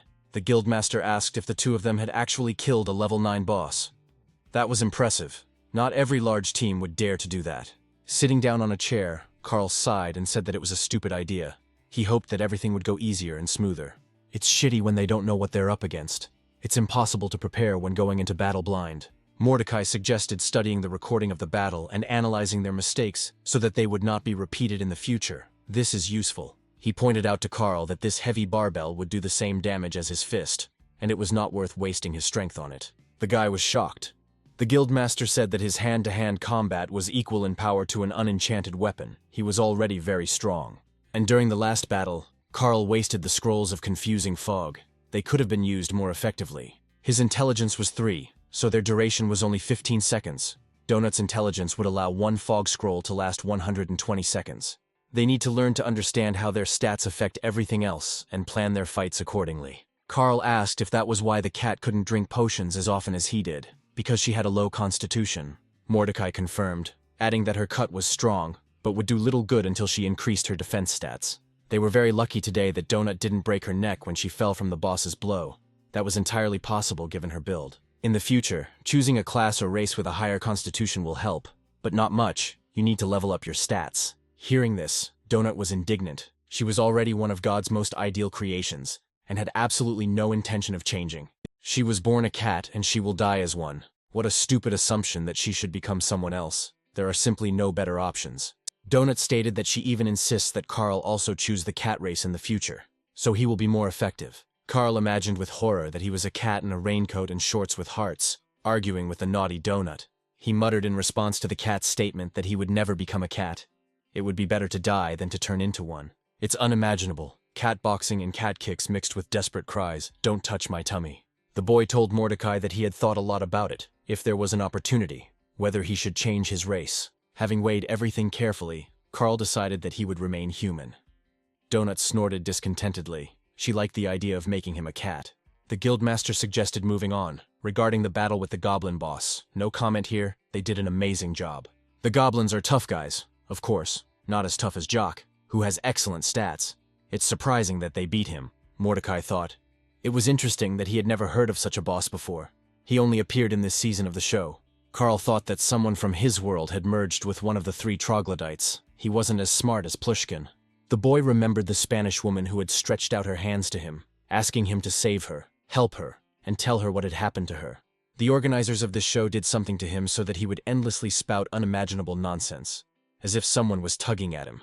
These two bosses were like caricatures or some kind of inflated stereotypes from the world of Earth. They definitely reminded me of someone. And there was also a feeling that these bosses were controlled by artificial intelligence, forcing them to perform certain actions.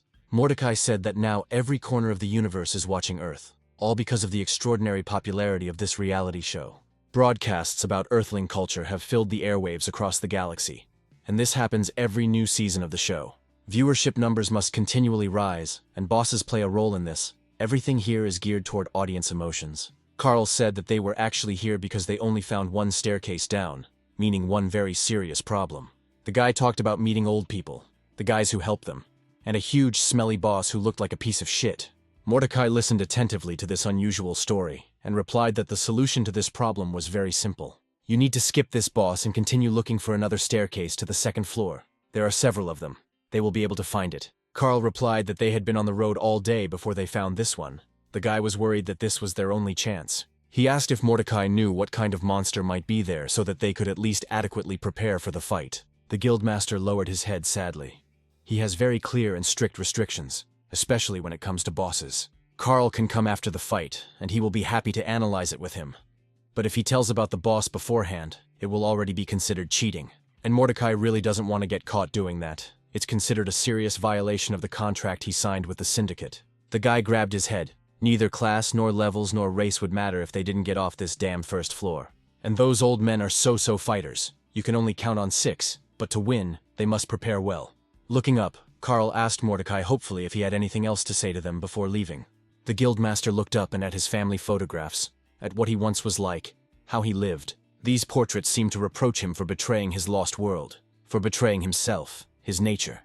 Mordecai clenched his fist, throwing off the shackles of the syndicate that constantly controlled his every word, every action. Frowning, the guildmaster said, "Okay, he will tell you something, but Carl must listen very carefully." The guy was very happy. Could it really be true that all the advice the guildmaster gave him really helped him survive in the dungeon? Mordecai asked Carl what he thought Jock had in common with the bad llama that spat out hot lava. The guy mentally imagined the drug-dealing llama they had encountered in one of the dungeon corridors. After thinking for a bit, Carl replied that they were both junkies, you could tell right away.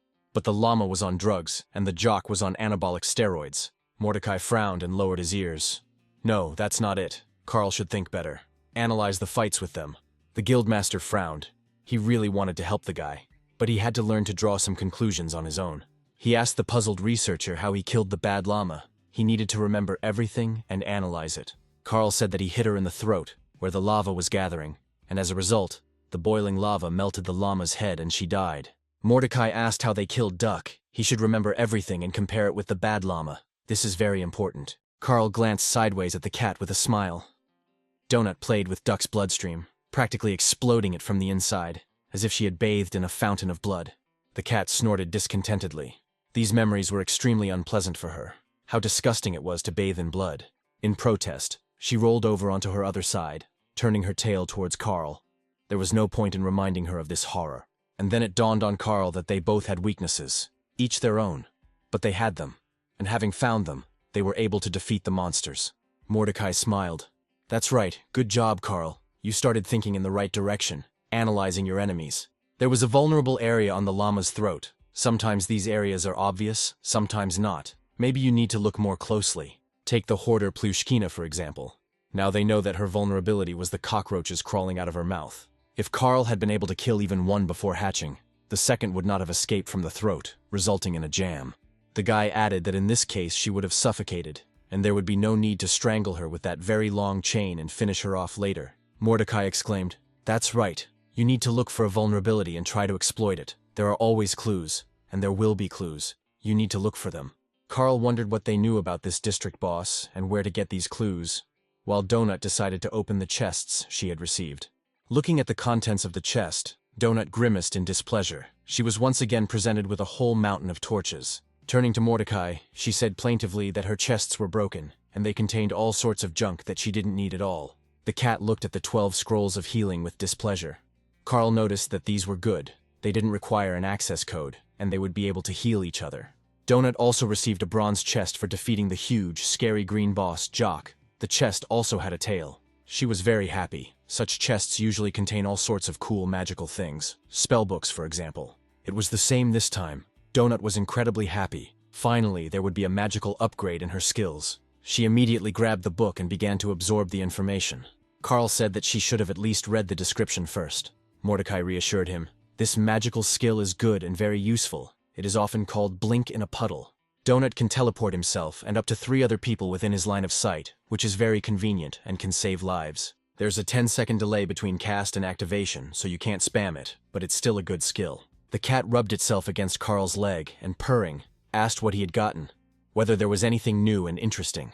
Carl's kicking skill has reached level 6. Now his kicks do even more damage, just like his fists. For killing 2 mobs by smashing their bodies against each other, the guy received a golden fighter's chest as a reward. He, like Donut, got a strongman's bronze chest, which contained a hat and a bunch of useful healing items, packages, potions, bandages, and other necessary little things. He also received 100 enchanted bloodlust shurikens. If you damage a monster with these things, the damage against similar monsters will increase by 8%. Carl wondered if these 8% of the initial damage were considered. Then it would be very little. Or 8% of the total damage, in which case the arithmetic becomes more interesting. Mordecai looked at the description and explained that the calculation is based on the final damage, meaning that each subsequent hit will scale. It's a shame they're so fragile. The guy's face lengthened. His arms would fall off from throwing them. There are 100 of them, but they are fragile. It turns out he will only have one good moment for them. Carl opened the next box. He already knew that it would most likely contain some special potion. Opening the chest, he saw that he had again received a golden potion of determining the value, the same one that had already dropped last time. The guy sent it to the storage, noticing that there was nothing new. It seemed strange to him. Maybe he needed level 5 in this skill. Finally, a golden fighter's chest appeared in front of Carl. Opening the chest, the guy joyfully exclaimed, "Yes, this is what he had needed for a long time." He received an enchanted Gruul's gauntlet, which increased his strength and agility, and raised his iron fist and powerful strike by 2 levels. But if you use the item against the minions of the war god Gruul, you can turn the attack into Gruul, and this will be a disaster. Carl looked at the gauntlet in confusion. But how would he understand who was the follower of this very god of war, Gruul? Mordecai said that all ungulates revere Gruul. Horses, centaurs, or tikbalangs can also revere him. Bad llamas can also revere it. But only starting from the 3rd floor. Here and on the 2nd floor, there is no need to fear this. The guildmaster added that Carl should know that this Gruul was not a real god. Mordecai suddenly became very serious. He said with a frown that there were no gods in this game. Now the eyes of the newbie guildmaster looked at the guy in a special way. Carl, a little confused, asked if this was so important. He could not understand what was hidden behind Mordecai's words. The mouse lowered his smart and serious face. Unfortunately, he couldn't say anything more to the guy now. Carl wondered why Mordecai had suddenly become so serious, why he had specifically drawn the boy's attention to this. The guildmaster reminded him that Carl had said he was worried because some bosses and mobs were here, just like him, against their will. So, he must remember that such people are in the minority here, especially at the lower levels. And he should not believe everything. Mordecai repeated that there were no gods here, only those who paid for the privilege, and that this must be remembered very clearly. Carl realized that the guildmaster was trying to tell him something that he couldn't say directly, and he wanted to know what it was. The guy said that he would definitely remember this and take it into account for the future, and he would also remember about the mobs. Donut asked what tikbalang was. It sounded like some kind of disease. Mordecai explained that it was like a horse, only much angrier. Carl decided to try out the combat item he had recently received. He clenched his fist to activate Gruul's gauntlet. Soon, an impressive-looking glove with spikes and fastenings for hand protection during combat appeared on his hand. He laughed. The benefit of this item was obvious. Now at least he wouldn't break his fingers during fights with a strong opponent. As soon as Carl unclenched his fist, the glove disappeared from his hand. As if it had never been there, the guy was sincerely delighted. "This is so cool." Donut asked if Carl remembered. She had told him many times that he looked very funny, so here she was repeating it again. Kat asked Mordecai's sweetheart if there was an achievement for the most ridiculous outfit on the show, which would be perfect for Carl. The guildmaster replied that there is something similar, After the main episode of the show, there will be a section called Invited Guest. He usually talks about all sorts of weird things about the dungeon, like profiles of world dungeon explorers and the like. Sometimes he can pull a researcher out of the game for an interview. Donut's eyes sparkled. She liked the interview. She enthusiastically told Carl that this is what they need. The guy must definitely get there. Then everyone will definitely notice them. The guy chuckled. You shouldn't ask him such questions. He's not Princess Donut's agent. The cat snorted. Of course not. Miss Beatrice is her agent. As soon as they find her, she will definitely quickly organize everything. But it's very far away. We'll have to wait until we get down to the 5th or 6th floor, so that the dungeon shrinks enough for searching. Mordecai looked at Carl very expressively, silently, trying to understand if the guy understood what he was telling him. Carl understood this look, but what was hidden behind it had not yet dawned on him. Perhaps, with time, he would understand the guildmaster's words. Having thanked Mordecai, Carl called Donut. It was time for them to meet the Larks and prepare for battle. Clenching his fist on the hand that was wearing a combat gauntlet, the guy smiled. It was time to defeat the district boss. With only 30 minutes left before the first level collapsed, Carl asked the boys if they were ready to fight the boss. Brandon N. answered honestly that they were not ready, but they would have to do it. There was simply no other way out. If not them, then who? The residents of the nursing home had already collected their things and were preparing to move to the next floor of the dungeon. Brandon honestly admitted that he was shocked that they had returned at all, and safe and sound, having increased their levels in just one day. Yolanda smiled. She had said that Carl would come back. Mrs. McGibbons had said that he had kind eyes. The guy was confused. He never expected that someone could say such a thing about him. He had been considered a hooligan all his life. Donut noticed that the kind eyes did not suit Carl's image at all. The old woman with the cat had clearly mixed something up with the eyes. Yolanda asked Mrs. McGibbons not to worry. They would go now, clear the road, and would definitely come back for everyone. Carl clenched his fist, activating his new combat gauntlet, frowned, and shouted to everyone that it was time to move forward. The nursing home staff, weapons at the ready, walked cautiously down the hallway behind Carl and his combat-talking cat. Carl, with Donut on his shoulder, walked first. He remembered that there was very little time left before the collapse. He had to hurry. The guy walked forward boldly. The guys from the nursing home lingered a little. They were afraid to go where their friends died. And then Carl heard Yolanda's voice. The girl shouted at Agatha to stop. The old lady followed them into the fight. But crazy Agatha stubbornly rolled her cart forward, saying that without her they definitely wouldn't be able to cope with the boss. The girl tried to convince Agatha that she didn't fit into their group. Brandon flared up, shouting that the crazy old woman would destroy them all. But the old woman laughed and said that she thought they would all die because of this tumbler jack and pointed her finger at the boys. Amani barked at everyone to shut up. They didn't have time to argue here and figure out who was the coolest in the group. There will be a monster here soon, and they must not miss its appearance. Otherwise they will all end quickly. Carl reassured Imani that she shouldn't worry. This monster was so huge and smelly that it would be very difficult not to notice it. Besides, judging by the time, he should appear any minute now. They definitely won't have to wait long. The main thing is to deal with him as quickly as possible. As if in response to Carl's words, the door, bound with chains, lit up. The sound of some movement was heard, and the action began. The passage opened. The group of researchers found themselves in a large hall, and suddenly they heard music. The boss turned out to be cheerful. Carl grinned. Wow. The theme music for the boss, and it's loud too. Donut lowered her ears. Could you ask them to turn the volume down? Following the music, a light show began to flash above the fighters' heads, filling the hall with dancing, bright beams, like in a nightclub. Carl clenched his teeth. He understood that the music and bright flashes of light were supposed to distract their attention from the appearance of the real enemy.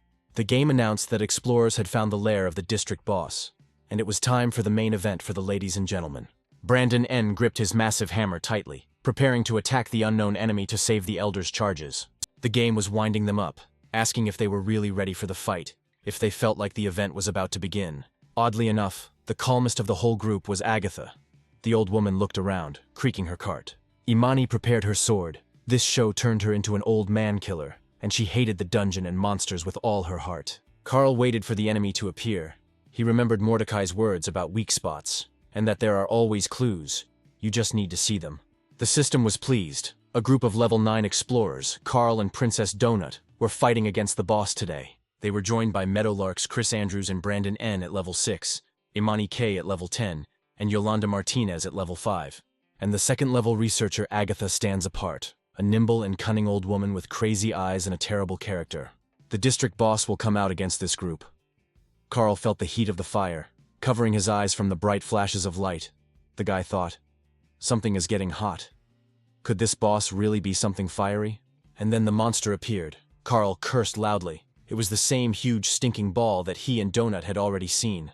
Now everyone saw that a strange, round, enormous structure, made of someone or something, was rolling towards them. As the ball approached, the researchers saw sparkling eyes, protruding fangs, paws and tails, and elements of strange clothing. The game announced that this is a pig ball, a level 15 district boss, one of the rarest and most dangerous battle formations of the Tusks. Brandon asked what the hell this was and what they should do with it. This ball would just crush them all into a pancake. It was huge. This ball consists of at least 60 members of Orc High Society, gathered together for a special occasion. These creatures are very fond of orgies, alcohol, sex, and they also have a real passion for war, seasoned with ancient wild magic. Periodically, the Tusks form a huge, inseparable ball and begin their deadly rides through the surrounding area. The pig ball will not end its night of terror until it has crushed under its mass all the poor, wretched, and disadvantaged citizens. And then this ball rolled out onto the group of researchers. Carl noticed that the entire floor in the hall was covered with some kind of stripes. In the center of this huge structure, it seems, was the treasured saving staircase leading to the second floor, and around it were movable walls.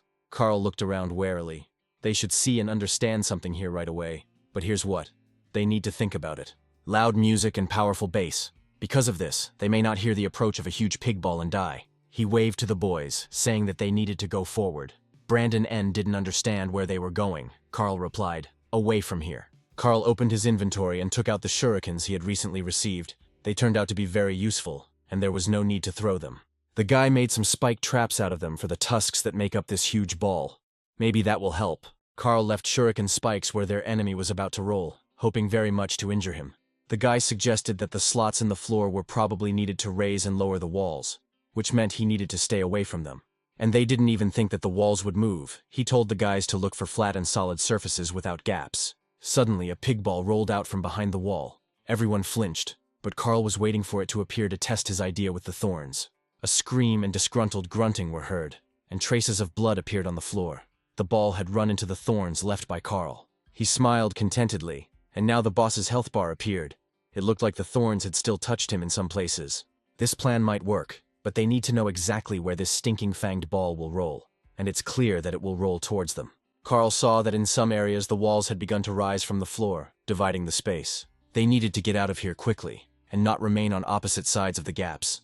Otherwise the game would separate them and kill them one by one. He shouted at the boys to move faster and watch the slits if they didn't want to end up on opposite sides of the wall. With astonishing speed, Carl stuck shurikens into the planks and laid them out in the path of their unusual opponent. Agatha happily helped him, taking out from her numerous supplies the items the boy needed. A pig's ball flew past the backs of the group of dungeon explorers and rolled on. The guys flinched. No one wanted to meet this head-on. Imani saw a flat, unpaved area at the intersection and pointed ahead, saying that was probably where they needed to go. After inspecting the area, Carl decided that it was just the perfect place. The whole group gathered together so that the walls could not separate them. The guy looked around. The ball had just rolled from there, so they most likely still had about 2 more flights of the labyrinth ahead of them. He smiled and said, "Let's do it. There are dozens of defenseless old people behind them. They have to save them." Donut sat on her companion's shoulder and her eyes sparkled. Today she was behaving surprisingly modestly and calmly. The boys' faces were tense. None of them had ever been a fighter before. But Carl's confidence and the boss's first wounds inspired everyone.